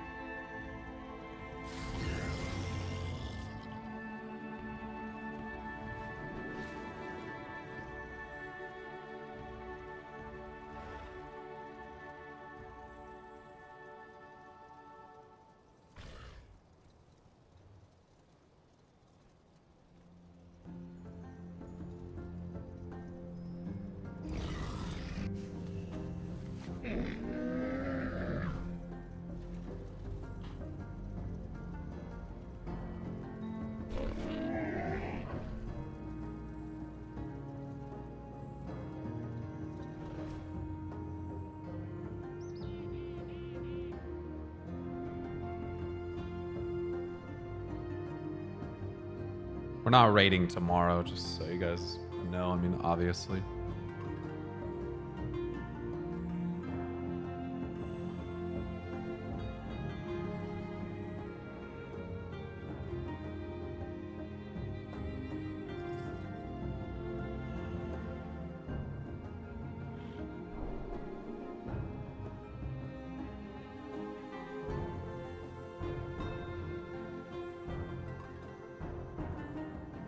At least you have lots of time to do folio if there's no raid. If there's no raid, I'm fucking going offline.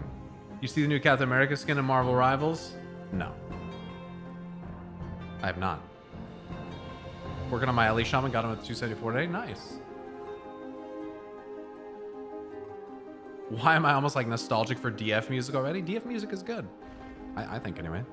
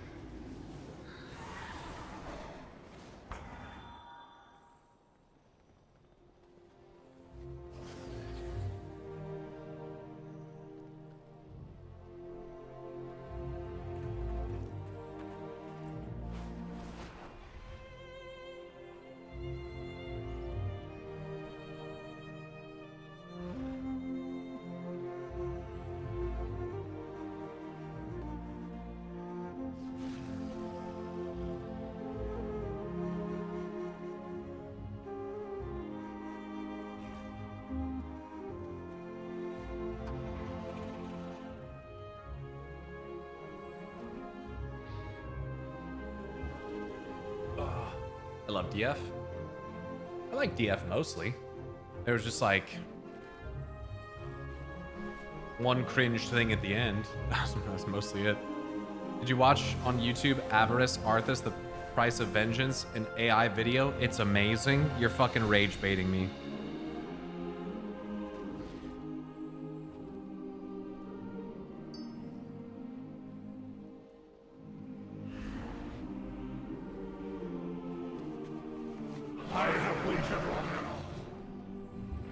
You're rage baiting me. I'm not falling for it. Alright? Not happening. Fuck you.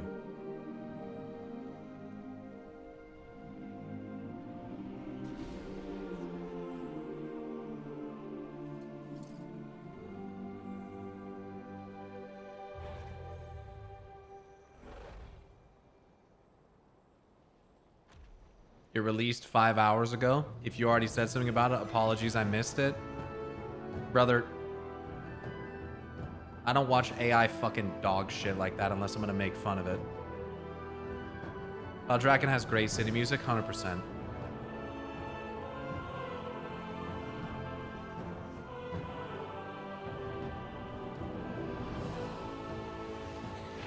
Go watch the last AI react? No.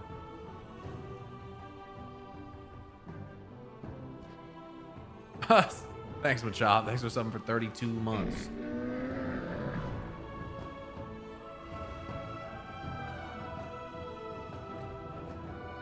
Watch the last AI react, then reassess the environment here. I'm not sure what you mean.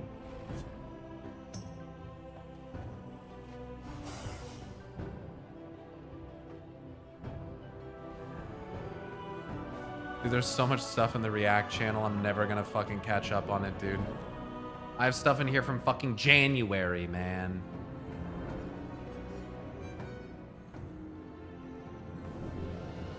Most of it's league shit.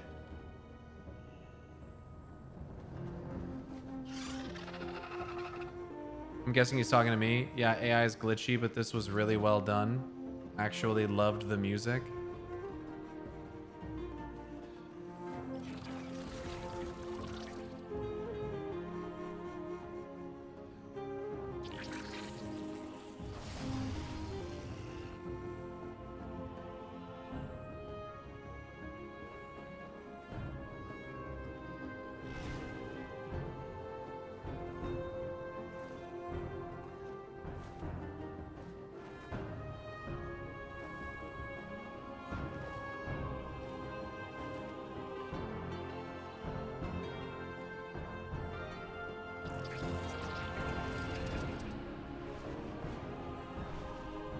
Cool.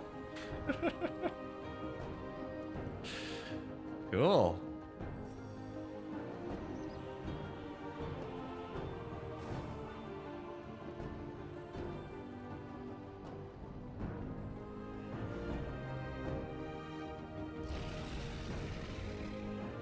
Hope you guys enjoy your fucking AI streamers in the future, dude. I hope you enjoy it so much.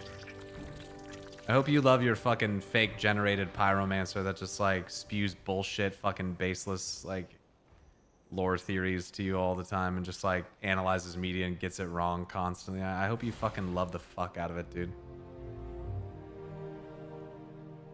Hope you love it so much, dude.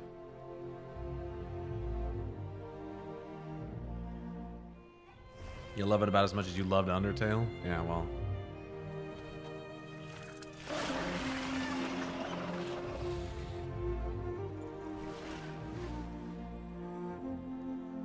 I agree 100%, but AI still helps do things actual companies refuse or can't do.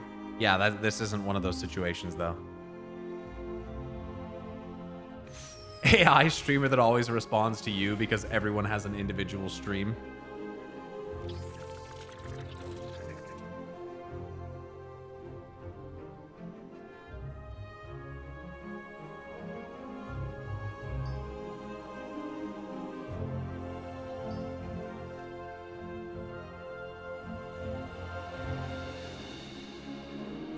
Is this the final follow-up to that other video that I watched?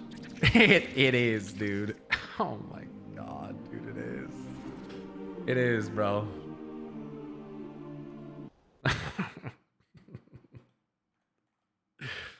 Oh, it is, dude.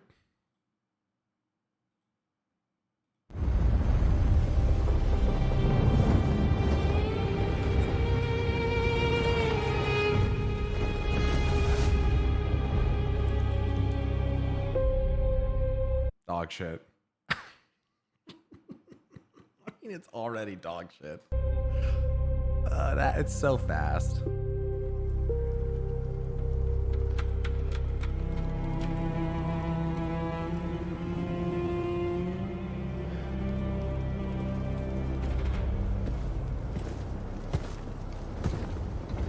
Fucking Jon Snow coming up into the frame here, bro. Here we go. The men are settling in, my lord. Good. After everything, this place almost feels peaceful. Dude, from one shot to the next, bro. Look at his face, dude. Look at his face. After everything, this...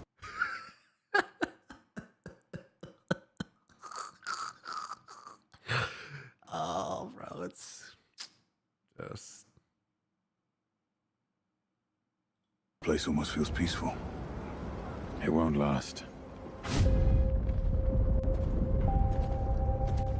I never should have let you go through with this. This is madness. I've heard your counsel, Muradin. Now you either stand with me or stand aside. Excuse me to interrupt, but what about our deal?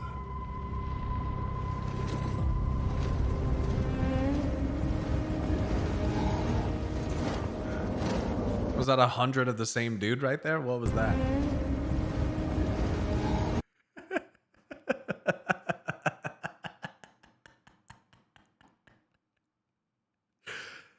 Oh my god, it's the Clone Wars, bro. The ice trolls look the same too. Of course they did. Excuse me to Or stand aside, Muradin. I never should have let you go through counsel, Muradin. Now you either stand with me or stand aside. Excuse me to Wrong framing again. Happens every time. Gets the frame wrong every time. interrupt, but what about All these dudes. Just all the same. our deal?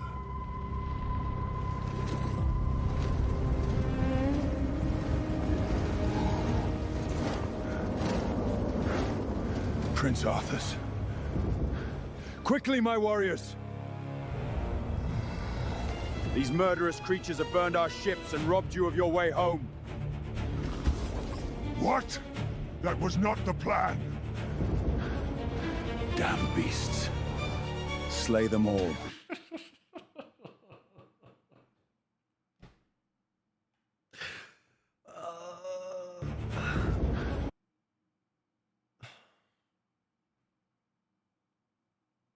So soulless, dude. Damn beasts. Slay them all. In the name of Lord Aron.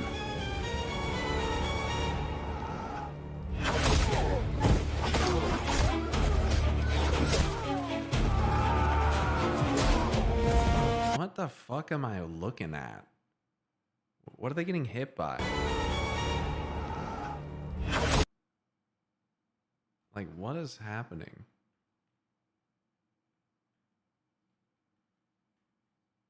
Where does the arrow go? Arrow's gone. Oh, there it is again.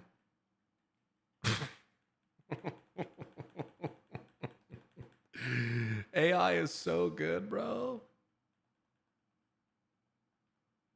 This guy on the left doesn't even have a weapon. He's just standing around. He's just hanging around.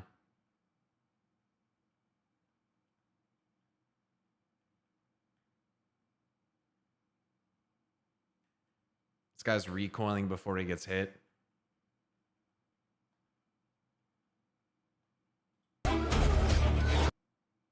He's getting shot from like across the water over there. Like, where the fuck are these coming from? Wait, was that guy's legs facing the other direction from his body?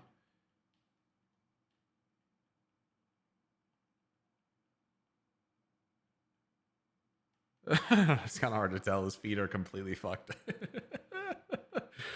These don't even look like trolls, but they look like orcs. Why are these guys not wearing helmets? None of them. Their hair all looks the same too. What the fuck? This guy just like doesn't bleed or anything? He's just taking them hits, just falls over like this? Like, what am I looking at? What am I looking at here? Hold on, let's run that back. Just like hits him and nothing happens. Nice rubber sword, dumbass. The fuck? Also, there's a moon in this shot now up there for whatever reason. You can't see it because my camera's in the way, but there's this ogre orc thing. They had ogres with them in Warcraft 3. This guy plunges his sword into him. He like doesn't react at all. This guy hits him on the leg in a way that doesn't really make sense. This guy's whole hand is inside this guy. Rubber sword, falls down, dead. Sword is gone. Sword is struggling to stay in the frame. Sword is... Holy shit. What is happening back here? These guys making out back here? These guys look like they're making out back there. What is going on? Is that a troll dressed in Lordaeron armor? What is happening?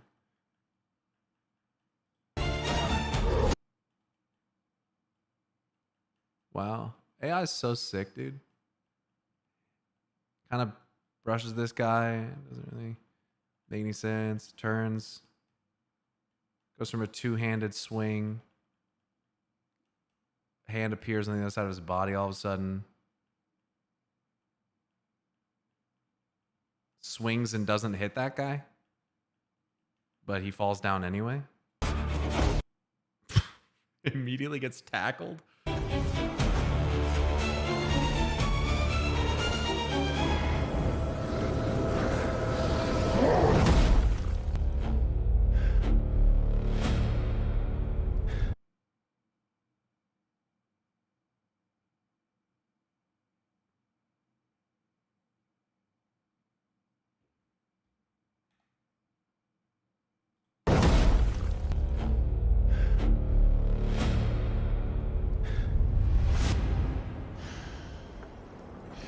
See that every man stands ready at his post. Oh, dude. I mean, what can you say, man?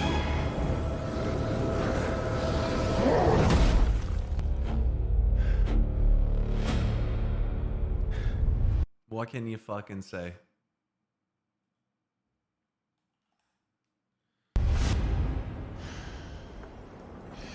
See that every man stands ready at his post.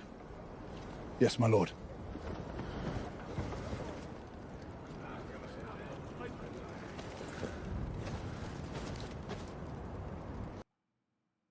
Sorry, I'm kind of checked out, bro.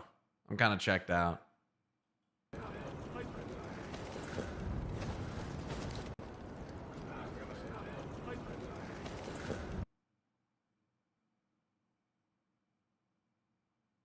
These two guys are the same dude. They're all the same dude, just with different hair. They're Night's Watch. It's just so obviously ripped from Game of Thrones. Go on, lads.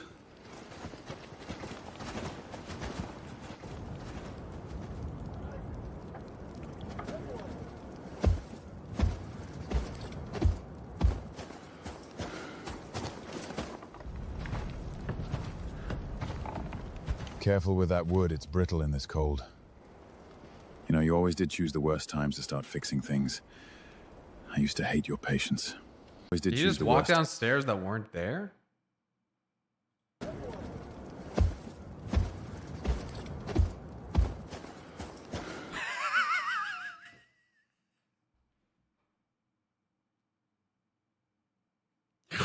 Oh my god.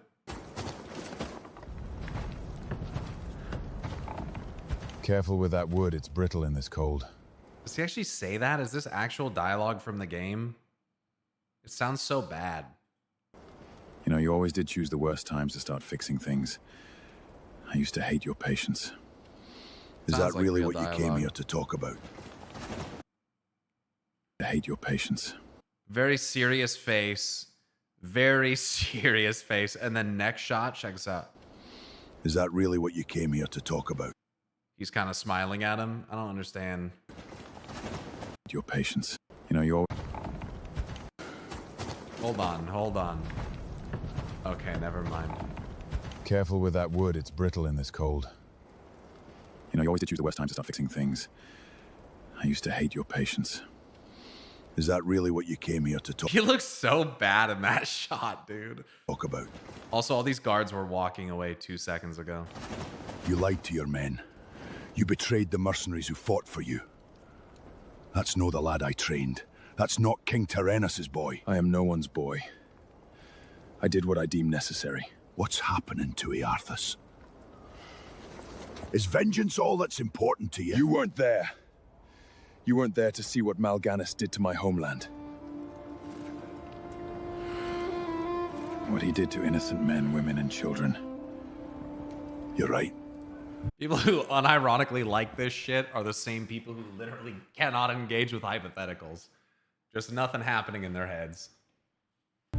I wasn't there. Thank the light I didn't have to make that kind of decision. But even I so, walked away. Did this guy pay you to watch this? something's happening to you.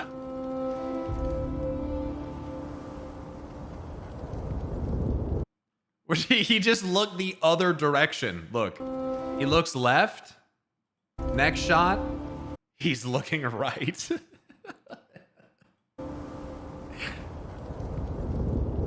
It's so fucking bad.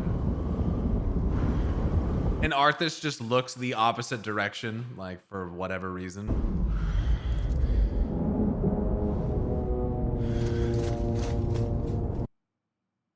What the fuck?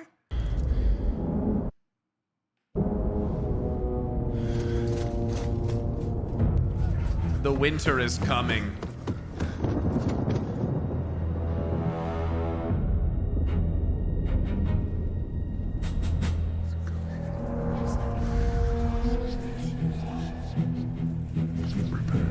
Why is there a snow nuke happening? This just did not happen.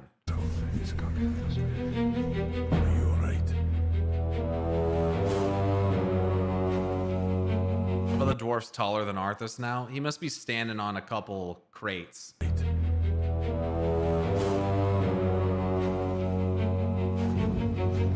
If this was Lord of the Rings, you'd barely see Gimli's head right there. You'd see his eyebrows.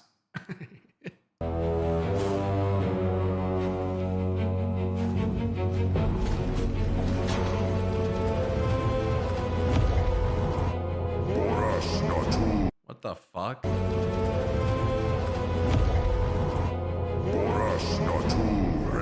All of a sudden, they just have this giant fucking army standing there.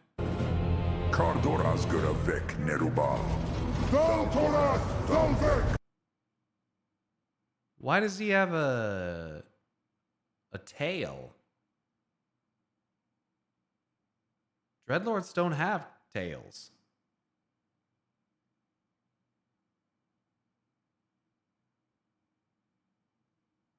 Why does he have a fucking tail?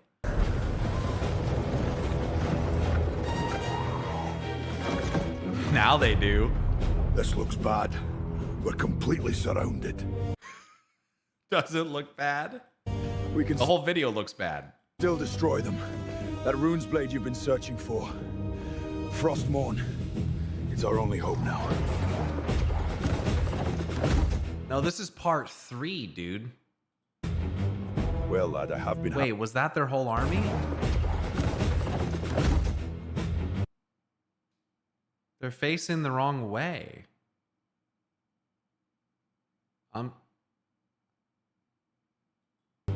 Well, lad, I have been having my doubts about the sword. And to speak truly about ye as well. Are you telling me that you've figured out how to find it? Whatever your doubts are, you can't possibly have them now. It's so frigid and emotionless, dude. It's so bad.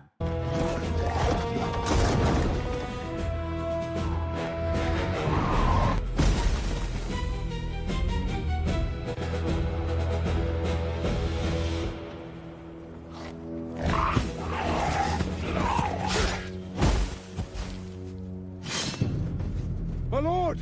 What are you? Was there another bot? Why are there bodies there? Like, there's nothing else happened. My lord! What was that move?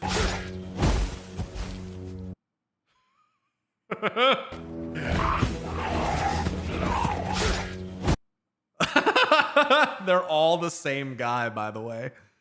Every dude, same dude. My lord! What are your orders? I have a bad feeling about this, lad. They're standing on the opposite side of each other now. But I promised I'd see this through. Hold this camp at all costs, Varric. Just buy me time. Yes, my lord. Soldiers, form the lines! Hold the perimeter! His mouth is not moving to what he's saying. More spawning stairs, by the way. Hold this camp at all costs, Varric. Form the lines! Hold the perimeter! Yeah, I think the guy's name is accurate. Ferric or something like that. I think that's actually the knight guy who's there. What the fuck is this?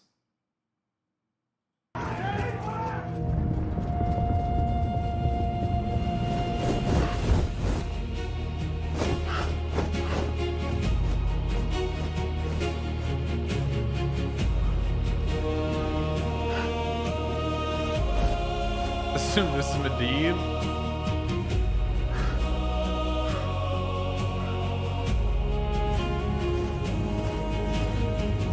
He's got 2 weapons now. Wait, is that a reflection? There's a second bird, look. Look right here. It like fucking flubs the reflection. Is that a Latios? What the fuck is that? What the fuck is that? What the fuck?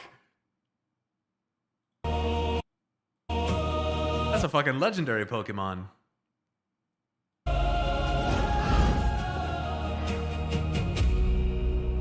Muradin's wearing the wrong helmet there.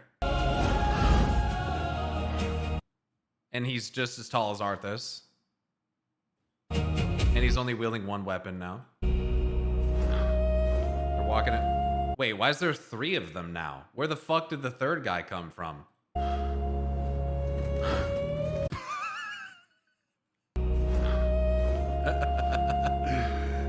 Holy shit, this is bad. It does kind of look like the cave entrance.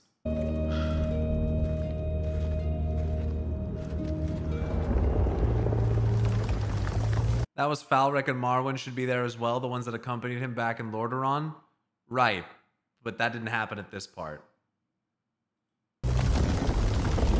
Turn back, mortals. This did happen. Death and agony await you in this place. Why is the metal of its helmet stretching like skin? Turn back, mortals. Death and agony await you in this place. Yikes, dude. Fucking dog shit. This fucking dog shit. I'm gonna join my Discord, so I might disconnect. Let's find out.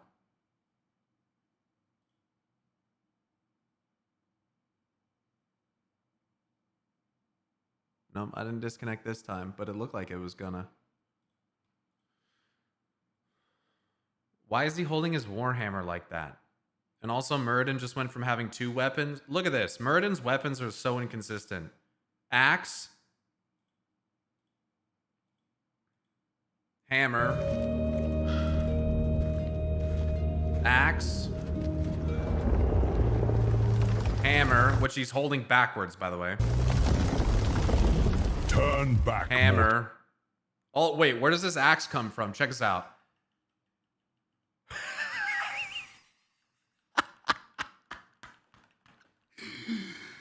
Nice. Nice. Hell yeah, dude. AI is fucking sick. Death and agony await you in this place. I only Just 1 axe now, by the way, in the right hand there. care about the sword. If you won't step aside, I'll destroy you. Movement there Then looks leave terrible. your life here. The blade is mine to guard. This guy looks like a fucking Titan thing, by the way. It's in a Titan vault in Warcraft 3, is what they say. The blade is mine to guard.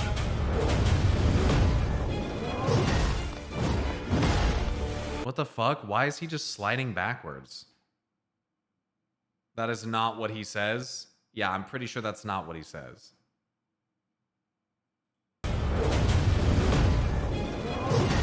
Muradin's just sliding backwards.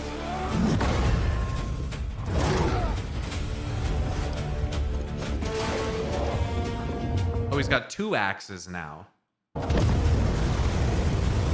If you've got something to do, now would be the time! Let's see how you handle the fury of the storm, you oversized icicle!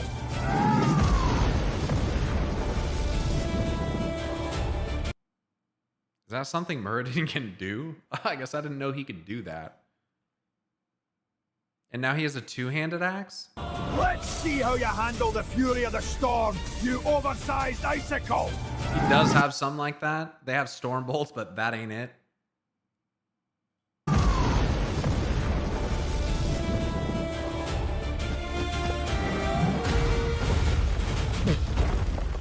How fucking lame, dude. This shit is so fucking garbage.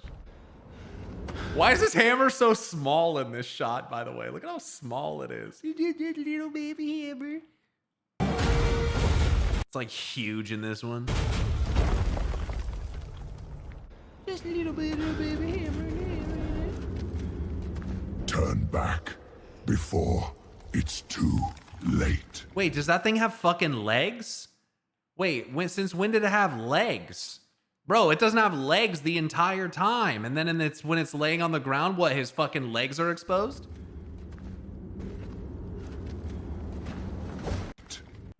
Turn back. It's got Muradin's boots on.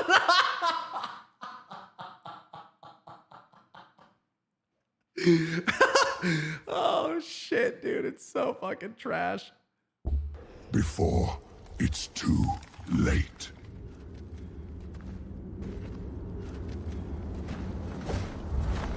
Now he's just in a completely different orientation.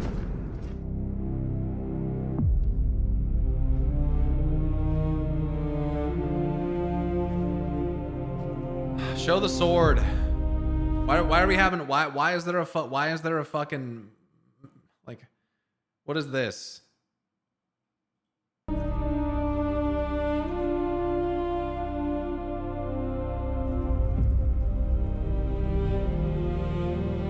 The sound design is garbage in this. Everything is garbage in this. Why are there these ancient statues here? That's not a thing in the vault.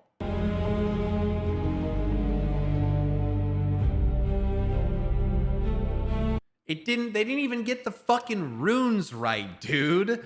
Those don't even look like domination runes. What the fuck are we doing here? That's closer, but still looks like shit. Why is that shaped like a heart? Oh, shit. Encased in ice in one shot and then in the next? No. Sword's broken here, literally broken. Not, like, literally incomplete, missing part of the blade here? Like...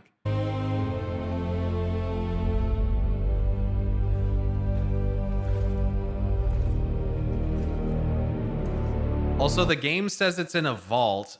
In the game, you go into a cave. In World of Warcraft, you go into a cave. It looks literally nothing like this.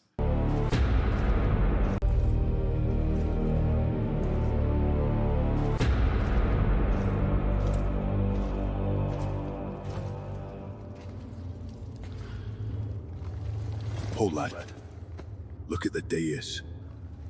There's an inscription. It's a warning. Whosoever takes up this blade shall wield power eternal. Look, there's another one. Just as the blade rends flesh, so must power scar the spirit. By the Titans. It's cursed, Arthas. We need to leave. Now. I would gladly bear any curse to save my homeland. He said, by the Titans, it's cursed. Literally. No. Curse to save my homeland. How is the sword behind him in this shot? What the fuck am I looking at? What the fuck is going on? Arthas, no. The sword just also doesn't look good.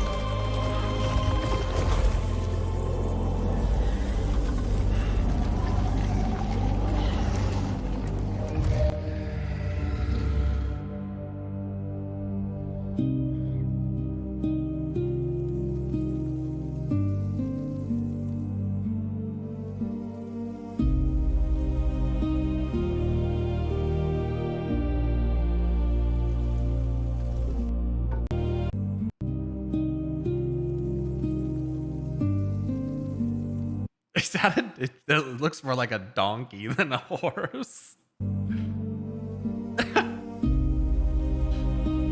Also, Tyrannus not wearing his crown.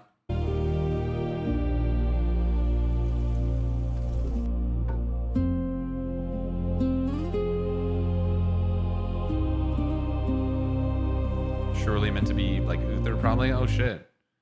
Is that a Margot Robbie Jaina?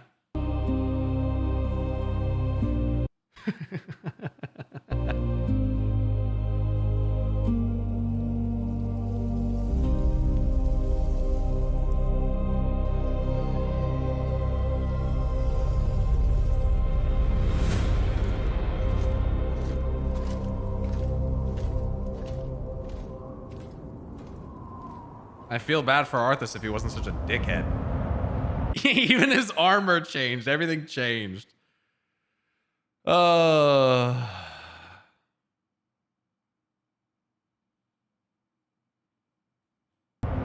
the army's just hanging out. Why would the undead bleed? Doesn't make sense.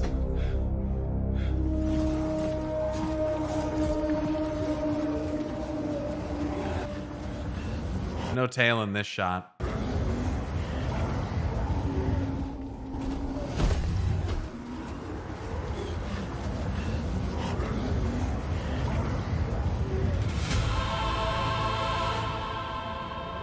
Coming walking from the gates again. The Dreadlord is Thanos. Yeah, I don't know why he's dragging the sword either. He never walks like that.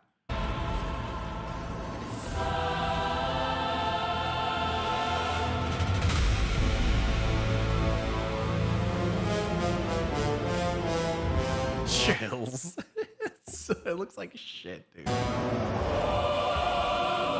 If this was properly done by like an actual studio with like an actual budget, I would be totally down. Like, I'm not against the idea of an Arthas show or like a series that would actually make this. I just don't respect this, nor do I think it's good. People are like, oh, it's so fucking good. And then you get these fucking brain dead morons who are like, this is better than Blizzard would do. Like, dude, actually fucking go jump into a puddle and fucking drown, dude. Like, what are you saying? What the fuck are you saying? That's the most asinine, dumb shit ever. Anyone who actually thinks that is a fucking retard. It's insane.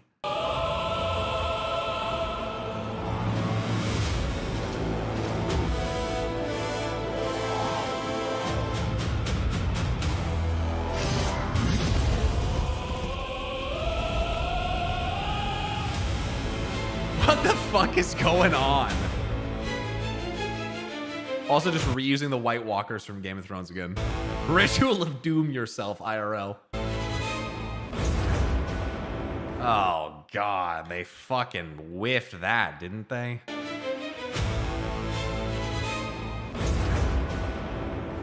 You had one job, dude. One job. So, you've taken up Frostmourne. Also, Mal'Ganis has a tail in this again for some reason. Does he have no arm? He's in the wrong position, and those are other Arthuses behind him. They have like almost the same armor for whatever reason.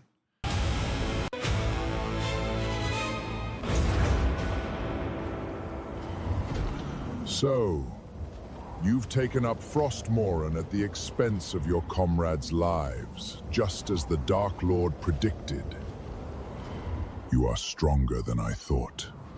You waste your breath, Mal'Ganis. I heed only the voice of the blade now. You hear the voice of the Dark Lord. He whispers to you through the blade you wield. What does he say, young prince? What does the Lord of the Dead tell you now? He tells me the time for... Pretty sure he calls him the Dark Lord of the Dead. You can't even get the fucking... You can't even get the dialogue right, man. And it's in the game. The sword is his arm. What does he say, young prince? What does the Lord of the Dead tell you now? He tells me the time for your vengeance has come. What? He can't possibly mean...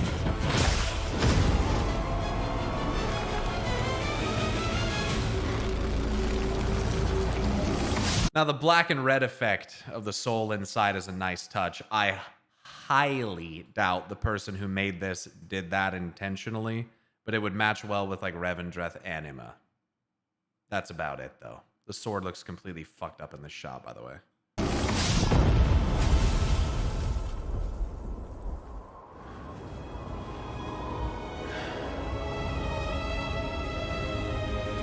Dude, what a little...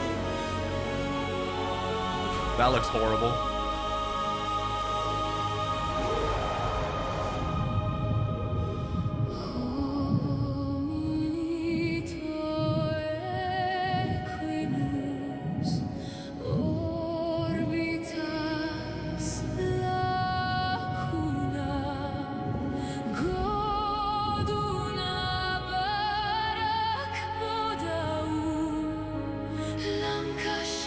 I'm confused. Why is he being attacked by the Scourge? Did that happen in Warcraft 3?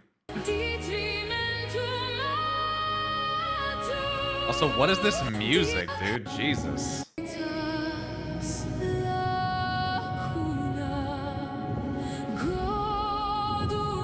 I love the Scourge constantly having armor and then no armor.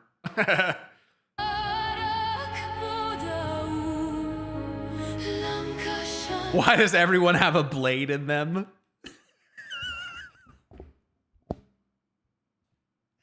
You're not supposed to notice, man. You're not supposed to notice.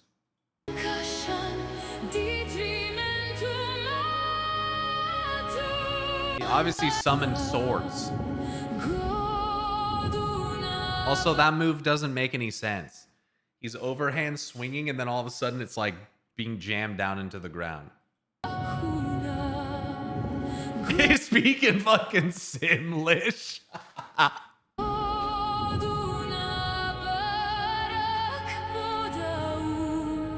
You're not supposed to think or watch closely or listen too hard or be critical at all.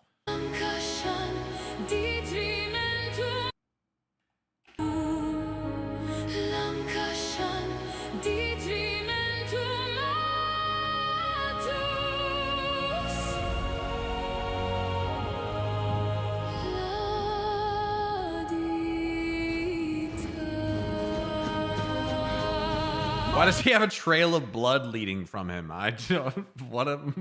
Is he shitting himself? Like, what is happening? This motherfucker got dysentery out here.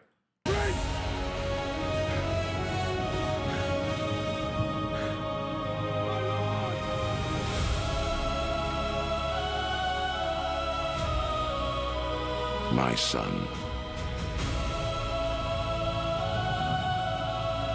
The day you were born, the very forests of Lordaeron whispered the name.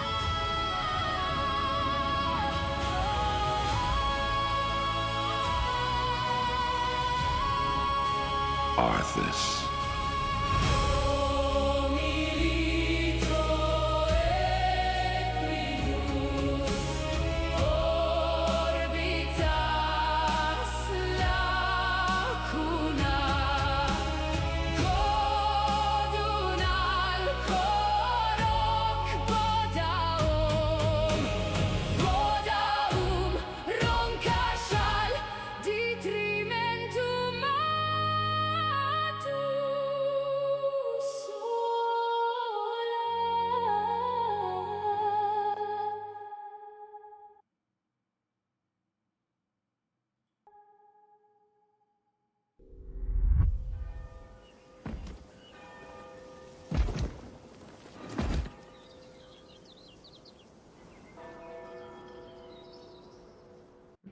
Film. This guy's so far up his own ass, it's unreal.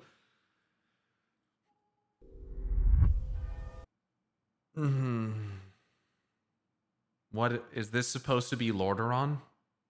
Surely that's what this is supposed to be, right?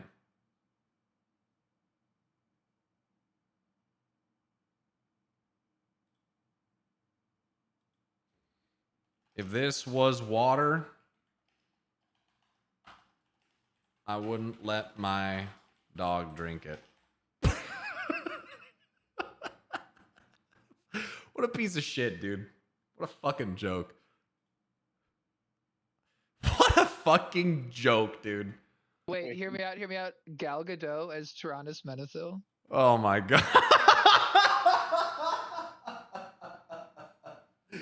Oh, I unmute Discord and just immediately, it's crazy.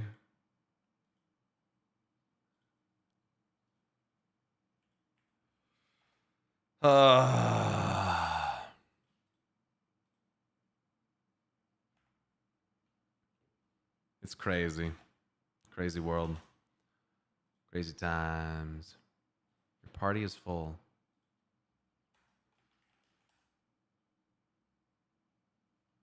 When does Part 4 come out? Can't wait. Let him cook. Dude. We let him cook and he fucking burned it, man. He fucking burned it. This is Part 4, to be honest.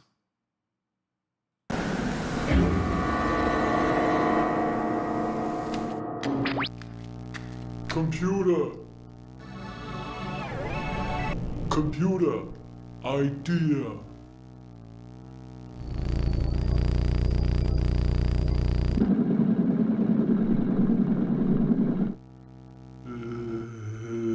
Infinite, hyperbolic, intricate maze, futuristic eco-warehouse made of iridescent glowing vines, glass mezzanine level, lots of reflections, designed by Sid Mead, forest house surrounded by massive wavefronts and vibrations, White exterior facade in full frame, calibrated exterior view, twisted house, 3D printed canopy, clay, earth architecture, cave-like interiors, convoluted spaces, hyper-realistic photorealism, octane render, Unreal Engine 4K, stylized 5000, AR 1 to 2.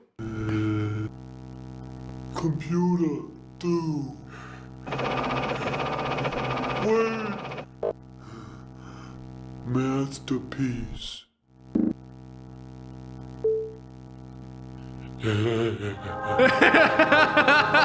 I'm a genius.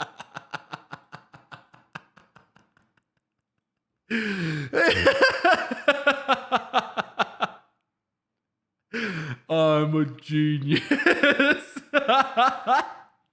Holy shit, now that is a piece of art. Now that right there is a fucking piece of art. God damn. God damn. P4 went hard. That shit went hard, bruh. That was the best. That was the best one. Playing procs more, orbs do more damage. So until we get the secondary stat boost, the orbs are better. So until next week, the orbs are better. Huh.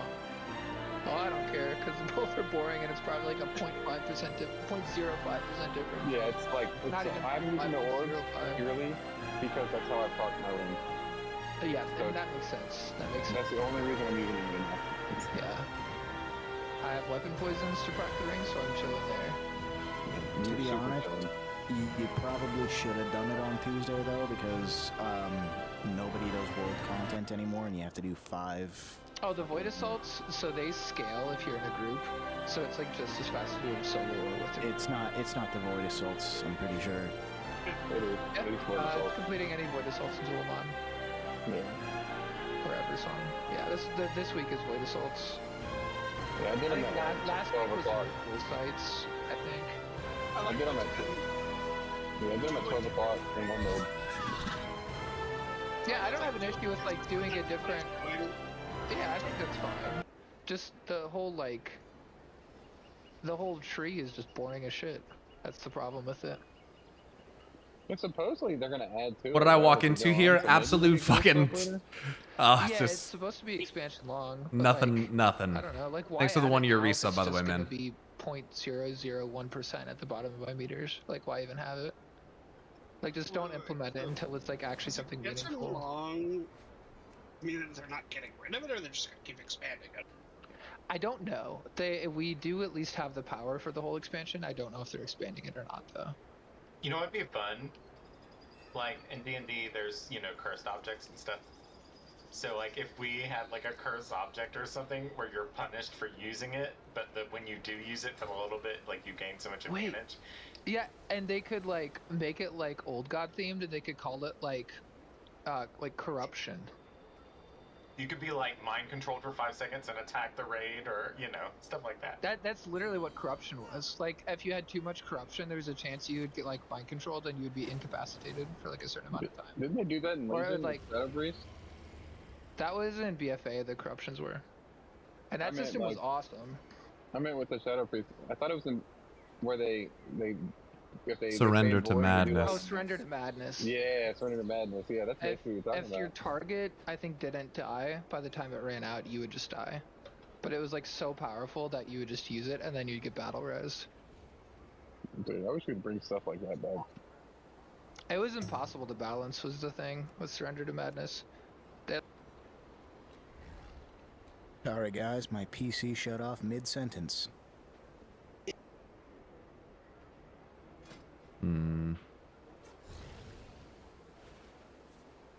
We were supposed to have a shaman today, but then he just didn't show up. Awesome. I love that. Yeah, I'm going to that post and I'm removing my thumbs up now.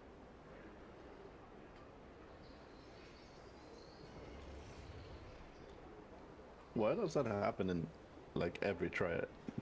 I don't know, because people don't take shit seriously. Don't respect other people's time. I don't know. I think a lot of it too is people are like, oh yeah, I want to raid, and then it gets to Friday night and they're like, oh, do I want to raid? Probably want to go do something else. Hey, Pyro, you should do what you did to me. You should require him to subscribe. So That is they're not what invested. happened. I'm just kidding. Yeah, like Really, it didn't happen, guys. It's funny. I want to keep it going. It did. I mean, that's how I joined the raid team. I had a tier 3 sub, and he said I could trial. yeah. Jesus Christ. Oh, this fucking rat just put the plague on me. What are we doing? Time or Spore first? I got the plague, dude. We don't have 20 people, so we're gonna go fight Spore.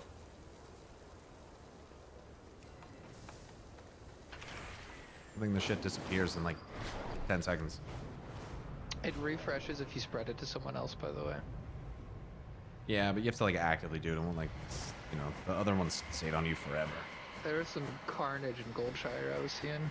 Yeah, people are telling me to look at it, but Yeah, they had all of Silvermoon on Taekwondo. It's full of it. It was crazy.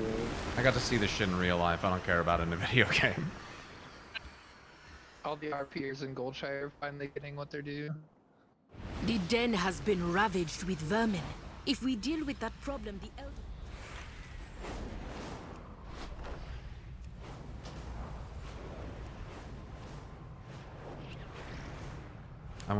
Yeah, Sporefall, yeah. Might be all that we can do. Because... yeah, we're missing... Trial and 2 main raiders. And...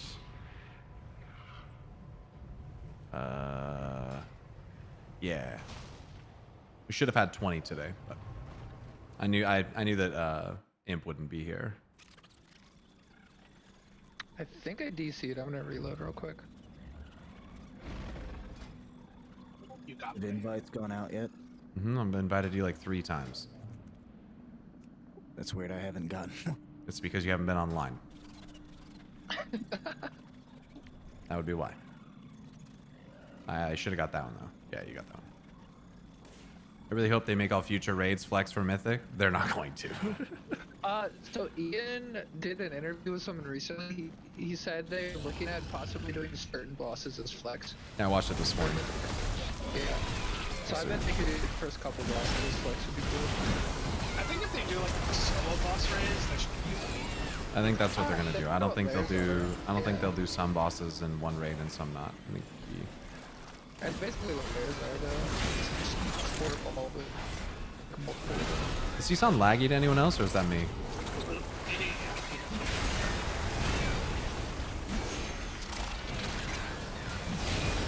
That thing does negative damage. It's kind of funny that it's happening again.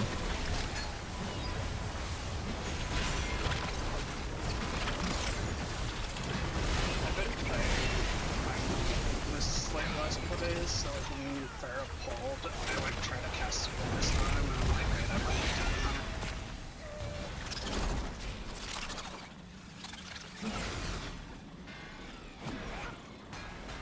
Sorry, what? I'm sorry, what? What did you say? I was saying that I've been playing my Mystery Warrior a lot the last few days, and Pyro pulled, I tried to cast School this time, but... What I love was your one. Oh. I was trying to like play it just to have a backup for next match because it's kind of looking like Devour is going to be forced to play in a way that I just don't find fun. Sure. Unless they change it in PTR, which they could.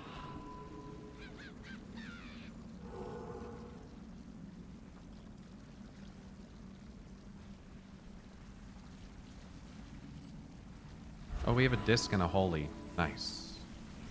Huge.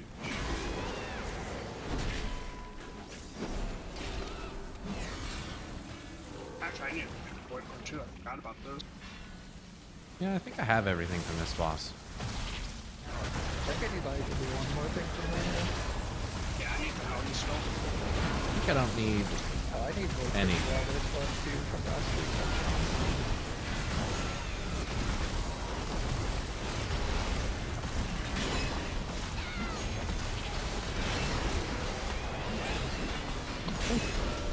I need is look at Jays from the single boss release. All I need is love. I need talents for this fucking boss.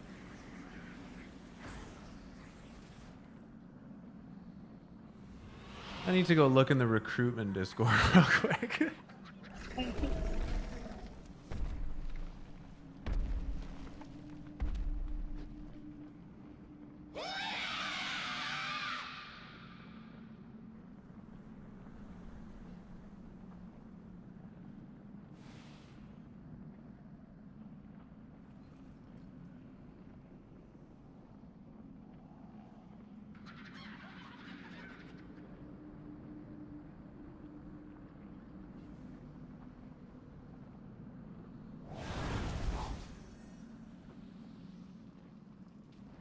It's fucking weird raiding 2 hours later than I normally would, man. This is fucking strange.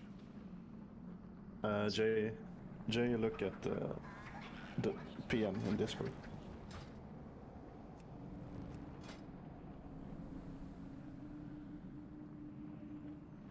Thanks, Taggy. No problem.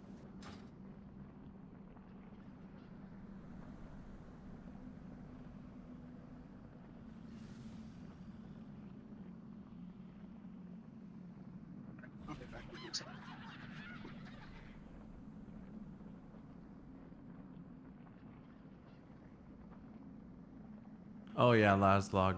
Oh yeah. We will. Well, nothing in there. Okay. Do we need to 4 heal this? How do we feel?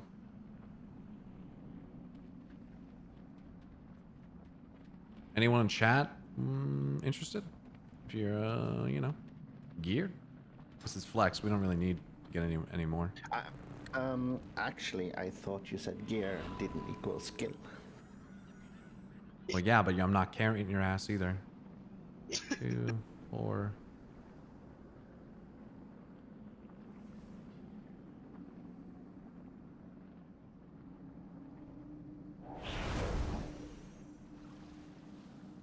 You probably want to get a couple DPS if we're gonna 4 heal.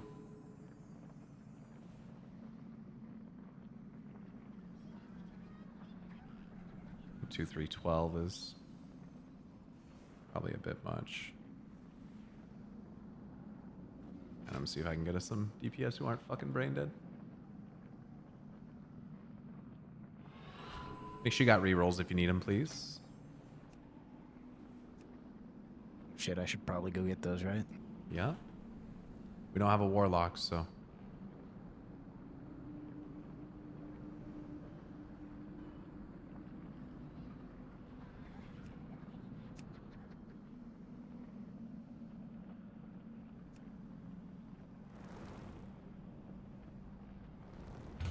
I mean, if we can pug enough people to keep killing bosses, we will.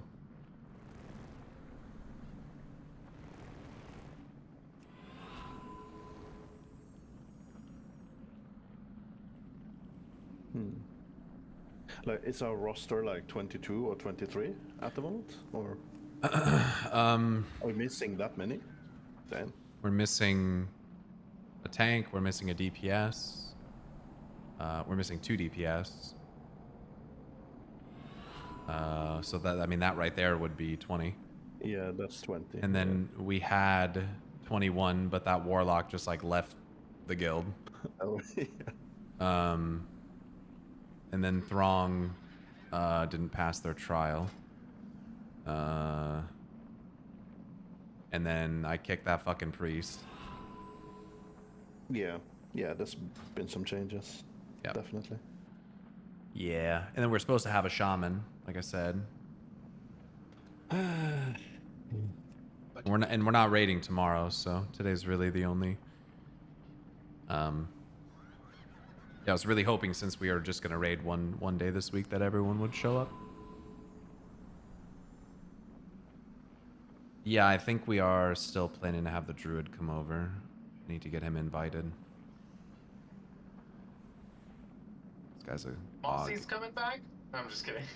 I wish. I'm just putting this out as an idea. It's nothing against anyone or anything. I'm just thinking, is there any way to like, would it be good to like ping, like 5 hours before the raid, just pinging all the raiders saying like raid in 5 hours, just as a reminder or something?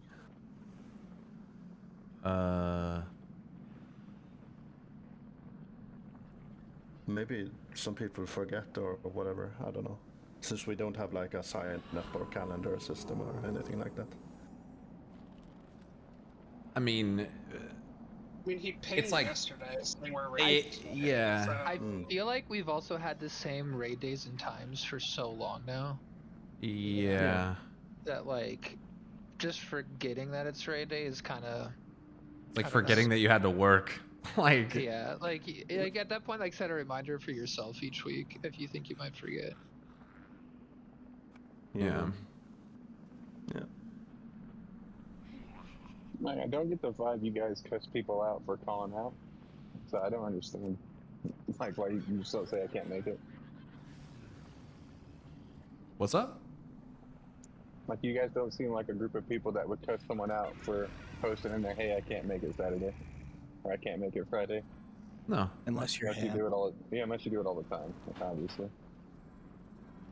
I mean, Ham died. That guy, like, his house burned down. So yeah, true. I mean, it's just like it's annoying for me because like, I mean, it's annoying for all of us, but you know, if you can't make it, just say you can't make it because if we don't have enough people to raid, I don't want to get all the way to raid time and be like, I Well, could have made other plans. some people, You know? some people like everyone. We didn't come to raid time today, and like I'm not surprised that anyone is gone. But it's like the posting out the day of that kind of sucks. Like Mystic told me he wasn't going to be here an hour before raid, and then like Farsight told me at like 3 hours, like in the post out 3 hours ago. So it's like, you know, it's just the short term that sucks because it's hard for me to like do anything about that. You know, like adjust to it. I'm gonna get us one more DPS. dude, on a side note, I found an add-on that just puts like a circle around my mouse cursor that also shows my GCD. And that shit feels so good, not losing my cursor in the middle of a fight and being able to see the GCD on it. Yeah, dude, I love it. It has a trail too, right? Does yours have the trail? Like the little I trail? turned the trail off, so I just have a white circle and then it's got a yellow circle for the GCD on it. It's really good when you're healing on your healing frames because your mouse kind of blends in sometimes, like when you're on. Yeah, I mean, even just like as a DPS, if I need to like mouse over like shadow step to someone, sometimes I lose my cursor for a minute, and it's just, yeah, it's a game changer. Yeah, I started using this expansion. It's the first time I've ever used it. I love it. And it's nice you can have it so it's like only on when you're inside of instances too, so it's not like annoying on my screen when I'm out in the world. Yeah. Mine only the GCD only pops up when I'm in combat. Yeah. Yeah, it's so nice.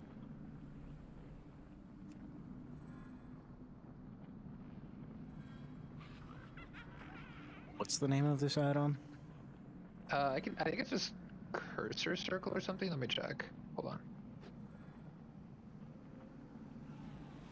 Cursor ring for me. Cursor ring, yeah, and it's got a bunch of settings. You can change the color, you can give it a trail, you can add the GCD onto it, you can make it only show when you're inside of dungeons, all that kind of stuff. My favorite add-on this expansion is teleport menu. Like I hit escape and all of my Hearthstones, like all of my like Mythic Plus teleports are all on the side of my menu when I hit escape. Oh, that's so nice. Dude, it's That's so super nice, dude. convenient. Like it goes back from mob, from when I was selling the mob runs. And 12.1, they're finally adding a back button on the achievements page. Oh, After like a literal 20 years, finally. They need to add like a search function for like macros when you're gonna pick icons. It's a minor thing. Oh, but, I know, yeah, that too. That's crazy that they don't have that yet. Or like even a filter, like just class icons, or just, you know. They're letting us put enchant transmog on bows in 12.1 too. Yeah, that's big. Oh damn. Pyro, what's your favorite RDPS and MDPS so far, going for 12.1? Help me at all. I mean, I've mostly just been playing Paladin, man. I'm actually stoked for 12.1 though. Like the content all seems I haven't really played cool. like a lot of everything. Definitely. Thank you, Wasabi. I like appreciate the that. theme, like the whole troll stuff seems really cool. They're like fixing a lot of stuff in the dungeons too, like removing removing more of the RP when you do mythic Yeah, quests. we'll see if they can fix Den of Valrak. Like, Yeah, like they enjoyable. posted changes not too long ago, and Oh, I think good. they're gonna just change a lot of things. It looks Yeah, good. that's good. I'm curious if King's Risk is going to be as hard as it was in BFA. I think they're like I fully doubt it. reworking a lot of it, like the gauntlet Yeah. and stuff they're changing. Yeah, I'd bet they're gonna rework a lot. Yeah. I don't like that Ruby Life Pools is in there because like I don't want more Dragonflight dungeons. Like, I feel like a lot of TBC dungeons, if they just added mechanics to the bosses and shit, would work. And I don't know, I just don't want Dragonflight dungeons. It's too recent.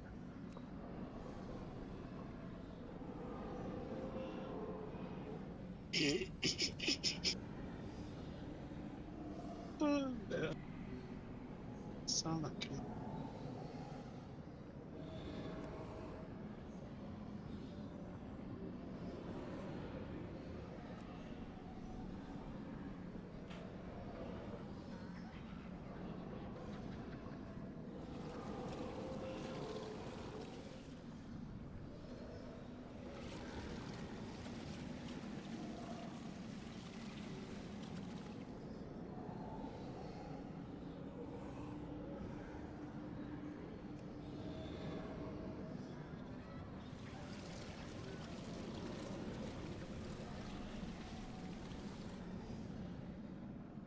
What the fuck are you typing, Viv? The fuck was that, Viv? What the fuck is that?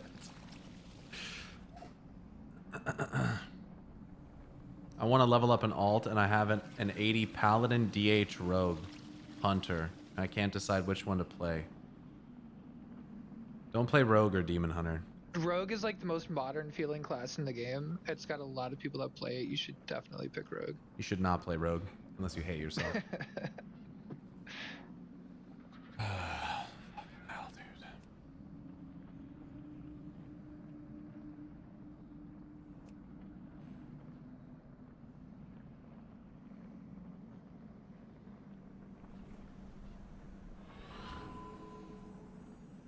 I don't want 3 Death Knights, man.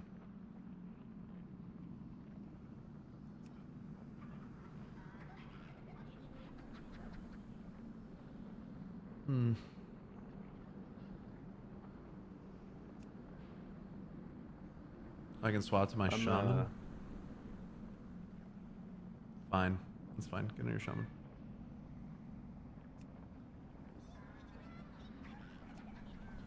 I leveled, or I'm leveling an augmentation just to see if it was any good, and it was pretty fun. Yeah, a lot of people suck ass at AUG, so for some reason. I don't know why. I noticed. It's not that hard. Dude, I would love to play a support spec if it wasn't just like a dragon. Or like if Rogue had a support spec, I'd be all Like over a that. bard? No, I don't want Bard should not be a Rogue spec. No, I mean like. But like if Rogue had a support spec, I'd be all over that. So AUG, like, okay, so does the way that like FF logs allocate damage work the way that like RDPS in 14 does, where it kind of depends on like other people playing well when they're buffed?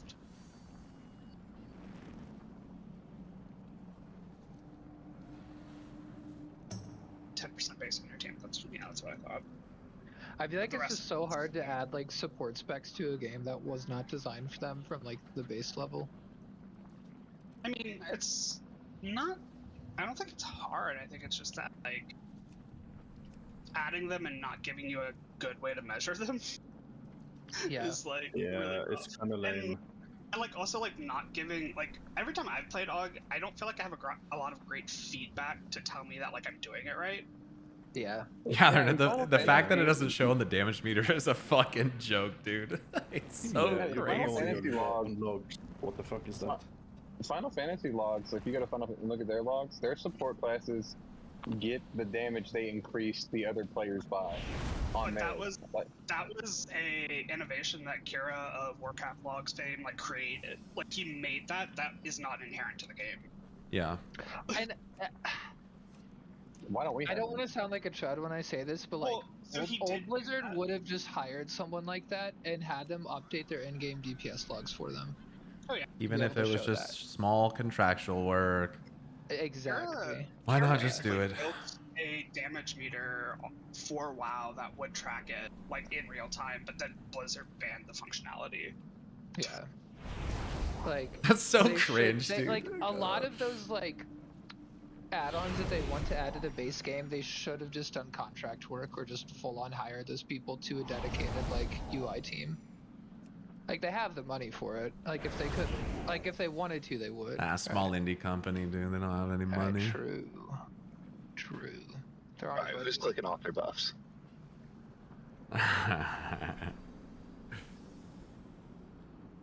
Oh, by the way, Shasu, if you wanted to go on your druid for this, you could. I kind of want to get the neck, the healing neck. If you All don't right. mind. Well, you're kicked. You're. You're banned. Yeah, that's fine. Looking for a shaman for our raid team. We actually are. Papa Frito is that's Martin, and if he can play a DK like he does, I think he can play a shaman well. Let's go. We'll see. Martin was nasty on those grips. Yeah. Altarunon and Ryonosuke. From Renegados de Azeroth. Hell yeah. Are these fucking He's avoiding.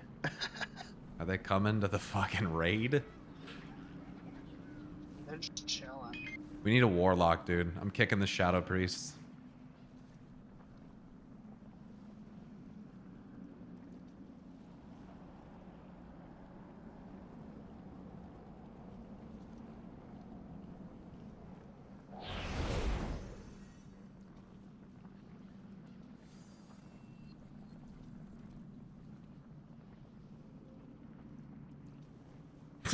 Thirst for my sand, this guy. Holy shit. 15 seconds of being able to cast and move is glorious. Yeah, it's almost like they have a fucking inherent ability that lets them do that. And...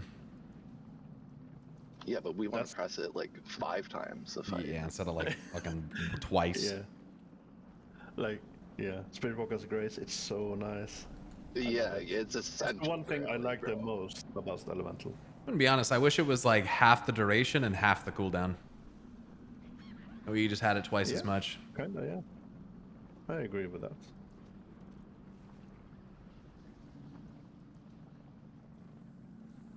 Yeah, it sucks having to stand still casting aim shots. It feels so clunky. Yeah.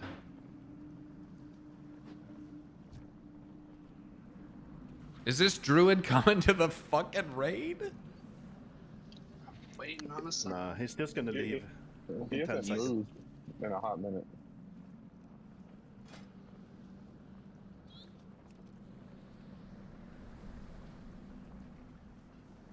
He's probably watching the Arthas AI right now.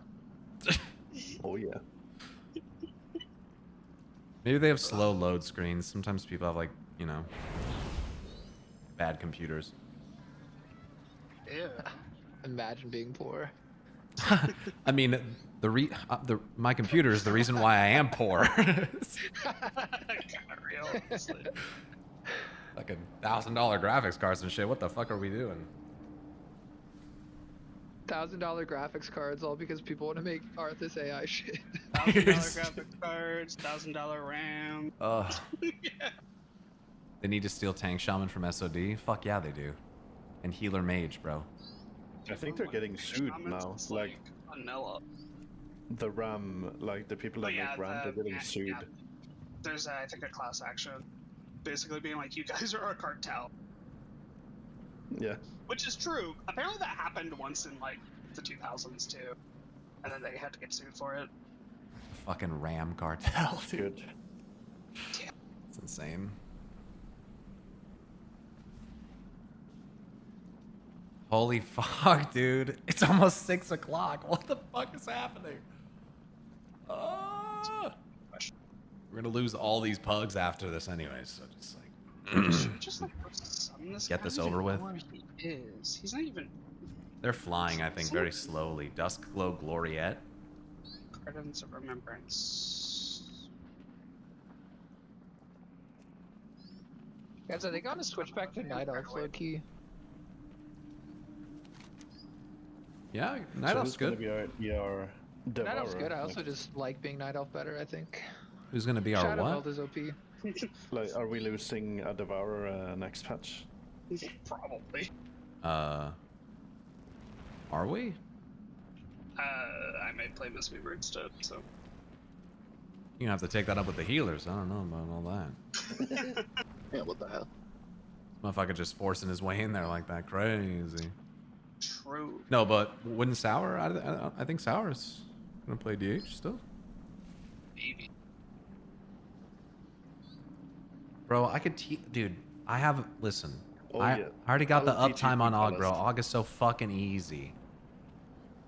You just put your three cooldowns in order. Shift 1, 2, 3. And you have your other next ones in 3, 4, 5. And your fillers on 1, 2, 3. This guy's an actual fucking Og player, but he mixed in die. Oh, they're so squishy, dude. It's the worst. Like, I fucking hate bringing them to Mythic Plus because they just fall the fuck over. It's crazy. All right, range. Put your bullshit on orange in the middle of the room. Otherwise, we move the boss to where it needs to go. Taunt every stack. Move to both spore caps, then move to nearest group for blue. Also use a flask. I'm gonna put some food down. Here you go. It's down.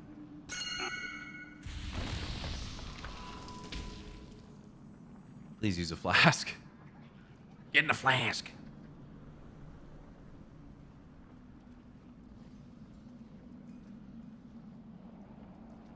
Zabby, you got a flask? Okay, you were eating. I see. You saying you want to eat my ass, Viv? I'm gonna mow it. All right, all right, all right. Lust on pole. Don't be bad, okay?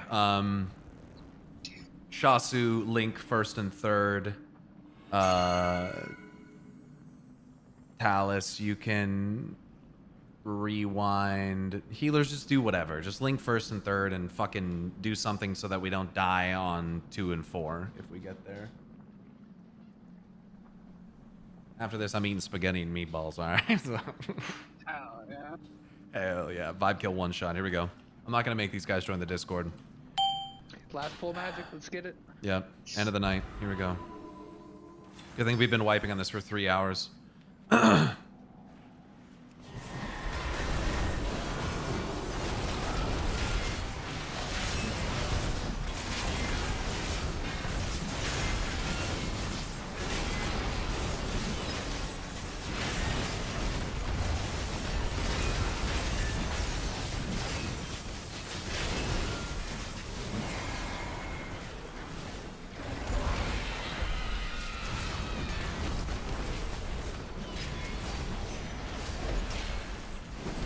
Shroom links to melee, obviously. I think I need to say that. Get them stacked under the spore cap, please, if you're being targeted. Don't be lazy.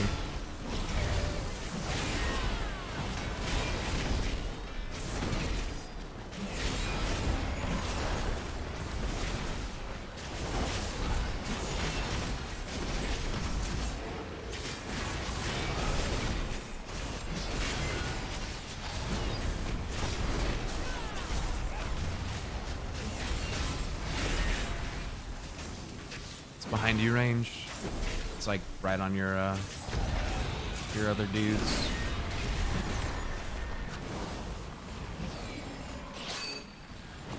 After the shroomlings die, we'll move the boss.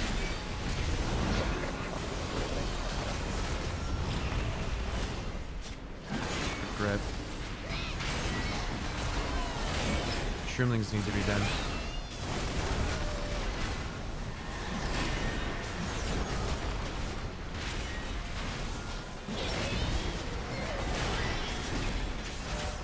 Little sport cap. And we'll just leave the boss here for cleave. Use a personal for this, please.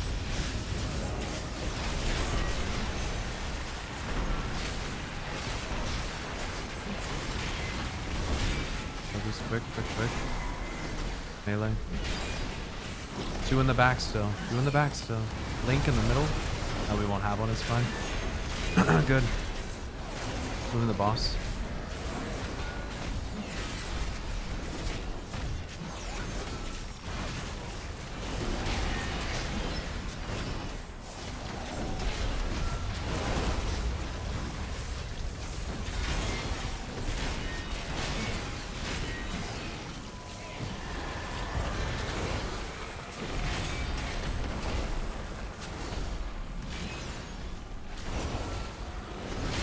Links to melee.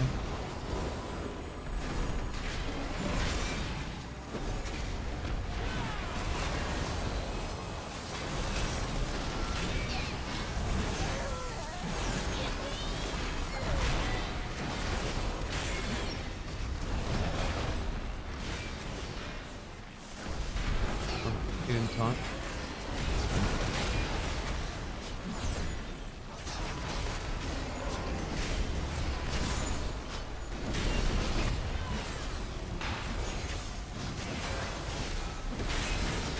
Right on ranged again. We're gonna do the same thing we did last time. Nuke the shroomlings first, please.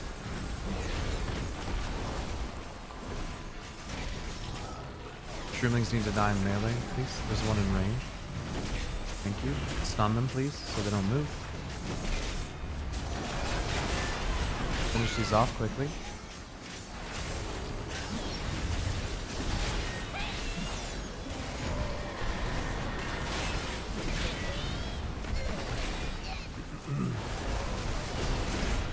And we'll leave boss right here again like I did last time.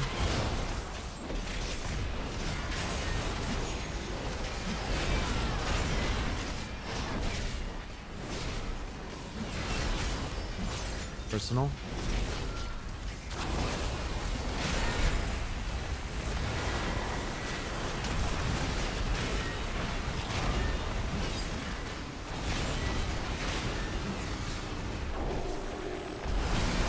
Big spread up here. We need something or we die. We die. Yeah.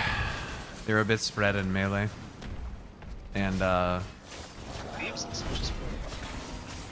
yeah, they were a bit spread and it took a while to get them down to be able to move into melee. Don't release. We'll have reses.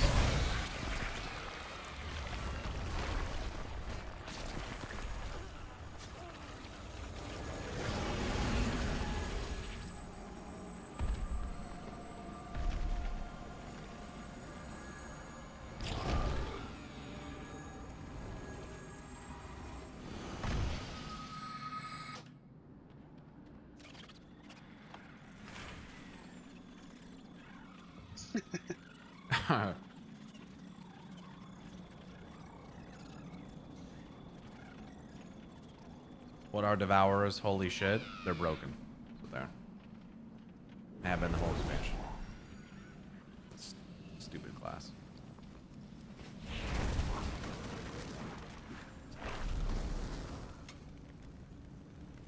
It'd be cool if they added a third spec to Demon Hunter, like a tank or something. Agreed. You say if they added another... What did you just say? If they added like a tank spec to Demon Hunter or something? Yeah. Yeah, It's, like, that's... sorely needed, I think. They don't exist, yeah. It'd be good. Yeah.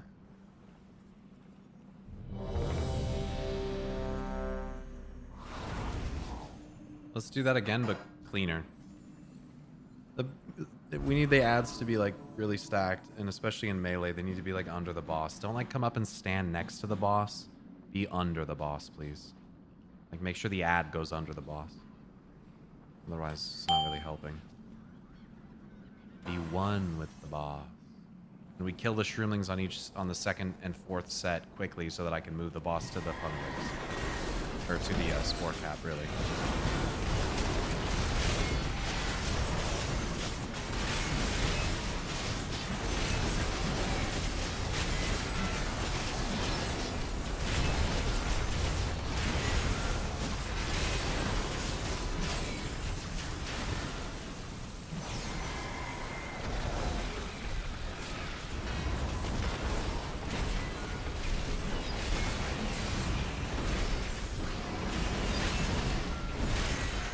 Good.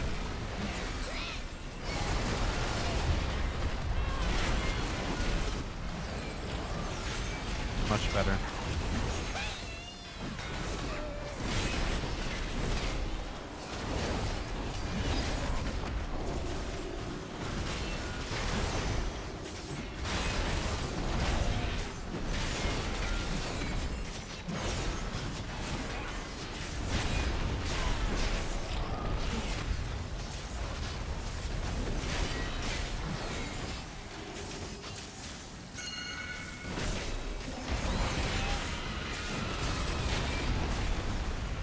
Do the shroomlings first, please, in melee. Oh, we let it cast. Range gotta interrupt it.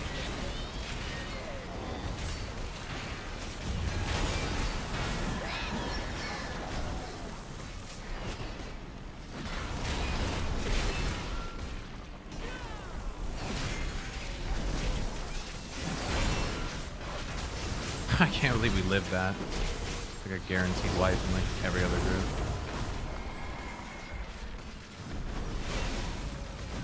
Kill the range group first.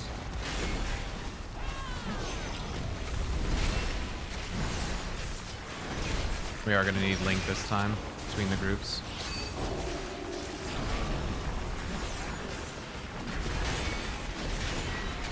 Link now, darkness, AMZ. Good.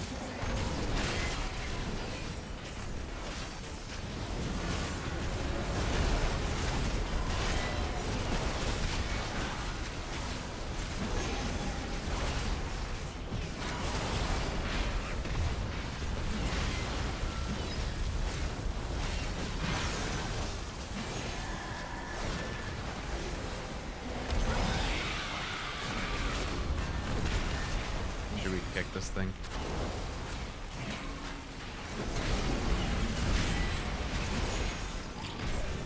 Should we get onto the boss?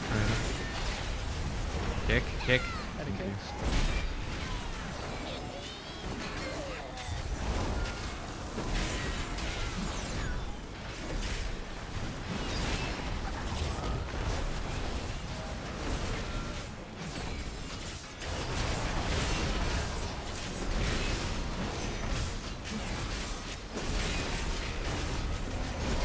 Nuke these shroomlings that come under the boss so I can move him to the spore cap. It's right on range, that's beautiful.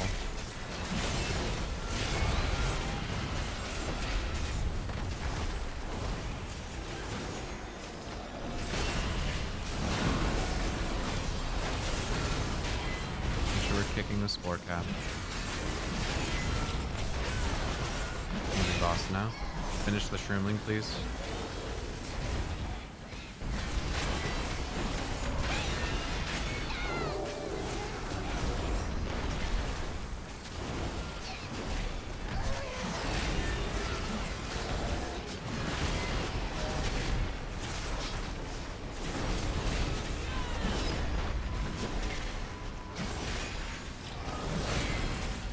Personal.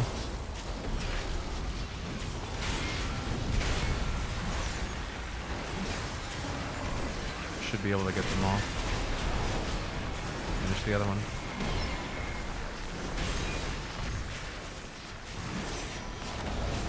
Very good.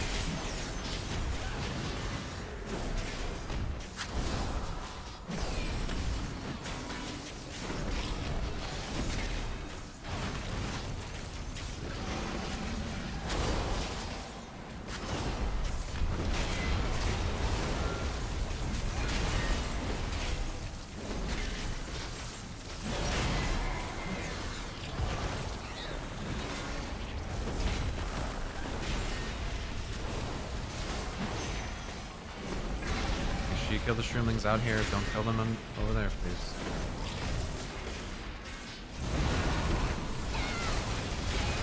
Pyro, can you infernape me? Innervasive.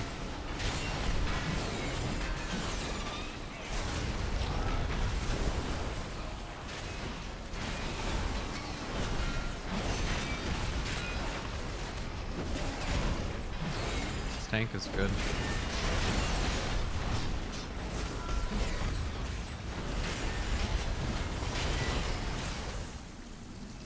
It's in a really bad spot. Range, turn, and burn that.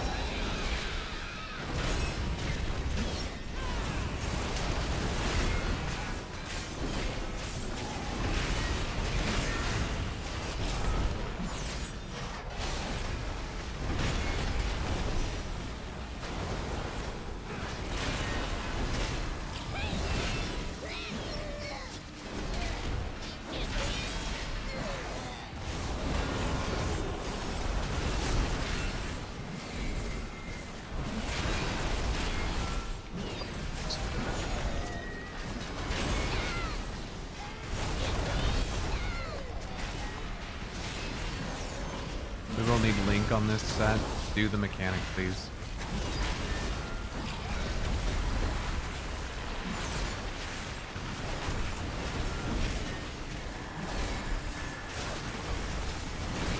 Any personal you have. Link.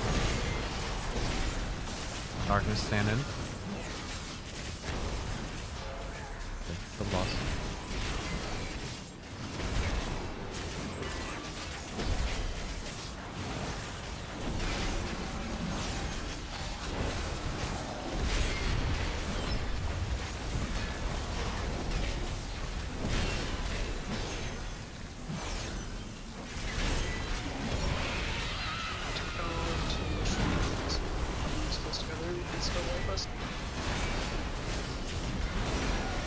Oh my god, you guys.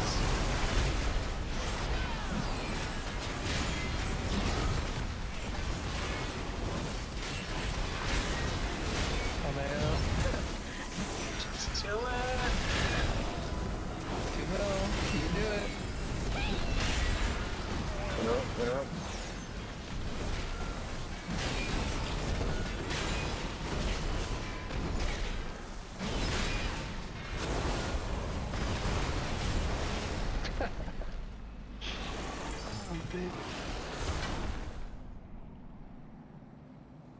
Oh, nice. Neck and a ring. That's pretty good.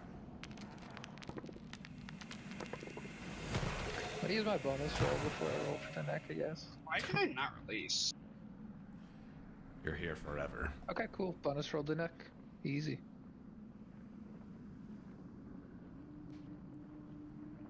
Well, I'm fully this. Hell yeah.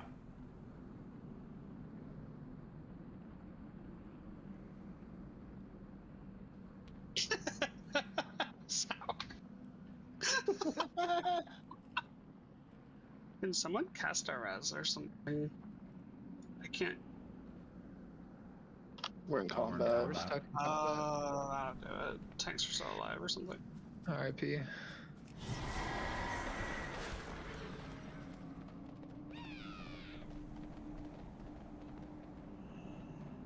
Fuck are we in combat with? I don't know, but we can't release. Game sucked. Sturge just chilling.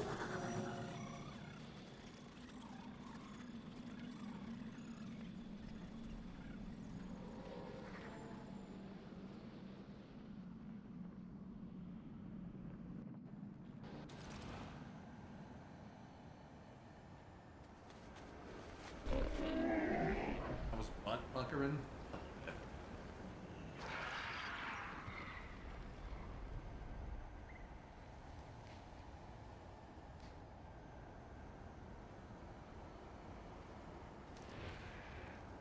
Thanks for coming, Wrath. Good luck.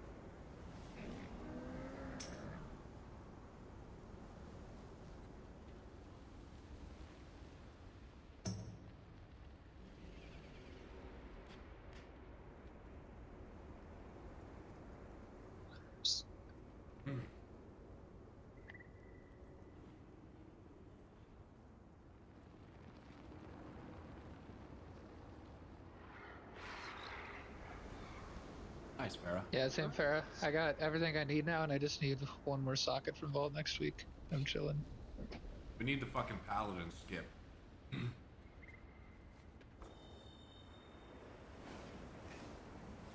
Everyone left. What the fuck? I'm disbanding the group. You're all kicked from the guild. That's it. That's our history as a raid group. Fuck your raid. I'm Biss. Who cares? GG. I'm joining. I'll be raiding with Liquid next patch anyway.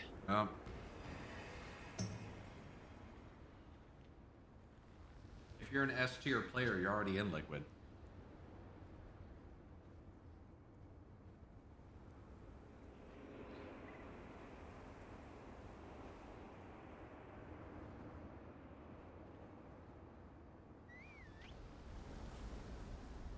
I'm solid.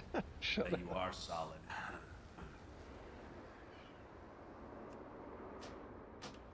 I'm waiting until it kicks me to the graveyard before I take this. Oh, yeah.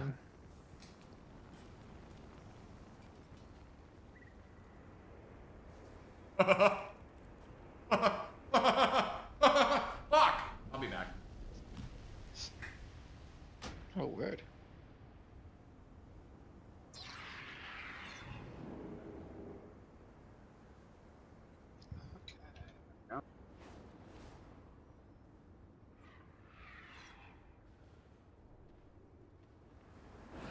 Something happened?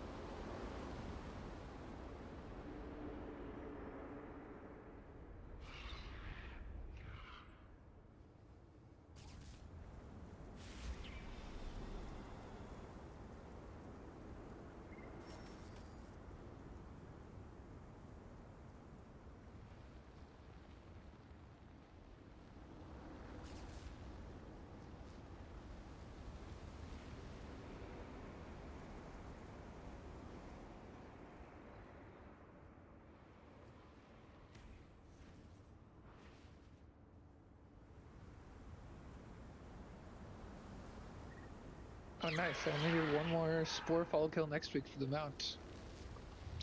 You could get it. I almost forgot that was Do a it on thing. an alt. Because the items are more bound. Don't have any other alts at 90. Did the roll loot get bugged? Are we like still in waiting? I don't know.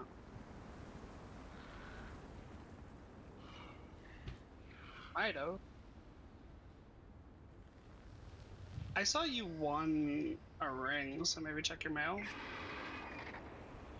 Try. How are those balls, Pyro? Meaty.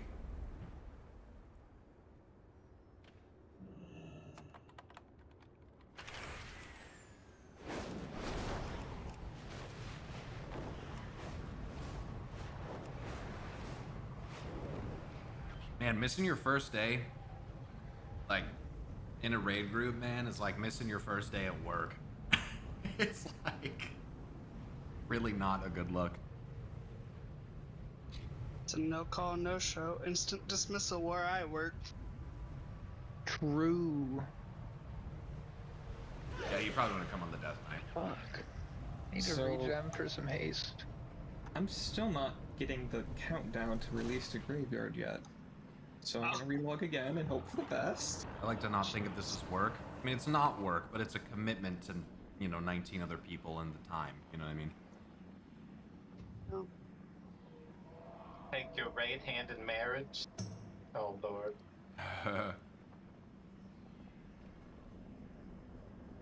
Yeah, respecting each other's time. Not really.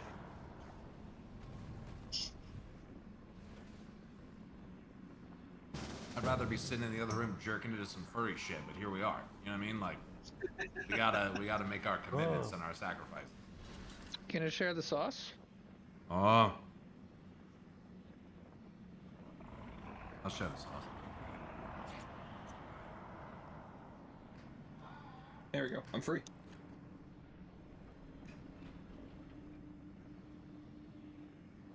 He said you don't want that notepad. Yo, Lucari? For Pyro's kind of work, he's gonna study the fight and be able to issue directions. He's like a manager at Waffle House.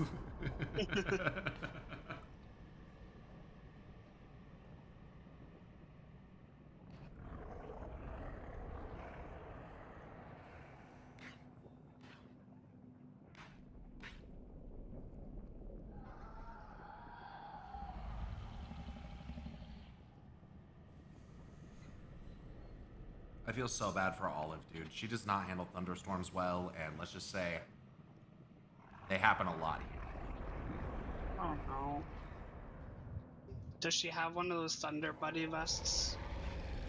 No, we tried a bunch of stuff. We never got one of those, but we tried a bunch of stuff. And the only thing that ever worked was just letting her be in a closet, like laying on her bed in the dark.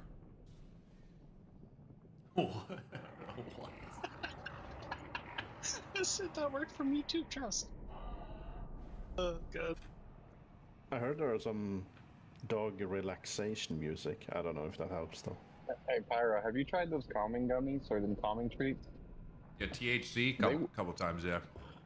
They work. I always feel bad about it, but when it gets so severe, like you feel like you have to do something, right? Mm-hmm. We've given her like they do work. We've given her like CBD drops before, and that can like help a little bit. But there's no fixing it. I know exactly what you're going through. She didn't used to be. She didn't used to do it. Like at some point, she just got scared of him. Like what kind of dog is it? She's a whippet. Yeah, we have a Chiweenie and a weenie dog, and they're the exact same weenie. Chiweenie. Wow. Yeah, he's old, dude. He's an old man.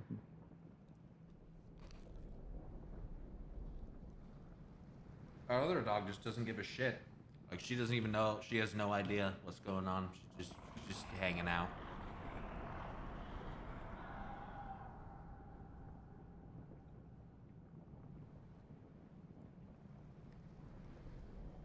Yeah, I got video of the storms out here, Gerudo. It was fucking crazy. It was like non-stop flashing lightning. I'm not even, when I say non-stop, I'm not even fucking joking.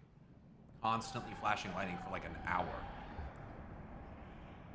You have any tornado sirens yet? Don't even say that.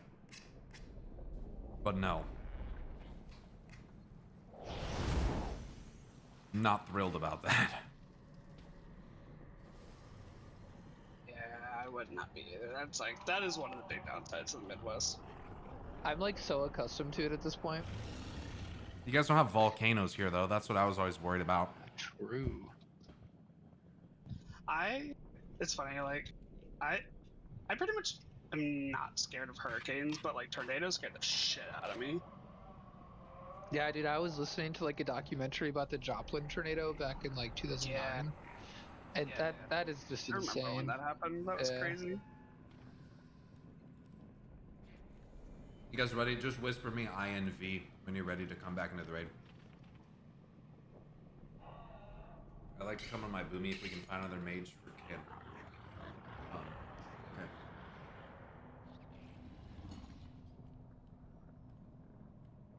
I'll find us another mage.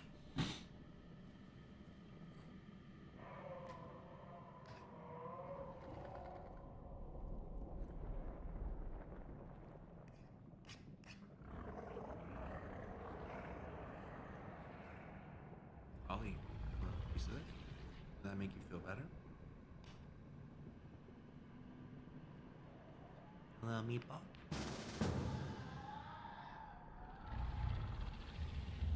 Good, good.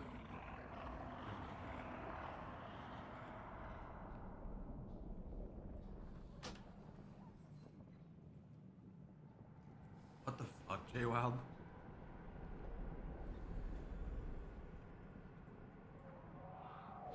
The only thing I witnessed in Utah was at a gas station. A woman got in her driver's seat, turned around to her kid and said, "You want to get hit again?"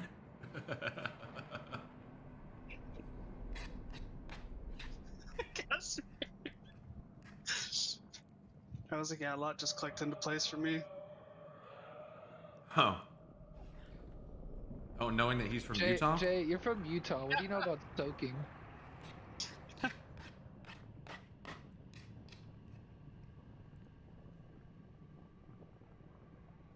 Not a lot. I'm not Mormon. Everyone knows a lot about soaking. It's like the one joke the internet has about Mormons. What the fuck does that mean? If you've never kicked the bed for your friend, are you really a good friend? This one's me. What the fuck does that mean? Question. This one's a Google it. It's cursed knowledge. I'm innocent. I don't know what the fuck that means. It's when you put your dick in and then just sit there. And then someone else moves the bed for you. So the actual like thing behind it, like I'm not even joking, it's an actual like common thing at like BYU, like Mormon colleges. You can't have premarital relations in Mormonism. Right. So they'll just put it in, but they won't move, and they'll have one of their friends shake the bed for them. So they think it's a loophole where they're not engaging in the act. It's a real thing. I'm about to say the R word for like the 5th time today. I've been slinging it today. I don't know what's wrong with me. Bro makes it to the Midwest and immediately wheels it out.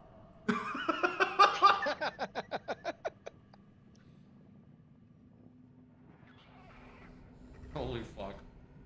Shasu. Retcon.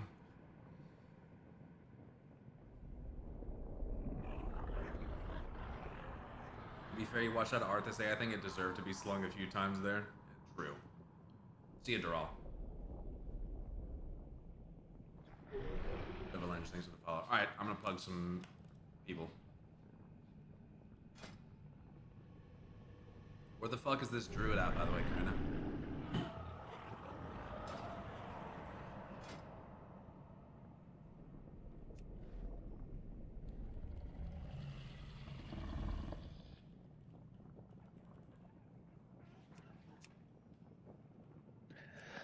Fuck, I really don't want to do time walking, but like I need to do it for the new mount.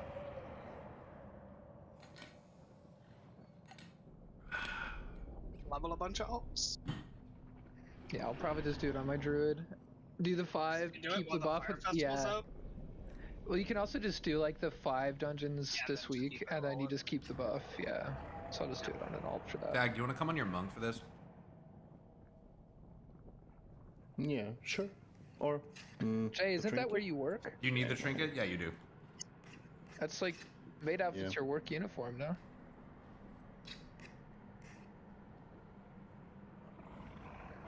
It's my raid uniform, not my work uniform. Stolen valor.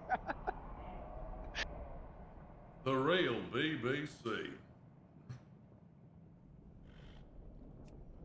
You can rescue? That's good. If anyone What color marks are we doing this week? Oh god. If anybody wants a good flavor profile, I linked mine and order a bunch of raid.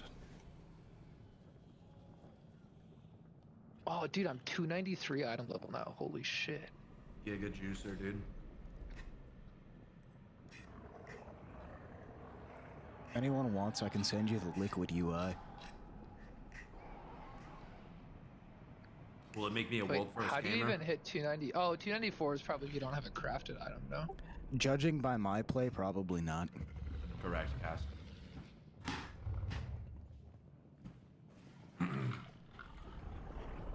World 11th, maybe. Yo, easy. Easy. Should we just kill the trash? Or? Yeah, I suppose. Is everyone actually in the raid already? Holy shit. We've had like 30 minutes to get here.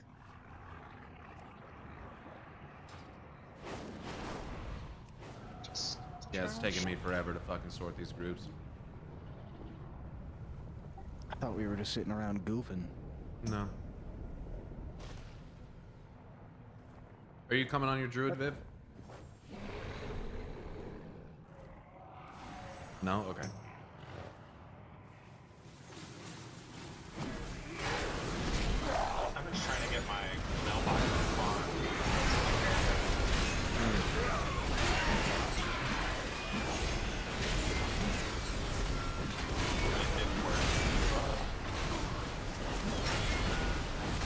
get on a mount.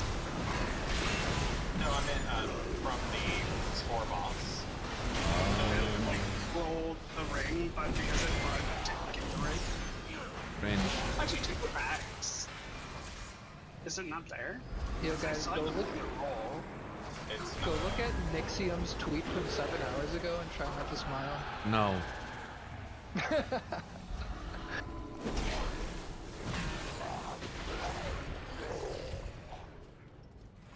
It's not there.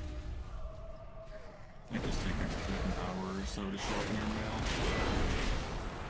What did he say, dude? I can't help it. What did he say?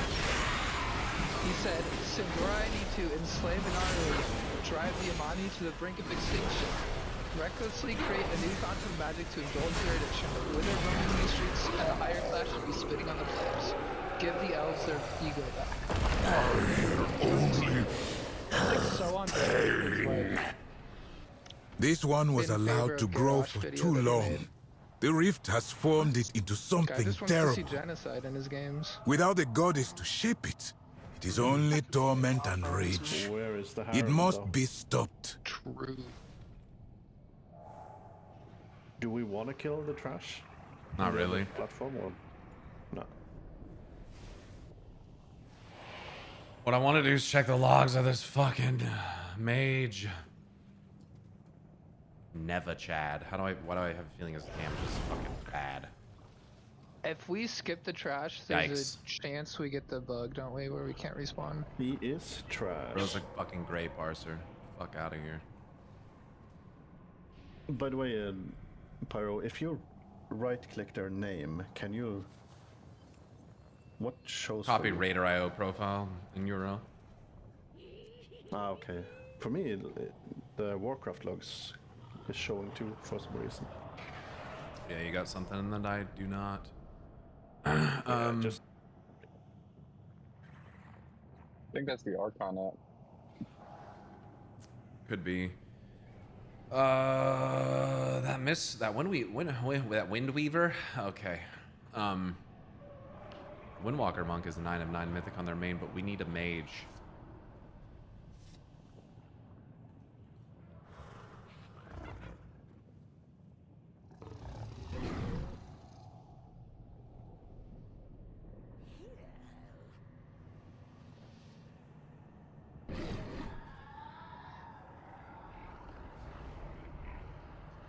Don't look at your groups and think that you know where you are at the moment. You need to. I'm still fixing them.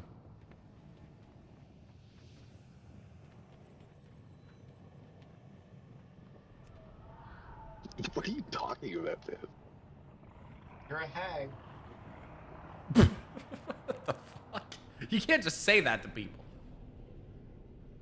You just be calling people hags. Oh, you're gonna come on your mage? Oh my god. Oh my god.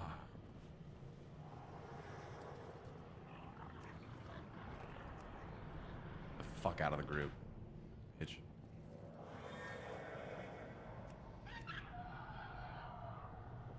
You idiot. It's okay, Ollie. Bright, nice day outside. What do you... Oh, it could be fireworks, too.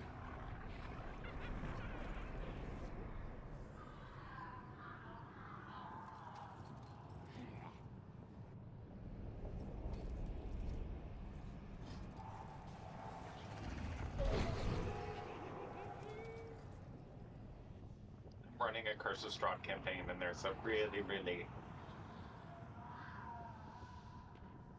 interesting hag in there. She makes pies out of things that I won't say in case anyone ever plays it. What are people's dicks? Strahd's pretty fun. I'm just gonna make it so I don't have to fucking drag people in here anymore. God damn.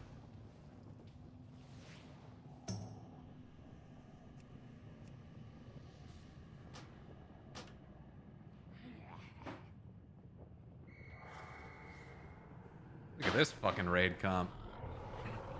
Holy shit, you guys are so fucking paranoid. Fine, let's go kill the fucking ads. It's already I mean, happening. we're gonna kill it on first polls, so who cares? No,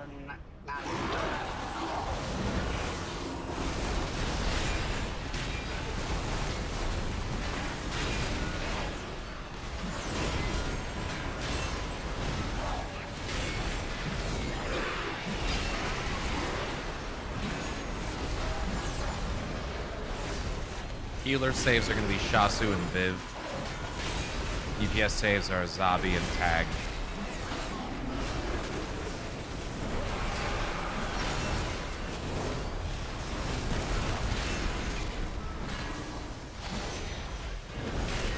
First set of kicks in the intermission will be the Hunters. Please kick the furthest fear ad. The DKs will crit the close ones. Second kicks will be Lay Weaver and Dezos or something. And then once they're in melee, just CC them. Only kick fears, please. Don't kick the fucking other bullshit. You don't need to. Okay, with this fucking idiot boss here.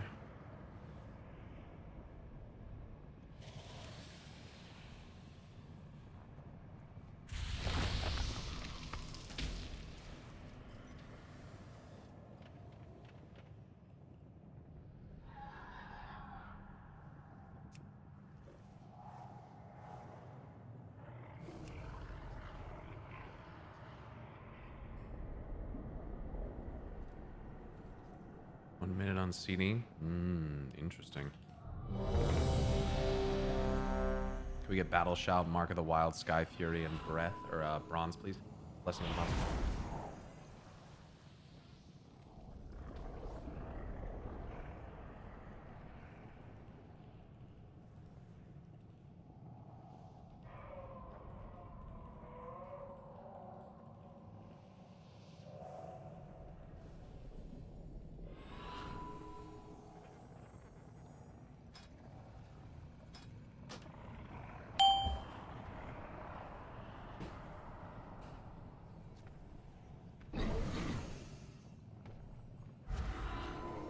She forgets us all!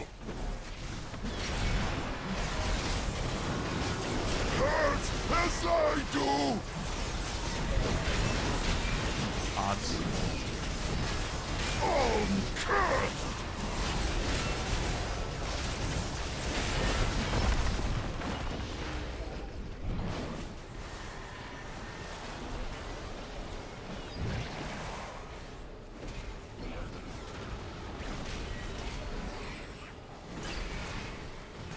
Please CC them.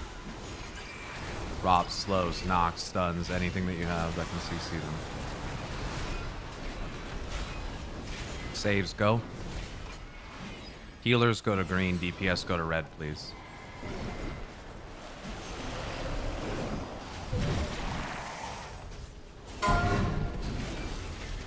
Iliads.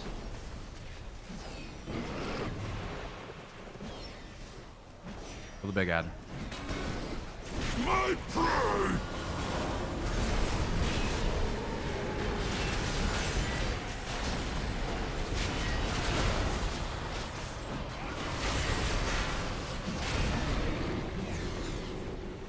This full mark is not filling. Cursed!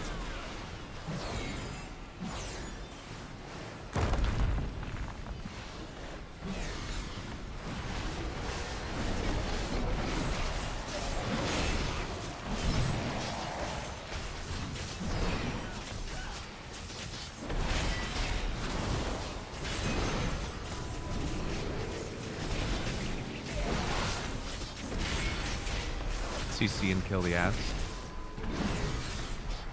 Saves. Castamere kind of far away. Zabi, your save on... Yeah. We kind of whiffed that. DPS should be on red. Healer should be on green. Yeah, we just died. My prey!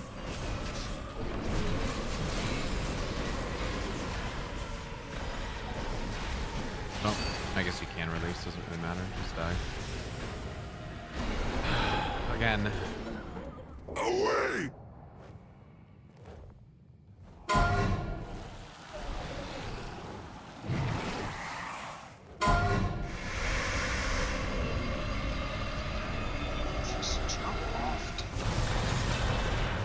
actually reacted faster and ran for him. Okay. I was pretty far out in Narnia on the ad, so I just didn't have much time to get to red.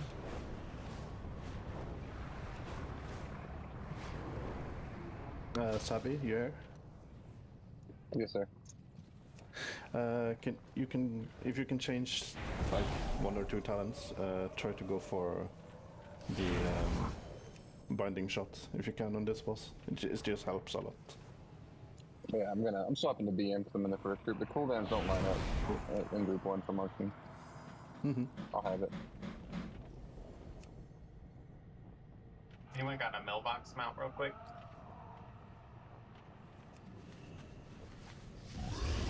Thank you.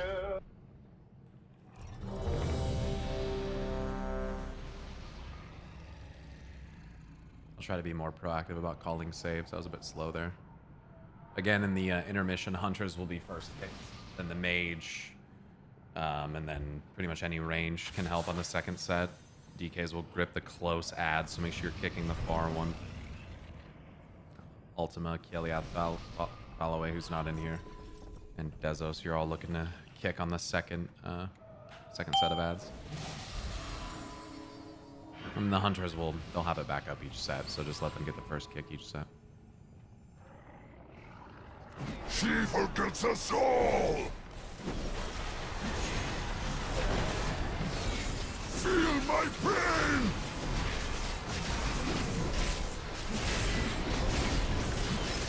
Uncut!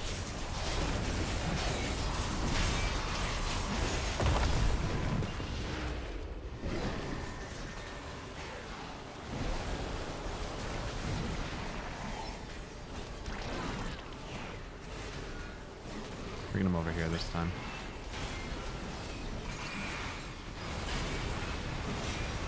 So you see the ads, kill the ads. They're close to the boss right now. Saves. You cannot stand on saves unless you're the saving person. And you have to wait until they actually go, otherwise you guys are going to dissonance each other like that. Res Burby. Looks like you already did. Kill the big ad. I'm having the ads come down the middle so that both sides can hit them basically the whole time, but melee needs to stay like away. You know, you can't go onto the markers, the green and red markers, unless you're doing the saves. And you don't want to go, if you're a saver, and you don't want to go early because you'll dissonance the person. You have to wait until their debuff pops.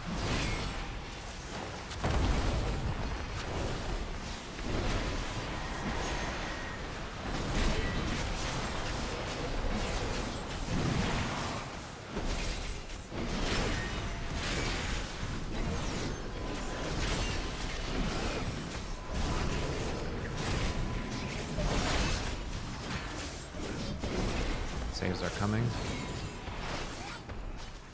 One is off. Sorry, I got this.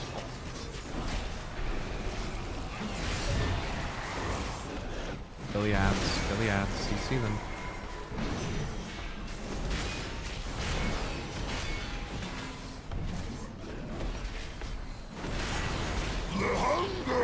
We will need Layweaver. I need you to help Zabi get kicks in the first set. You're gonna be the other kicker in the first set.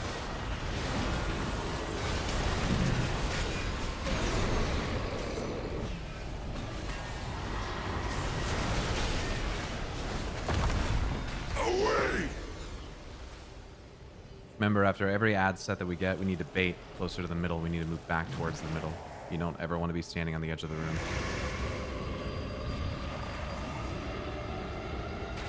Slock is dead. I don't know what the fuck that was. But... oh, he DC'd.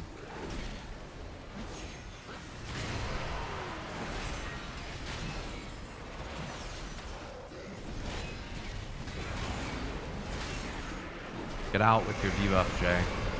Go stand next to a puddle.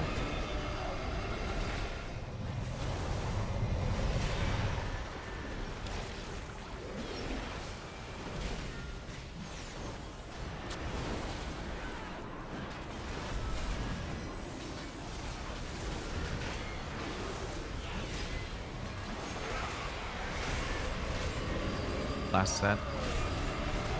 We need kicks here, big kicks. We are missing our kickers.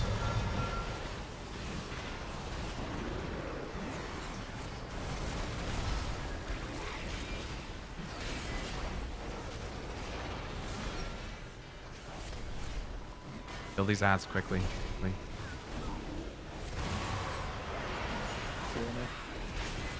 Yeah, we're dead anyway. We're not gonna make the landing here. Too many people dead in the intermission. I think we maybe barely got it there. Wow, yeah, we barely got it.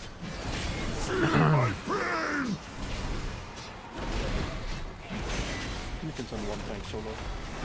Yeah, I'll just go.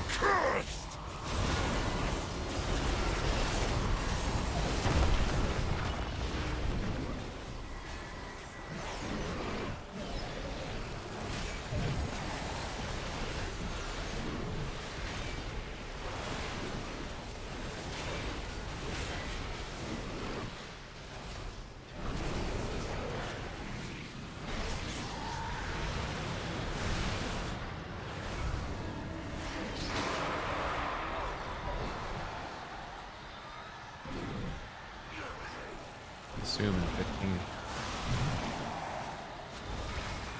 Second thoughts are up. Unmade! Better kill it. My prey! Spirit the carrot. Shine! Easy. It ends. It's crazy with that many people dead that you can still do that. On the first one. One day, the goddess may be able to shape what forms here into what they should be. Until then, the Shulka must protect the world from their ring. Okay.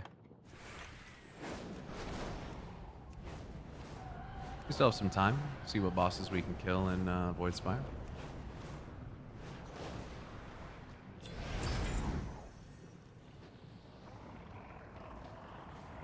Can we get a silver moon portal, please? I'll kiss you on the lips.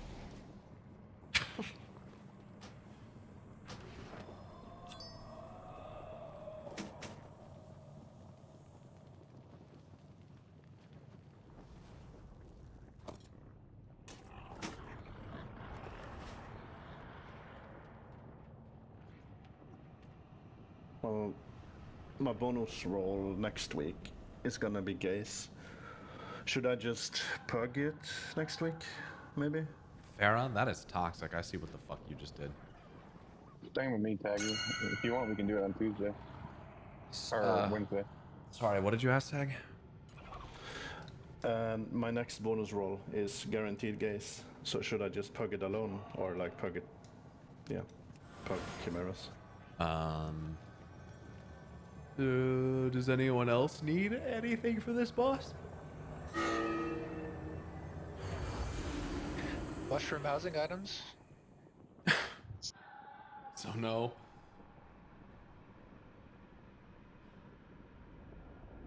Yeah, I feel like I'm kind of wasting everybody's time if I force everyone to go kill this one. You boss are for me not to a bonus waste roll of it. my time. I asked you to re-roll at the end of the fucking tier. You know what I mean? So. Well, I have a lot of time on my hands. That's alright.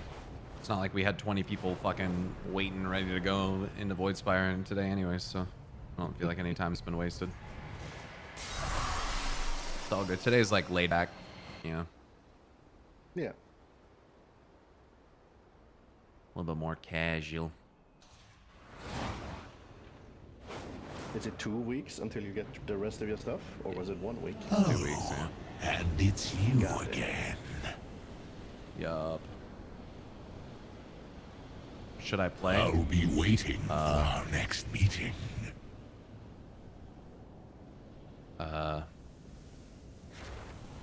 Mage. Just the Azerothian I've been looking for.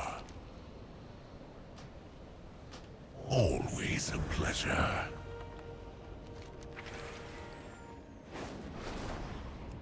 Oh, also I owe...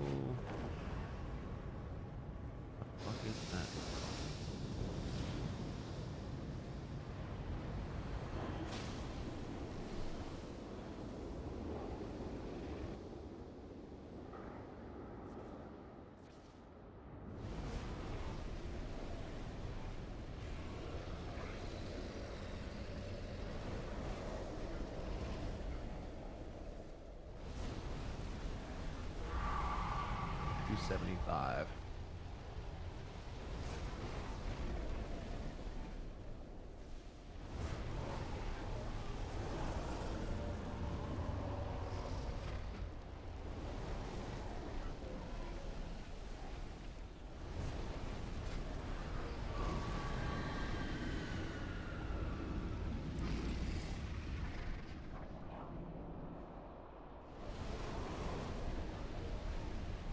J-Wild. Okay. Bad streamer, God. I know, dude. You guys doing Mythic? Yes, yes. Sorry, I'm really late on reading some of that stuff. I'm tired. Damn, it's almost your bedtime with the new time zone. Nah, I'm fucking tired. It's not even because of the time zone, I'm just tired. Been a long week. Fresh 6:45. Time to head to bed. Yeah. Fuck. It's nearing my bedtime there, Sonny. Don't forget to. Our hunger is insatiable. We need 3 echoes of Our radiance. numbers are endless. This game sucks my fucking dick. I mean, I wish it did. Oh. It doesn't, but I wish it did. East Coast time zone. I'm a central now. Central gamer.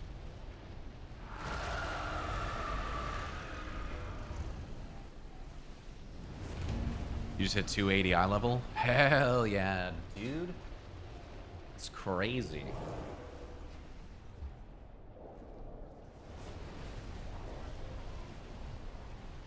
Big gains. Also, we can like fucking 2 heal the first 4 bosses, 3 bosses. So. Can I bring my druid for the first 2? I don't give a fuck. Sure. Fuck out of here. Still need gloves. Mythic gloves. Yeah. See how bad this mage is. Oh, this guy's a 93% par, so he's coming to the fucking group. Yo, you can get back on your Demon Hunter if you want.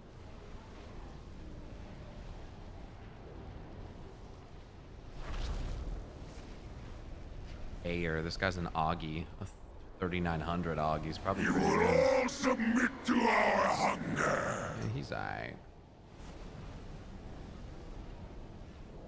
He's aight. Blue parses in raid.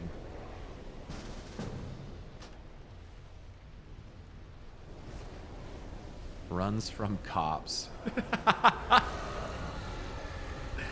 Holy shit, that's a funny name. ACAB includes Silvermoon Sentinels, by the way. True.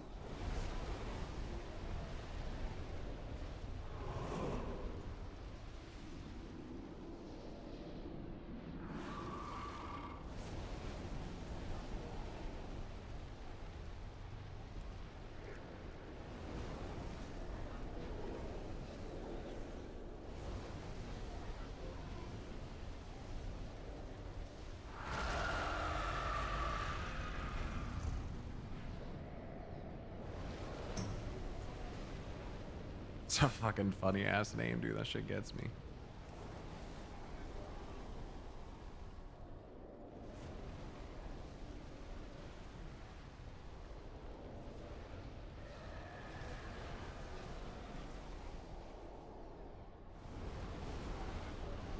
Well, you're ogging it, huh?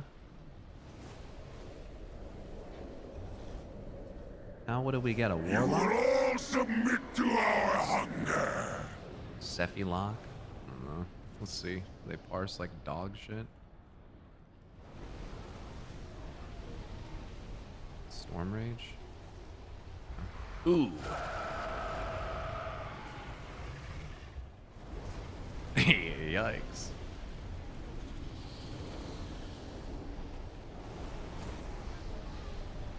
Yeah, we got about an hour and 15 minutes. We can kill the first 4, at least. Probably need to start doing trash, though.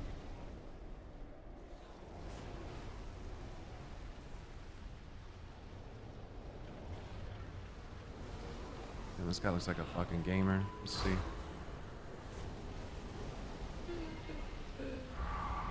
not that much of a gamer. Crazy.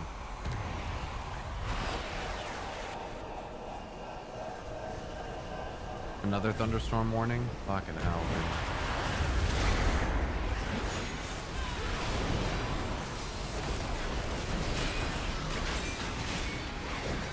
Why are you so tired, Jay?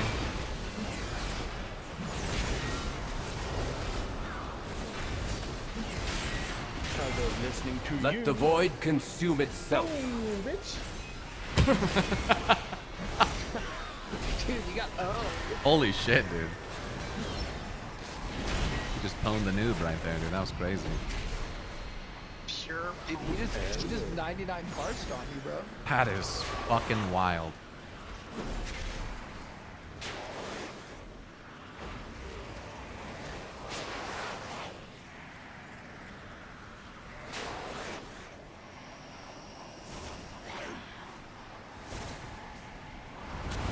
To be fair, Jay's underrated too. If only you had embraced You're under your Floodwatch in true Des Moines? I strength, drove through there the other day. Valeria. You could have avoided so much pain. You want to see my true strength? I'll show it to you firsthand. We take another... What is with all these rogues in the queue? We take another rogue. All that talk of your precious family, and it wasn't even me who broke it apart. It was the From what light. I've seen on PTR, even I more will rogues are silence rolling you now. once and for all. Yeah, I feel like Rogue is one of those specs where, like, you're either really good or you're a fucking rat and you suck ass. I'm just genuinely convinced, like, none of the devs, like, actually play Rogue. Like, I don't mean that as, like, blame, like, I just don't think any actually do. Like, the design of the class just seems Your like light exists only to be consumed. And a lot of the top trees are just kind of... Whatever, this guy does enough So damage, I'll invite him. Who gives a weak. fuck?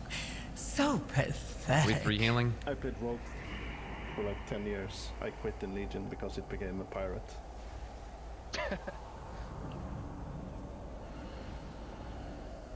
It became a pirate. I love that.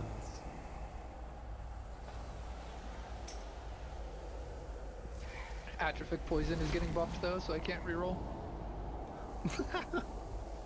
Oh, it's actually going to be like almost 5% TR. Yeah, you actually need actually one roll, insane. at least Yeah. one. Yeah. You want me to switch to Ellie? I don't care. Sure.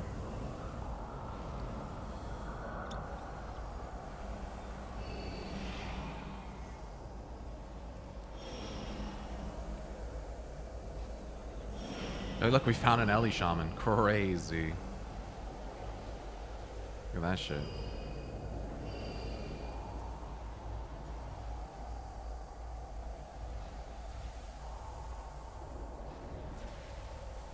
Damn, is that Galakrond right there?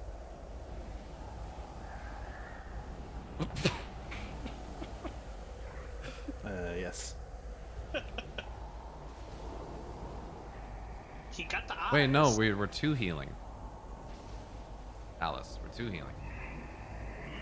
Eog.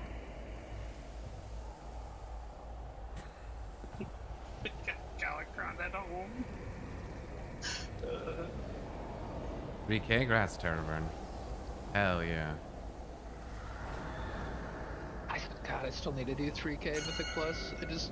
CBA. It's so easy. It's like 12.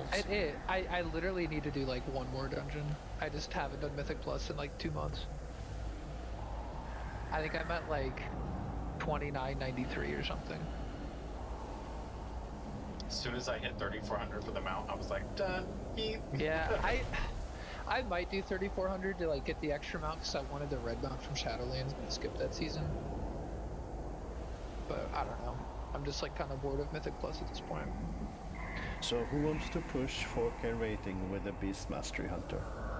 Not me. I'm probably trying to do that like over the next week or 2, so... Who's trying to make a Guardian Druid so we can have a tank?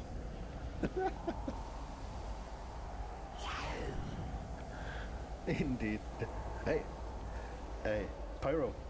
What? Kira is ranking Palatine as S tier for next pack. That's good. Oh, they're absolutely insane. I played on the PTR a little bit. Frost DK for Kings and Prop Paladins are like by far the best thing. Yeah. All buffs, please. Please make sure you flask. Half of you are missing flasks. You know, if anyone wants to do keys tomorrow night around like 9 or 10 p.m. Central, I might be on around then. Tina, eat the food. Furby, please eat the food.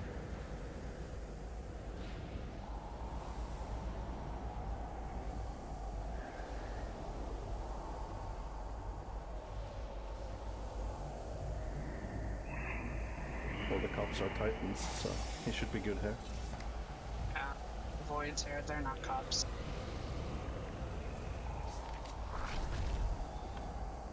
Obviously, Viv and Furby will get dispels. Don't be dumb, don't be bad. Here we go. I'm letting the other tank take the boss first. If he has a brain, he'll taunt.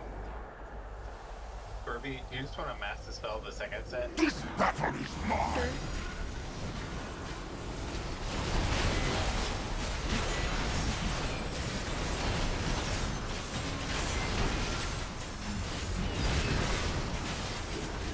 Middle and then right. Get in, get in, get in. Dispel. Wait for soak.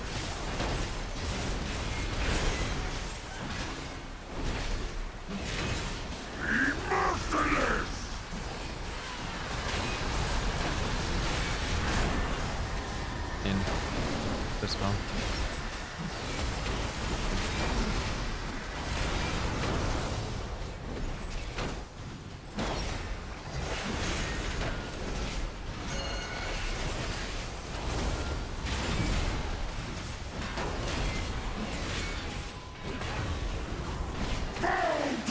Lines.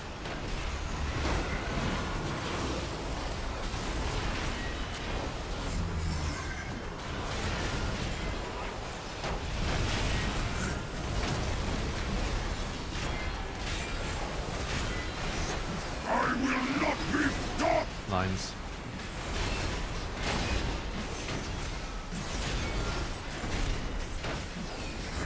Lines.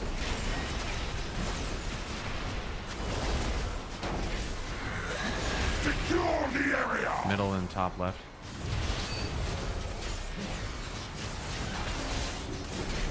In.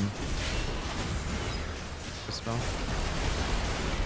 You can sheet towards the back of this circle if you're a DPS. And then when it expires, we'll roar.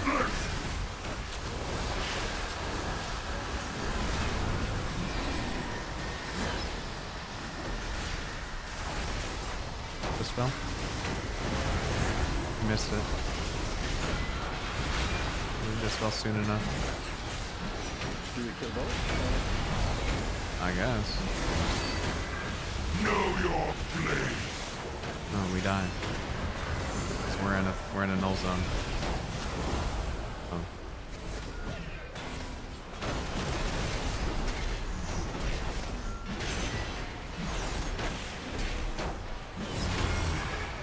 Yeah, it's Jover. Submit to the void!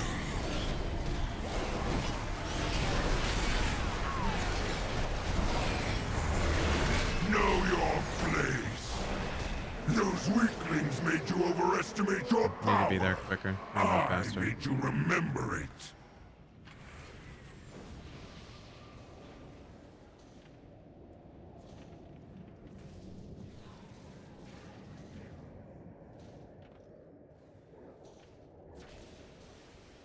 Jay Weld, I'm gonna need you to pad more. Big dammy. Buffs, please. All of them. Thank you.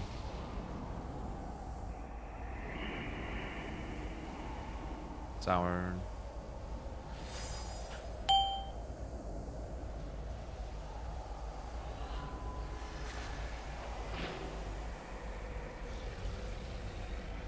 You've already lost!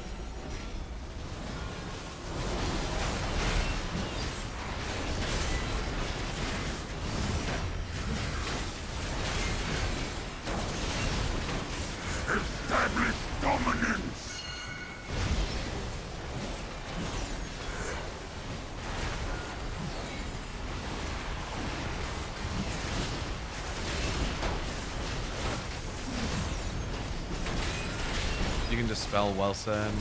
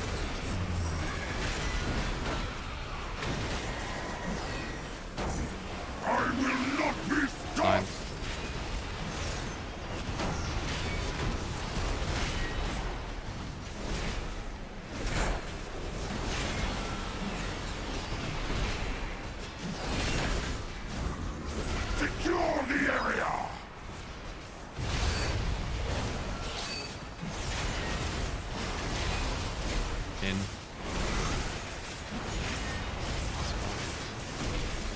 Soak.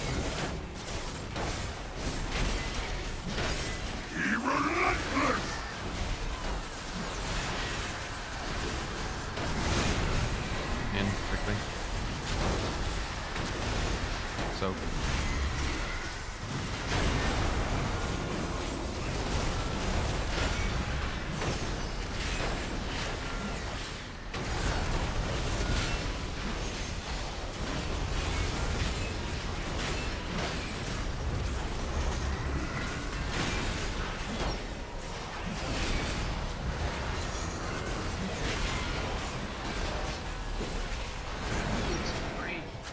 Sure is.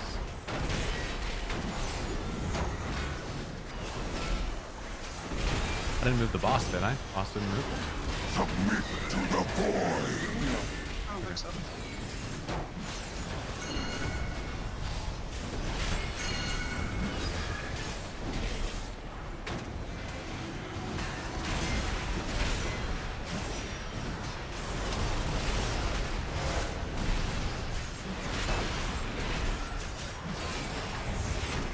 Right side where we came from.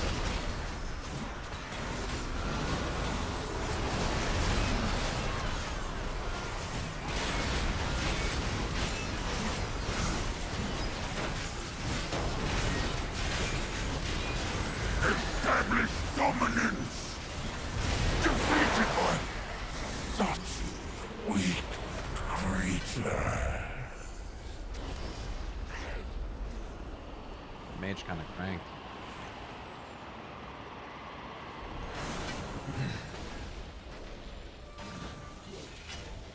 We'll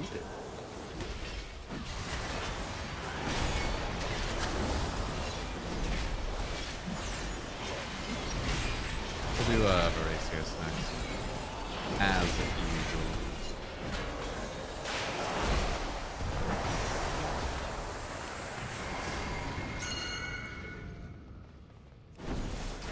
Get the Winky's collar this week for sure. Guaranteed. The host is everywhere. We need to divide and conquer. Then do it. We'll meet up once you're done smiting our foes. They should let me use a bonus roll for that. I got nothing else to use on now. Who are they? It's Right. sorry, I thought this was America. No, this is Voidstorm. Predacia, actually. Sorry, I have an American education. I can't read maps. Can't read maps. We have an unbound wraith behind us fucking waddling.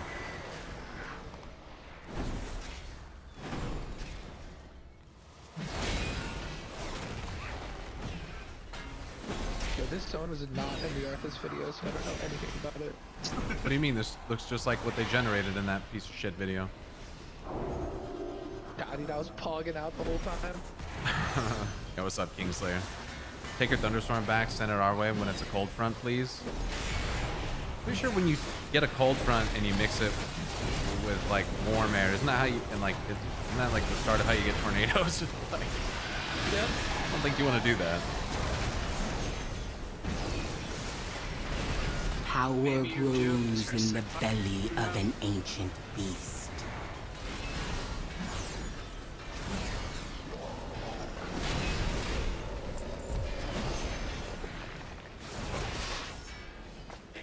Are we gonna get monkeys?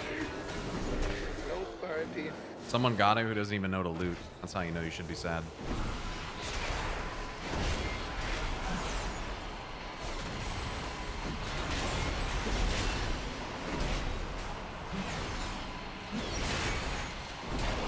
Please place the first ads, like, not in a shitty spot. They don't have to be in fucking Narnia, but don't put them in melee either, please. We'll only have to do 2 sets. Consume me, ancient one. Let your power Brunon and engulf Martin, my you guys know mortal what sides you gotta do. form. Just do what you normally do. The way they have like a roll or pass like button for their bonus rolls, they could add a transmog button that like rolls for like bonus transmog items, like the Hearthstones and stuff. That'd be cool.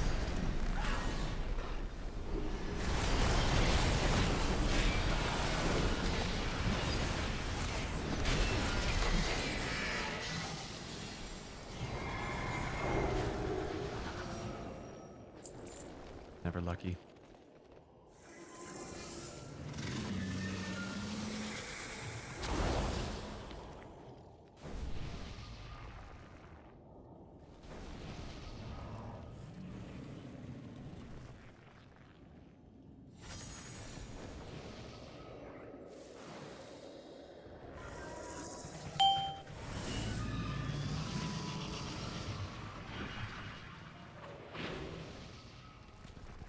Eyeball stride OP. Very good. That's really funny. Just use your eyes, by the way.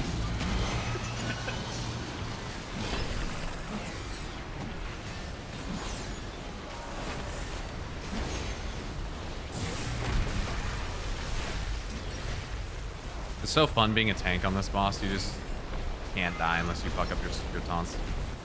You stand in literally whatever you want. You walk off the cliff. That never happened. No, I don't know anyone would do that. Anyone who does that's an idiot.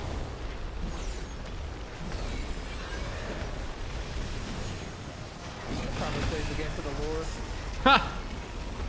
Loser. Use a personal for this. Personal now. 3 to each side, please.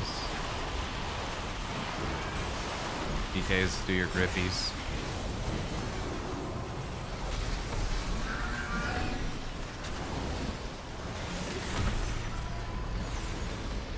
Left side is good. Right side is good.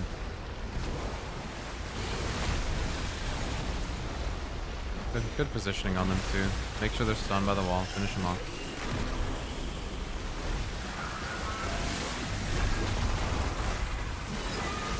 Well done. Left.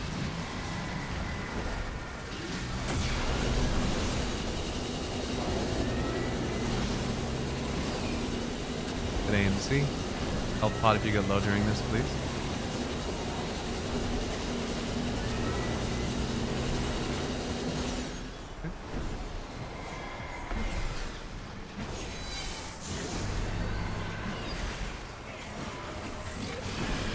Hey Burby, when this big slam comes, can you give me pain suppression, please?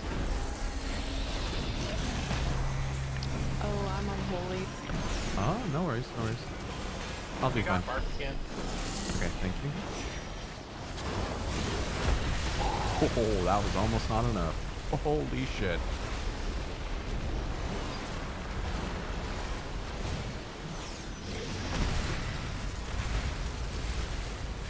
Should be able to just kill the boss.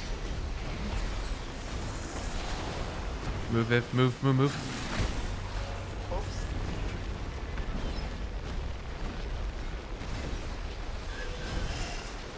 Tactical, so the other healers can push. Yeah, better use the fucking cooldown for yourself here, otherwise you're dead.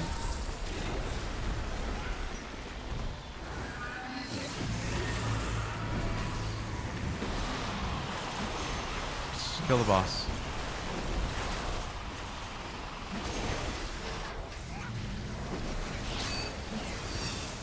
Watch out for slams and just kill the boss. If you have an add-on, you use it personal. Watch out. Watch your feet. Watch your feet. Watch your feet. Please don't pat on the ads. Just kill the boss, man.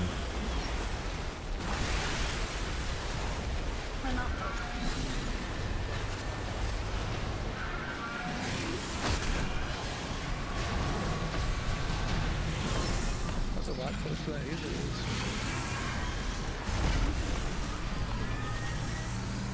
I mean, it's because we just... I mean... We killed it like a minute faster, didn't we? Yeah, I mean... We just smoked the fuck out of that boss.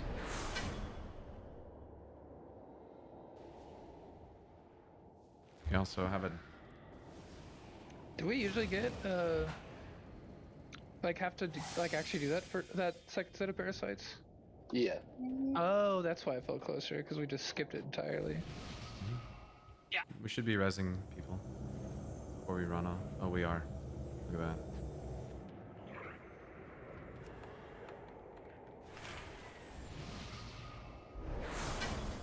that. Are we going upstairs or downstairs?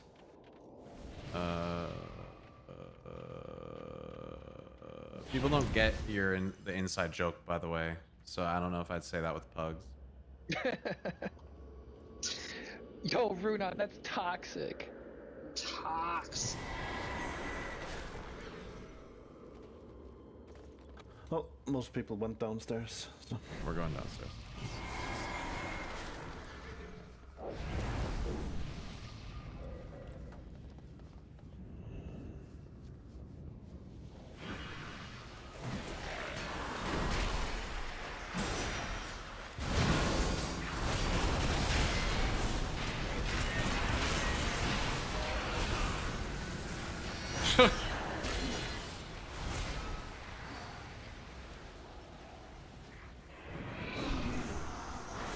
Breath of the Eons may have been a little bit overkill.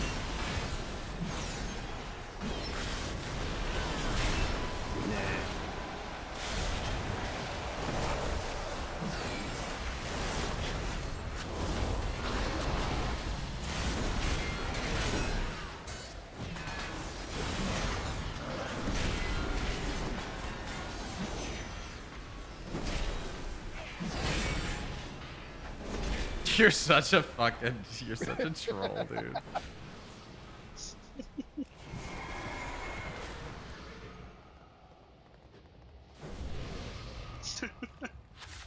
I had to. Dude, what people do in like 60s and Legion Remix? Yeah. Fucking hundreds or whatever. Crazy shit. Yeah.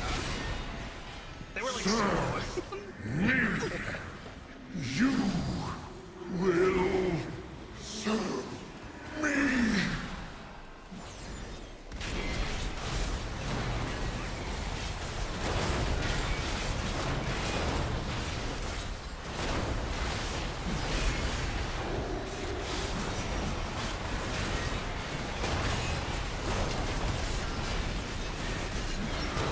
It matters just brutal.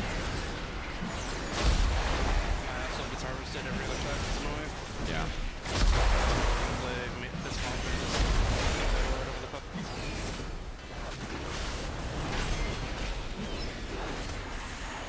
No! I upheld our bargain. This is not what was promised. Shaman healer with that, I assume. Oh, but it is. All the power you desired. Yeah. Far more than you can control. Yeah, that's a fucking rare thing to find. Spare no pity for this fallen king. He has already chosen his fate. Please make sure we get kicks, guys. Are you guys gonna 2-heal or do you want me to switch back? I think we should try. We could try. Yeah. Tag, do you need this on your hunter? No. You wanna come on your monk? Yeah, sure. Be right back. I'll take the boss first. We'll just taunt at 7 stacks. Yep. Should line up pretty well. what we'll just do on this is like we get skull and X at the start. We'll just go to skull, and then we'll just nuke down the first one to skull, and then when X gets close, obviously we'll kill that one. And then it, like, let's say on the next set we get like star or X. We basically just go to whatever one is furthest from the one we just killed. That way we just get the whole room to DPS it. Oh, that's good.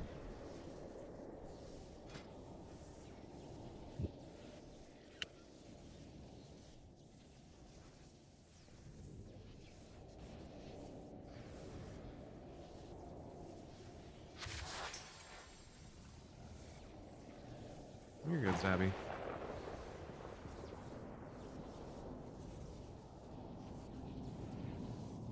That's a gladiator mount.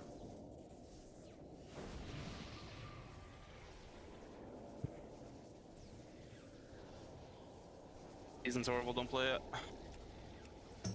I cannot wait for them to revert the DR changes back to 20 seconds. Yep. Dude, I hit duelist on my hunter and my shamans, and there was that one match on my shaman I sat in CC for 19 seconds and I quit. That was it. Yeah. I don't know why they thought like going down to 16-second DR would like make the season good. Yeah, I was playing against RMD on my healer. I got kidneyed cheap into full DR poly into clone, and then I was off poly DR by the time I got out of the clone DR. Yeah. And then we Holy just lost the shit. game. Legit dumb. If you don't have void immune poly, dude, it's no fun. Yep. And then if they get my trinket, they kidney me and I die in a bomb. Pretty hype. I love Prezi Booker.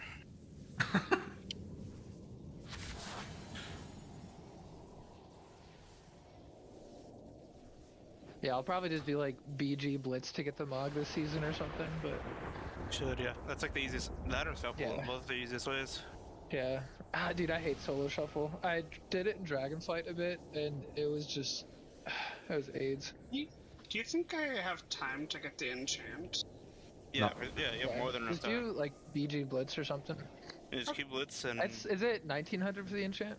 I believe so, yeah. Like 18 or 19? Yeah, and Left BG tag. Blitz is like super inflated too. Left tag, please.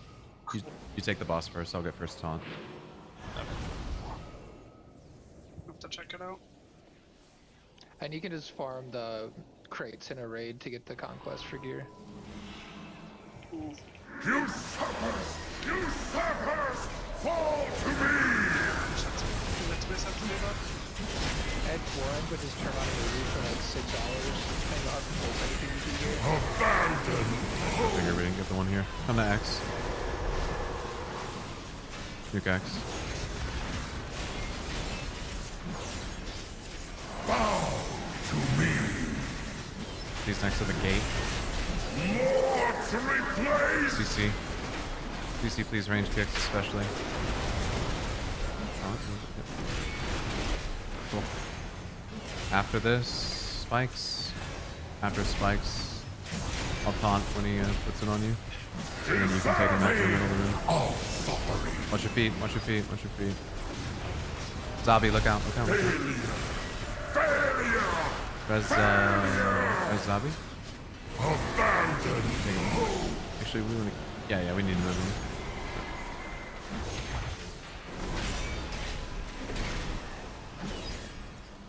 Bow to me!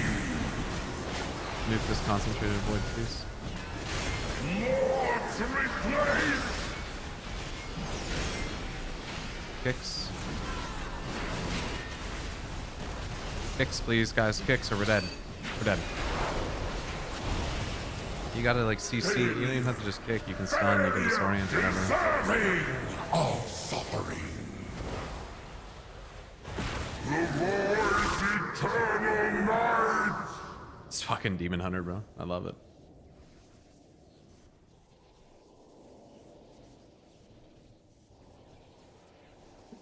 In case you didn't know. I just love that.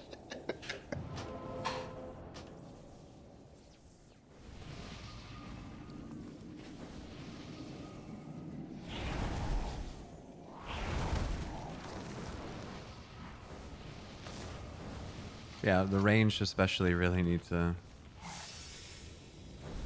go there. There was not a fucking single Demon Hunter interrupt. That's insane, and you should be ashamed. And there's no Hunter interrupt either, but he died.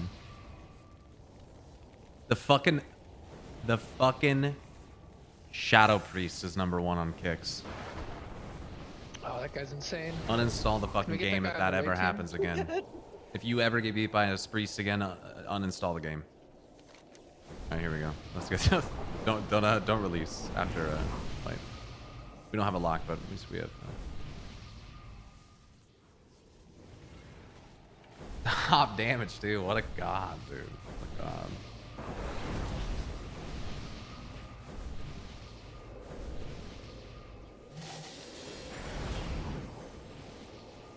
Just leave him in the middle at the beginning until one of the things spawn, and then I'll move him to it. Here we go.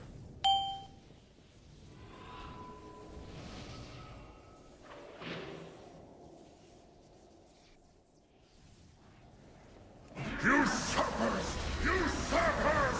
Fall to me!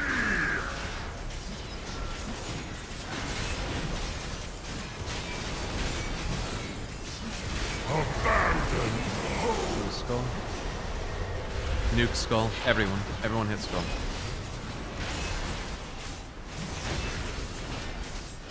Bow to me! Range pepper the other one. Kill it when it's close, not yet. Get it low, get it low. Kill it. After this we'll get spikes. Unworthy! Watch your feet, guys. Melee get in close so you don't get snagged by a tank one like that. Back to the middle after these. We're gonna go to X here, across the room. Nuke X. To the boss. Bow to me! More to replace! Green will be our rotate spot when he hits max energy.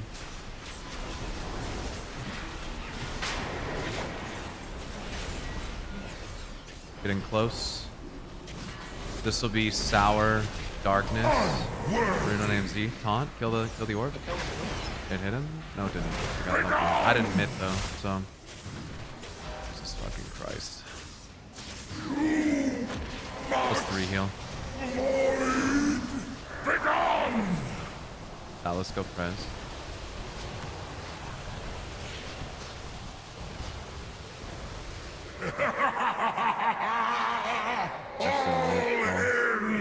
With me. Dude sounds like Bubble Bass when he starts laughing like that.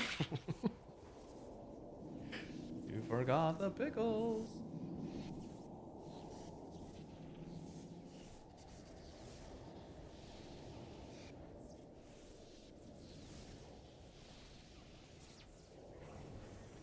Yeah, I mean, you really just like, if you don't have spikes, you should just be like stacked right under the boss. We've killed this enough times that we should know that.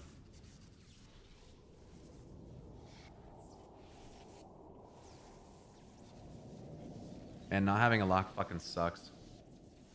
If Ham goes AFK again one more time, I'm kicking him, dude.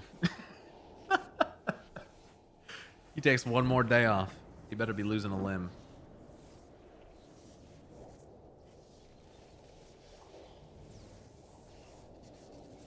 I'm gonna burn his house down for real. Yeah. Thinks it's a fucking joke.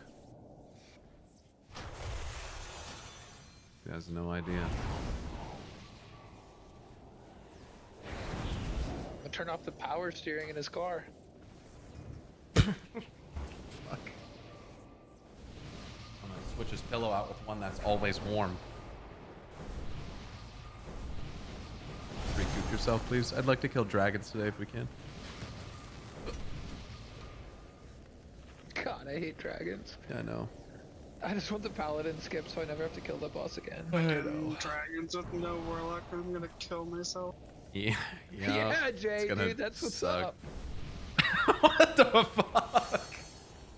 Jesus Christ. The Stephen Hunter is probably sitting there reading this like, what in the fuck? What the fuck are these guys talking about? Yeah, we still need trinkets from dragons, yeah. I don't know if that's actually true. I just made that up.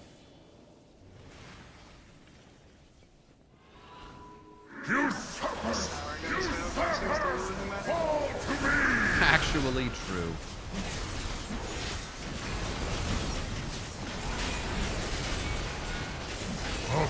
Skull.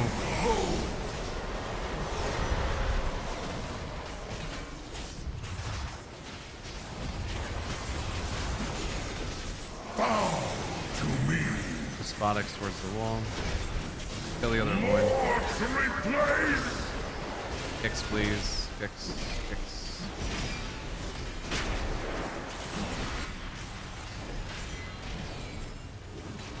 Good. Very good. Spikes. If you don't get picked with the spikes, I'm gonna melee. Get out. Cast. Get out. Get out.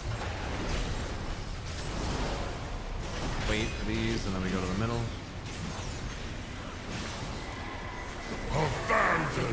Put an X here. Nuke X. I command you. More to replace.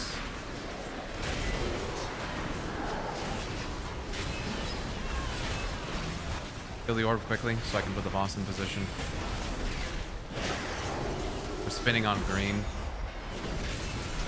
Deserving of suffering. Sour Sip, Darkness, Rune on AMZ.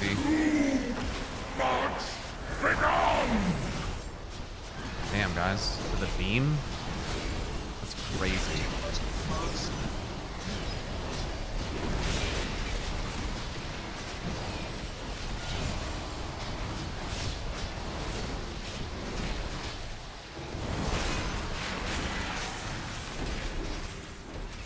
Take him to the middle, please. Next orbs. Keep fucking the boss up. Go to skull. I'll take him here in one stack. Fuck this orb up. Fuck this orb up. Bow to me. Other orbs are coming. More to replace. Kicks. Kicks.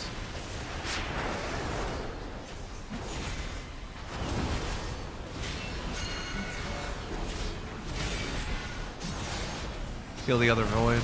Kill the void. Kill the void. Kill the void. Kill it now. Unworthy.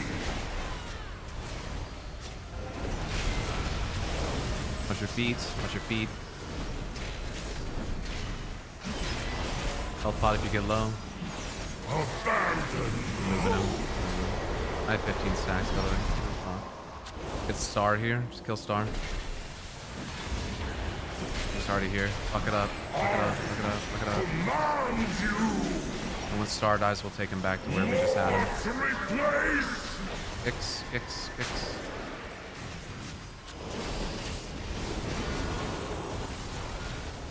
Get the purple. Kill the last void right now. Unworthy.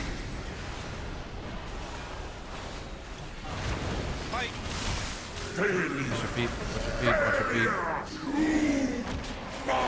What? What happened? Did I fuck up? No, not you. There was like someone. I don't know who the fuck it was. Yeah, it was me. It was me. AMZ Darkness. Anything you have?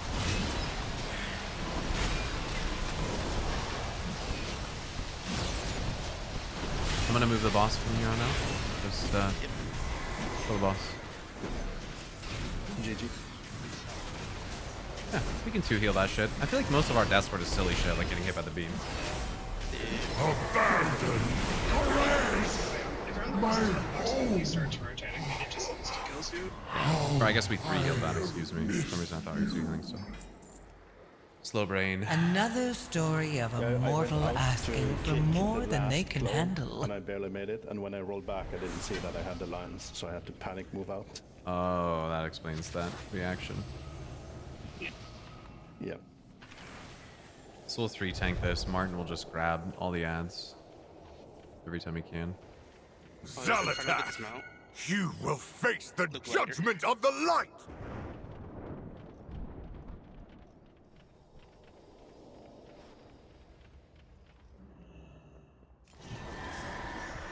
Go upstairs here.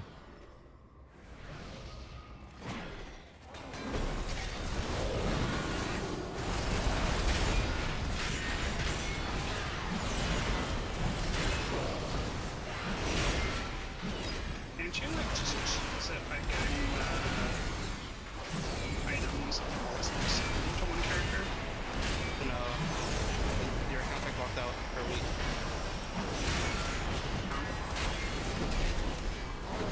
No, because I get like 6 kills a week on ults. Jesus. Some pants with leech. Nice. You need that from Donter, Harry? Yeah, please. Yeah.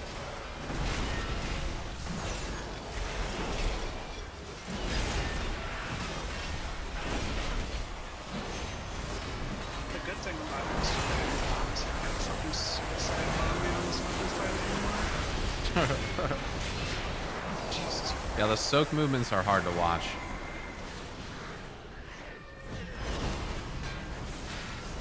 I'll be like standing in line waiting to like take mine and he just runs in and I was like, okay.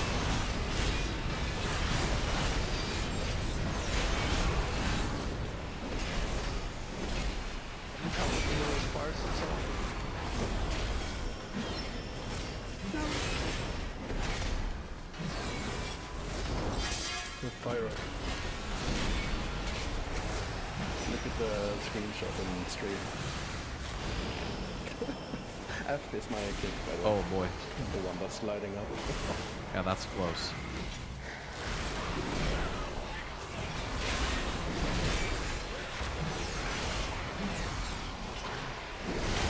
Yeah, I saw some nice ROPs in that pull. I love seeing that. Actually good ROP usage. So good. It's kind of funny when they first put it in the game, it was kind of just really niche usage, and now it's a giga good. The pugs are getting the fucking BOEs. No. That's funny. Yo, I need that mog. I need that mod.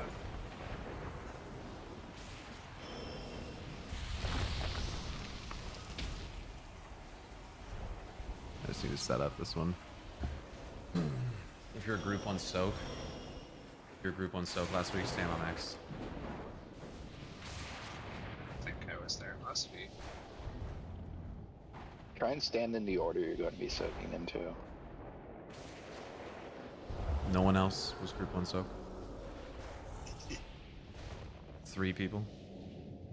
It's impossible. Can't be right. It's a scam. You can do group 1. If you're in group 2 soak, go over on star. I think it was like Mystic and Extra that used to be the soak. Yeah, so we're missing both of them. You had me on Phil for soaking, so I can go to like whatever group. The warrior will be on star. Group soaking group 2. Group 1. So that's 4 there and 3 here. So Shasu. Oh no, you're healing again. We're 4 healing this. Zabby, soak with group 1. And then Shade, can you soak with group 2? That makes 5 there. And then we have 1. We have no melee over here. Sour. Where are you? Where are you? Oh, you're right there. Okay, tag, soak with group 2. and rune on soak with group 1. And I need one more for groups 1, 2, 3, 4, 5, 6. I need one more for group 1. We're kind of low on range, so I can use soak with Q1. Oh. If you're in Discord with us, I can give you instructions. A quick explanation of this fight? Not really. You're gonna have to learn on the fly here.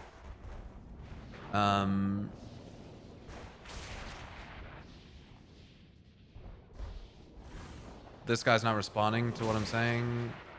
I think he's coming over here to soak with us. Backups, Castamere, you'll be back up for group 1. Farah, you'll be back up for group 2. Yes, sure. Alright, let me put marks down.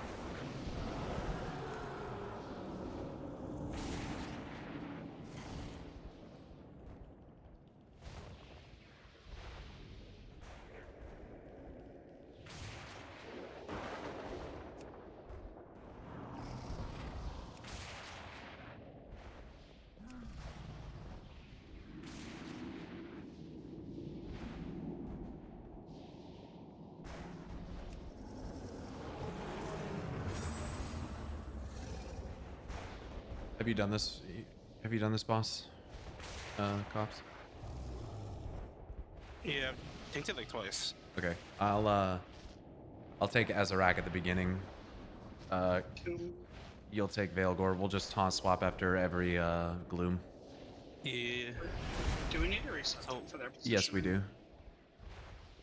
So Everyone here's get out our X star, or minor star, and moon, right? Or a star and a green? Star Correct. And orange?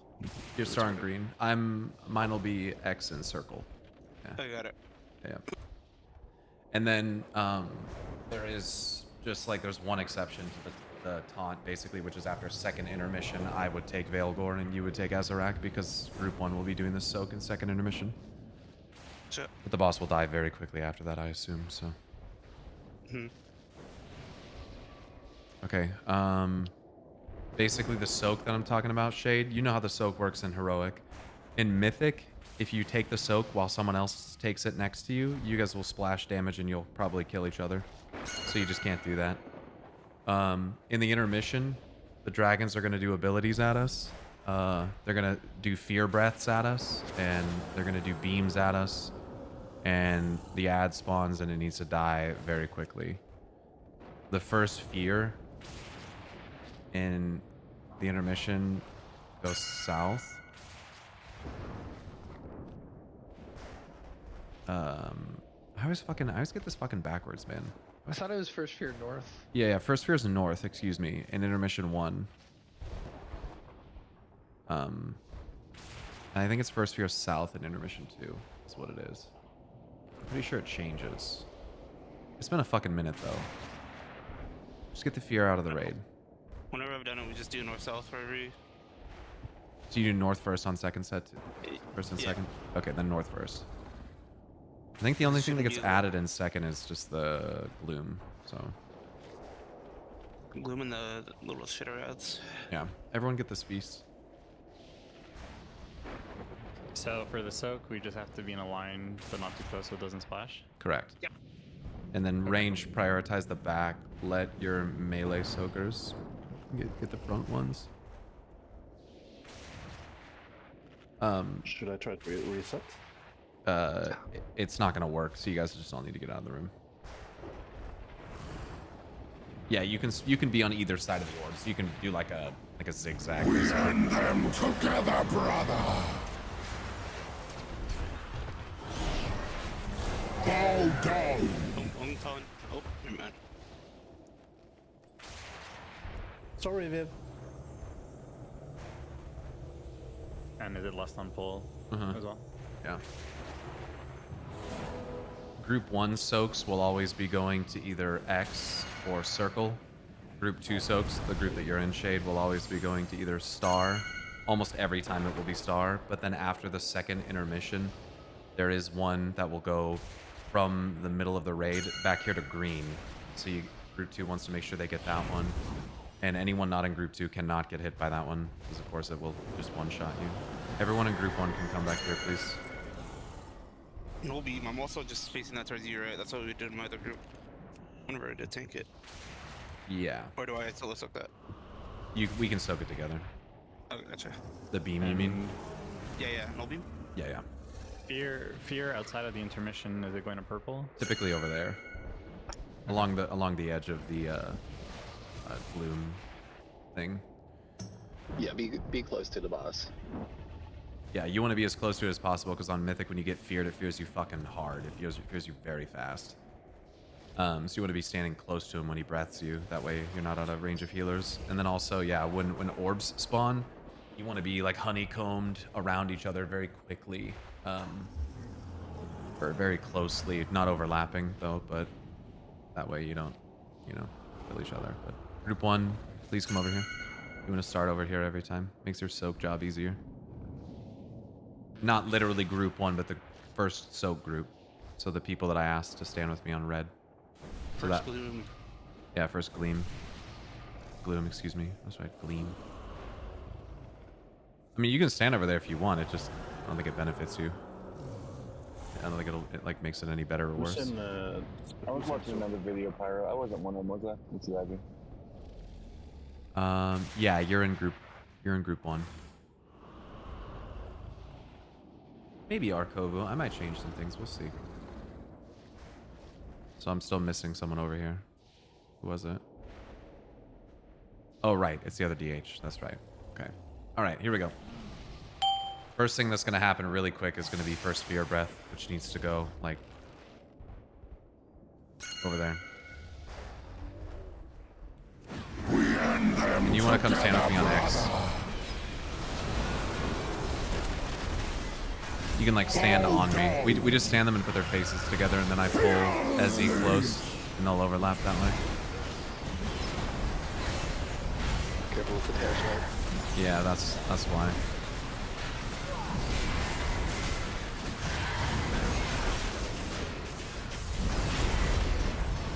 Daddy, come close if you can. You cannot escape. Oh, I'm supposed to taunt Veilborn? Yeah, you don't want to get caught over there, Zabby. You want to get back to the middle of the room.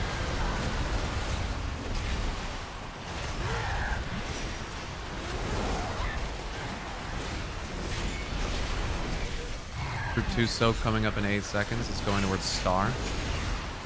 Finish out the orbs, please. Group 2 soak now towards Star. No. After a cast, I'll take Ezzy, and then you come back and get Veilborn.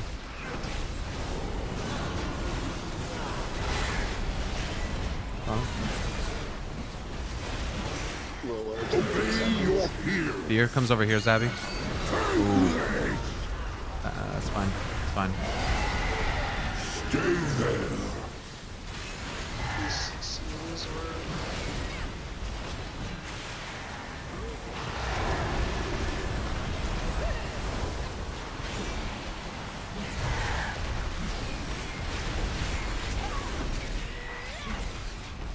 No. The North Fear is just for the intermission. We're gonna get Fears cast on us in the intermission. Group 1 soak coming through the bosses towards orange. Group 1 soak is through the bosses. Melee, look out.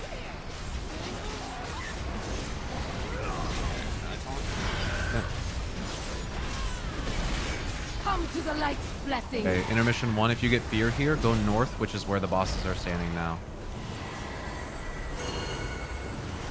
Fuck this ad up. If you get purple circles, go to the edge of the gold ring. Everyone else get in the middle. Second Fear goes south. The void is unyielding. Yeah, it wasn't fast enough. It's all good. It just needs to be there. Death awaits you. Yeah. If you have Fear Breath, you gotta get out. Yeah. You'll live it. It'll be fine. Sorry. It's okay. We'll get a quick dispel on the people that have Fear, and then you'll just come back really quick.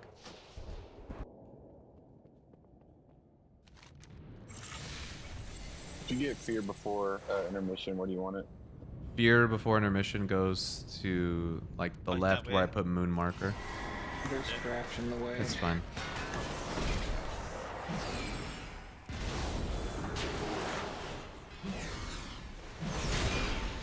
Just release, guys. Just release. I'm sorry. I'm not trying to make you repeat yourself. What did you say it goes? It's all good. It goes towards moon.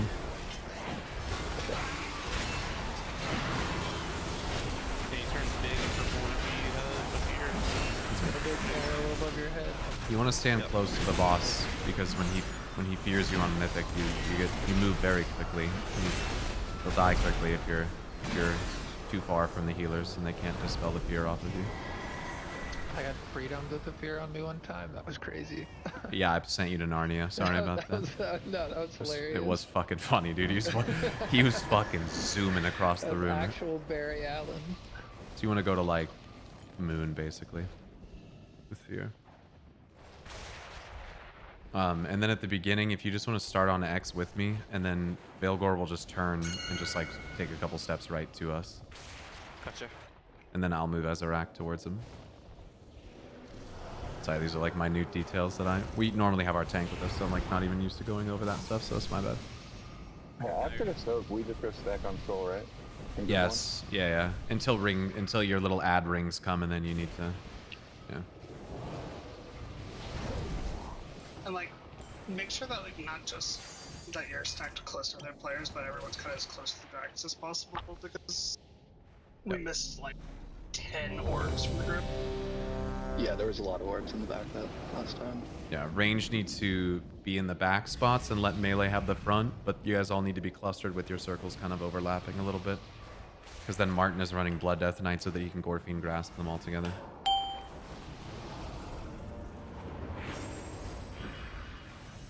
You can stand on X. We end them together, brother. Here. Null. Or Gloom, excuse me. Savvy, you're too close. Yeah, you overlap with me and the other tank, so you just one-shot yourself. You want to go stand in the back and soak it somewhere back there. Hunting.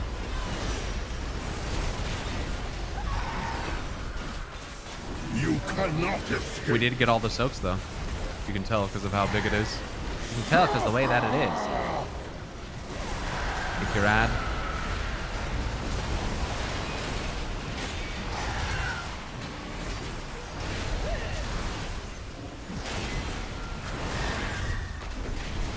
Group 2 soak. Group 2 soak. No despair. On it.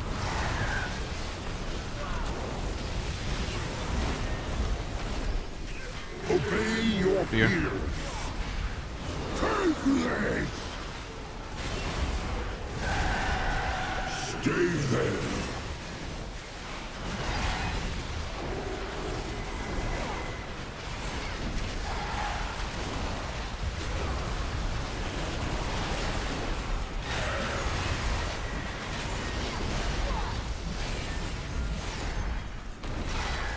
Last soak in 10 seconds is group 1 through the bosses towards orange. I have orange in the wrong spot, I think. Yeah, this is better. Group 1 soak through bosses, melee, look out. Oh yeah, the tank can't get hit by it either.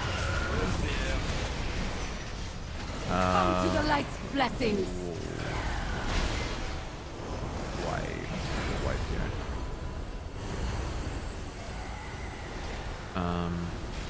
We won't have.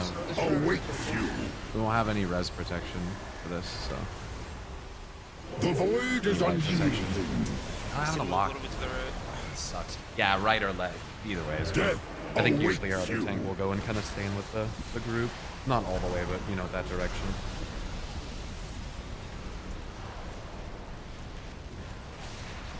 Boss is half dead though, so doing well.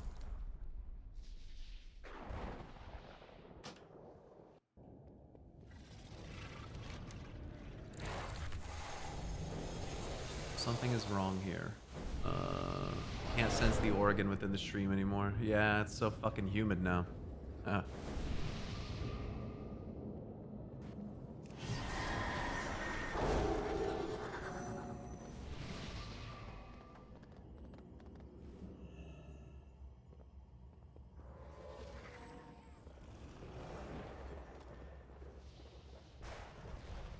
Pretty soon, we will just start saving a lockout for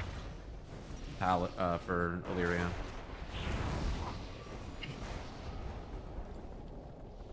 Yeah, so Group 2 Soak is... if you're Group 2 Soak, go stand on green over here, please. Ag Desos runs. Talus isn't even in it, but if he's going, then that helps. Sour, you're Group 2 as well, right? And Shade? Yeah. Yeah, I've been soaking. Yeah. So if Farah's running over to do it, someone of the 6 of you standing there, which it can't be the tank, so one of you's not doing it, so just make sure you're getting soak every time.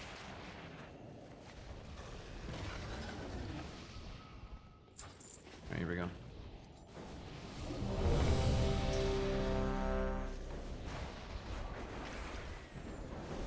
Yeah, sorry, Zabby. Yeah. Since you're ranged, just give the closer areas to the melee and the demon hunters and soak one of the far ones. And you want to get Veilgore like pretty quick so he doesn't go to the raid. We end them together, brother. Bow down. For spear. For soak here. Towards purple. Group 1.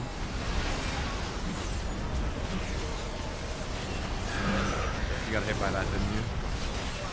Yeah, I totally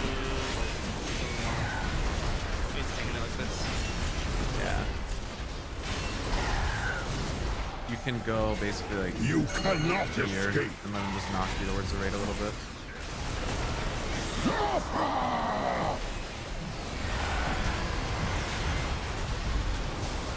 I don't think there's anything we can give you that will allow you to survive it. I can survive. Okay. Make sure I can at least. We're gonna find out. Group 2, yep, Group 2 so. Sack you. No. Iron Barkin. He's got shield wall as well. Yeah.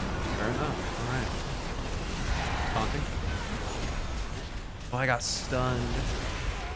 Obey your peers. Take legs. Stay there. Someone is missing again. Interesting. There's an orb way out there. Can someone grab it?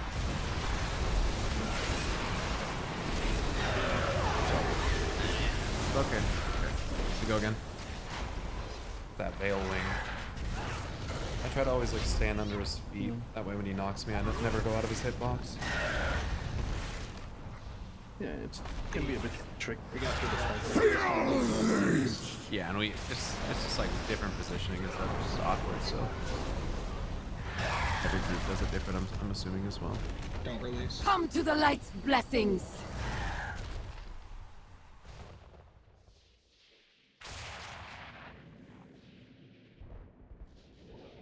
Rune on your band. Permanent again.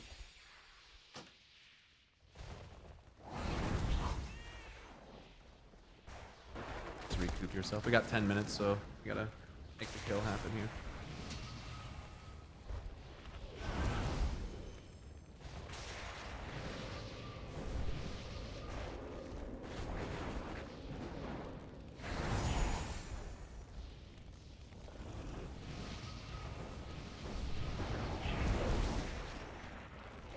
Killer OT? Well, if one person has to go, there's no OT. Normally we'd have more, but more people, I mean.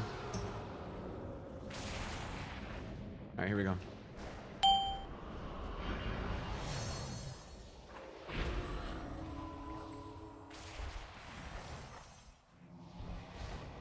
We end them together, brother. Bow down. First spear. First bloom to purple. Each other rune, please.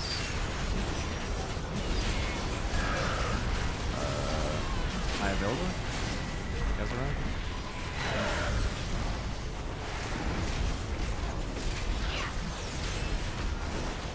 We missed one in group 1 as well. You cannot escape. Interesting.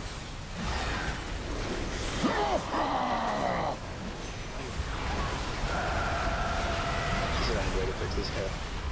Yeah, he needs to turn the boss around. That's fine.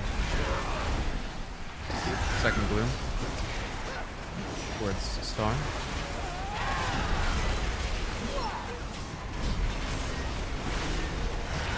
No despair. Come on.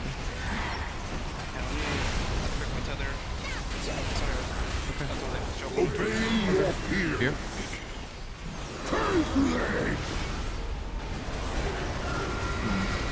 Interesting overlaps there. I'm not sure why people were where they were.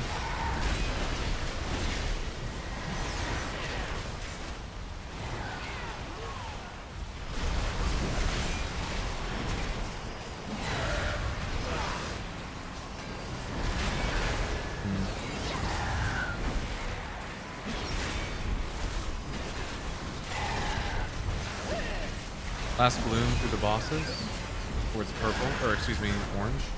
It's all good. We just gotta live through this. We're gonna intermission the here. light's blessings. Everyone's soaked. No. Definitely not. Death awaits you. Do we just have a group 1 backup soldier so every It's kind of feeling like it at this point. Death awaits you.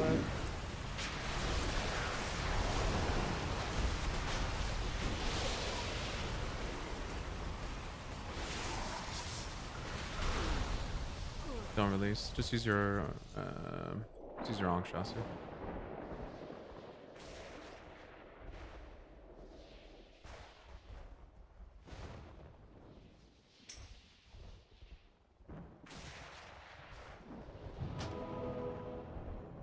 Well, group 1 side is me, Martin, who are instantly getting the first 2. Runon, Zabby, and 2 demon hunters.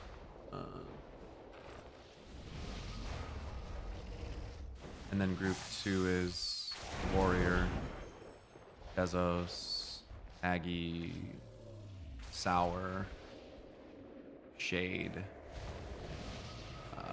Farah backup.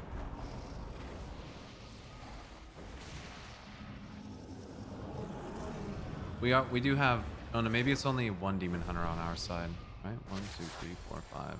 No, it's 2. Yeah, it's definitely 2. Yeah. All right, here we go. Heal yourselves up, please, if you need to. Just use recuperate.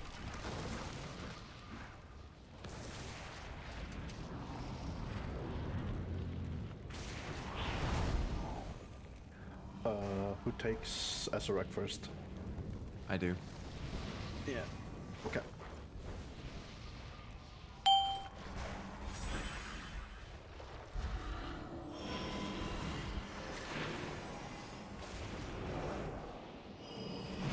We end them together, brother. Bow down. Fear it.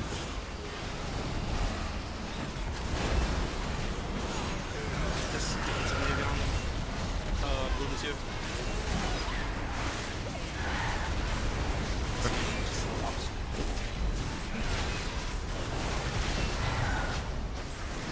You cannot You can turn him so he knocks you like more towards like Azarac in the raid.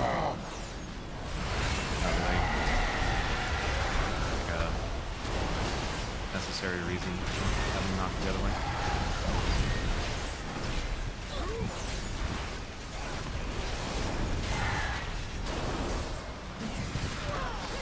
2 soak. Iron barking. No despair. Funny.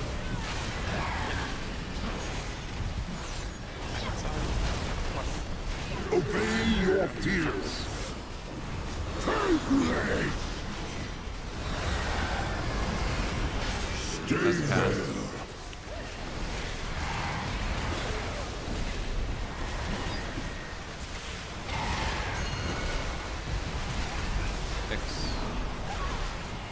Yeah, I have to go far from tether.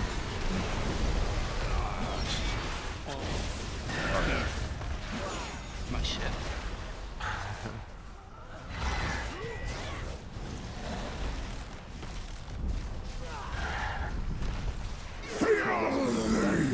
Yeah, yeah. Yeah, possible magic.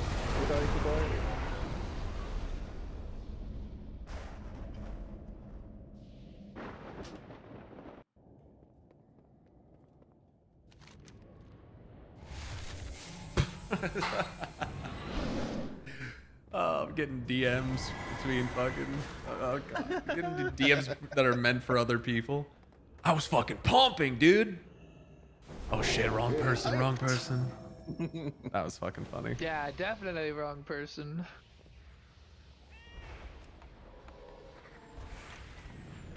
It was sour We're just sip. gassing each other up. Yeah. Missed you on the damage meter, Pyro. I know. I know. Red fucking sucks right now, though. I don't know. It's not weird.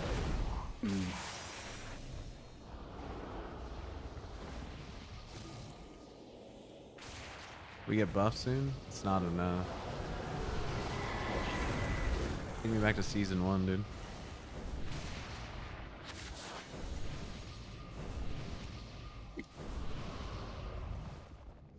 Last one, let's do it. Yep. Gotta lock the fuck. It's gonna drop double in. Veilgors this week. It is. Can we get buffs, please? All of them real quick. Triple Veilgors. Nothing but Veilgors. Sure. We end them together, brother. Your breath. Bow down. Move the other direction, Cross. Towards the right. That way he doesn't knock you into it.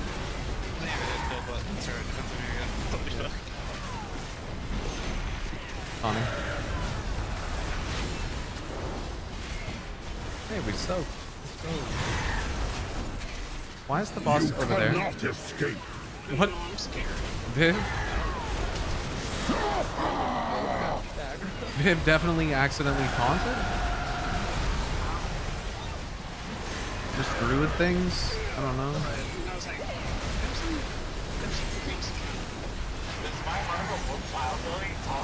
You definitely just took aggro on the boss.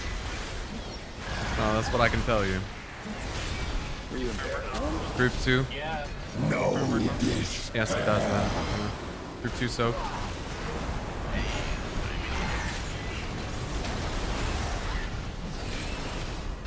Your breath. Your breath. Obey your fears.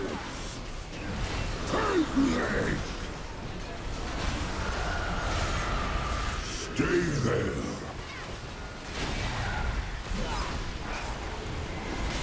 Look out for tail swipe, guys. Look out for tail swipe.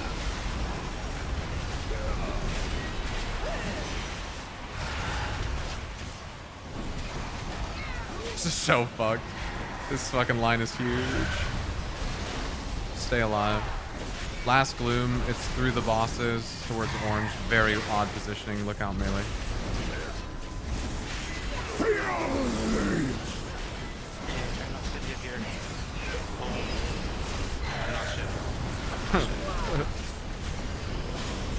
Come to the light's blessing. We missed one soak, but it's fine. We'll live.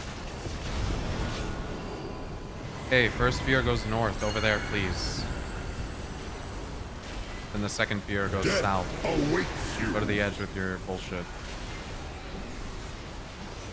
The void is unyielding. Next year goes definitely for green. Yep. Here comes Beam through the middle. Death awaits you. No, that's where that's supposed to be. Gear south, gear south. Wrong way. Yeah, we're dead.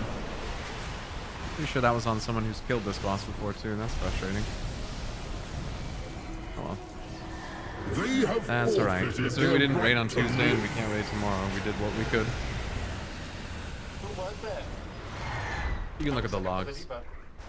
No, I mean it wasn't that. They ran to the wrong spot. They went north with the debuff. They went over here when they should have went south. GG. Sorry we couldn't kill 4. That fucking sucks. GG. Had a great time. Oh yeah.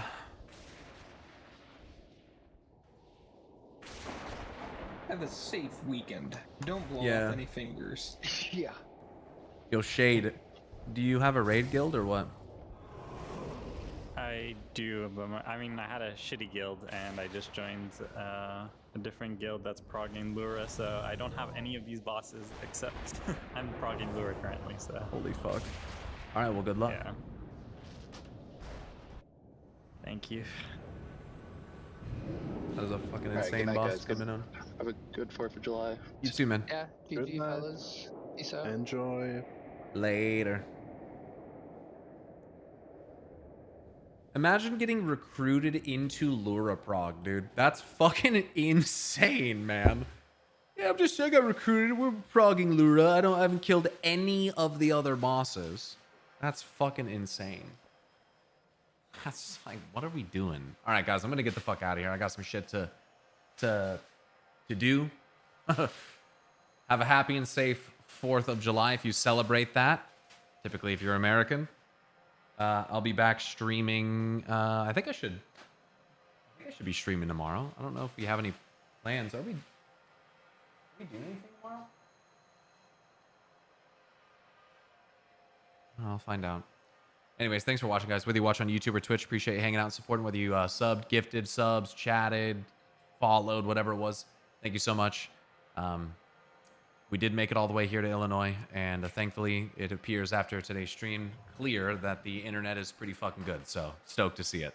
So thanks again, everyone, for watching. Appreciate you very much. Stay awesome, and until next time, I hope to see you all later. Peace. That's the wrong intro. What the fuck?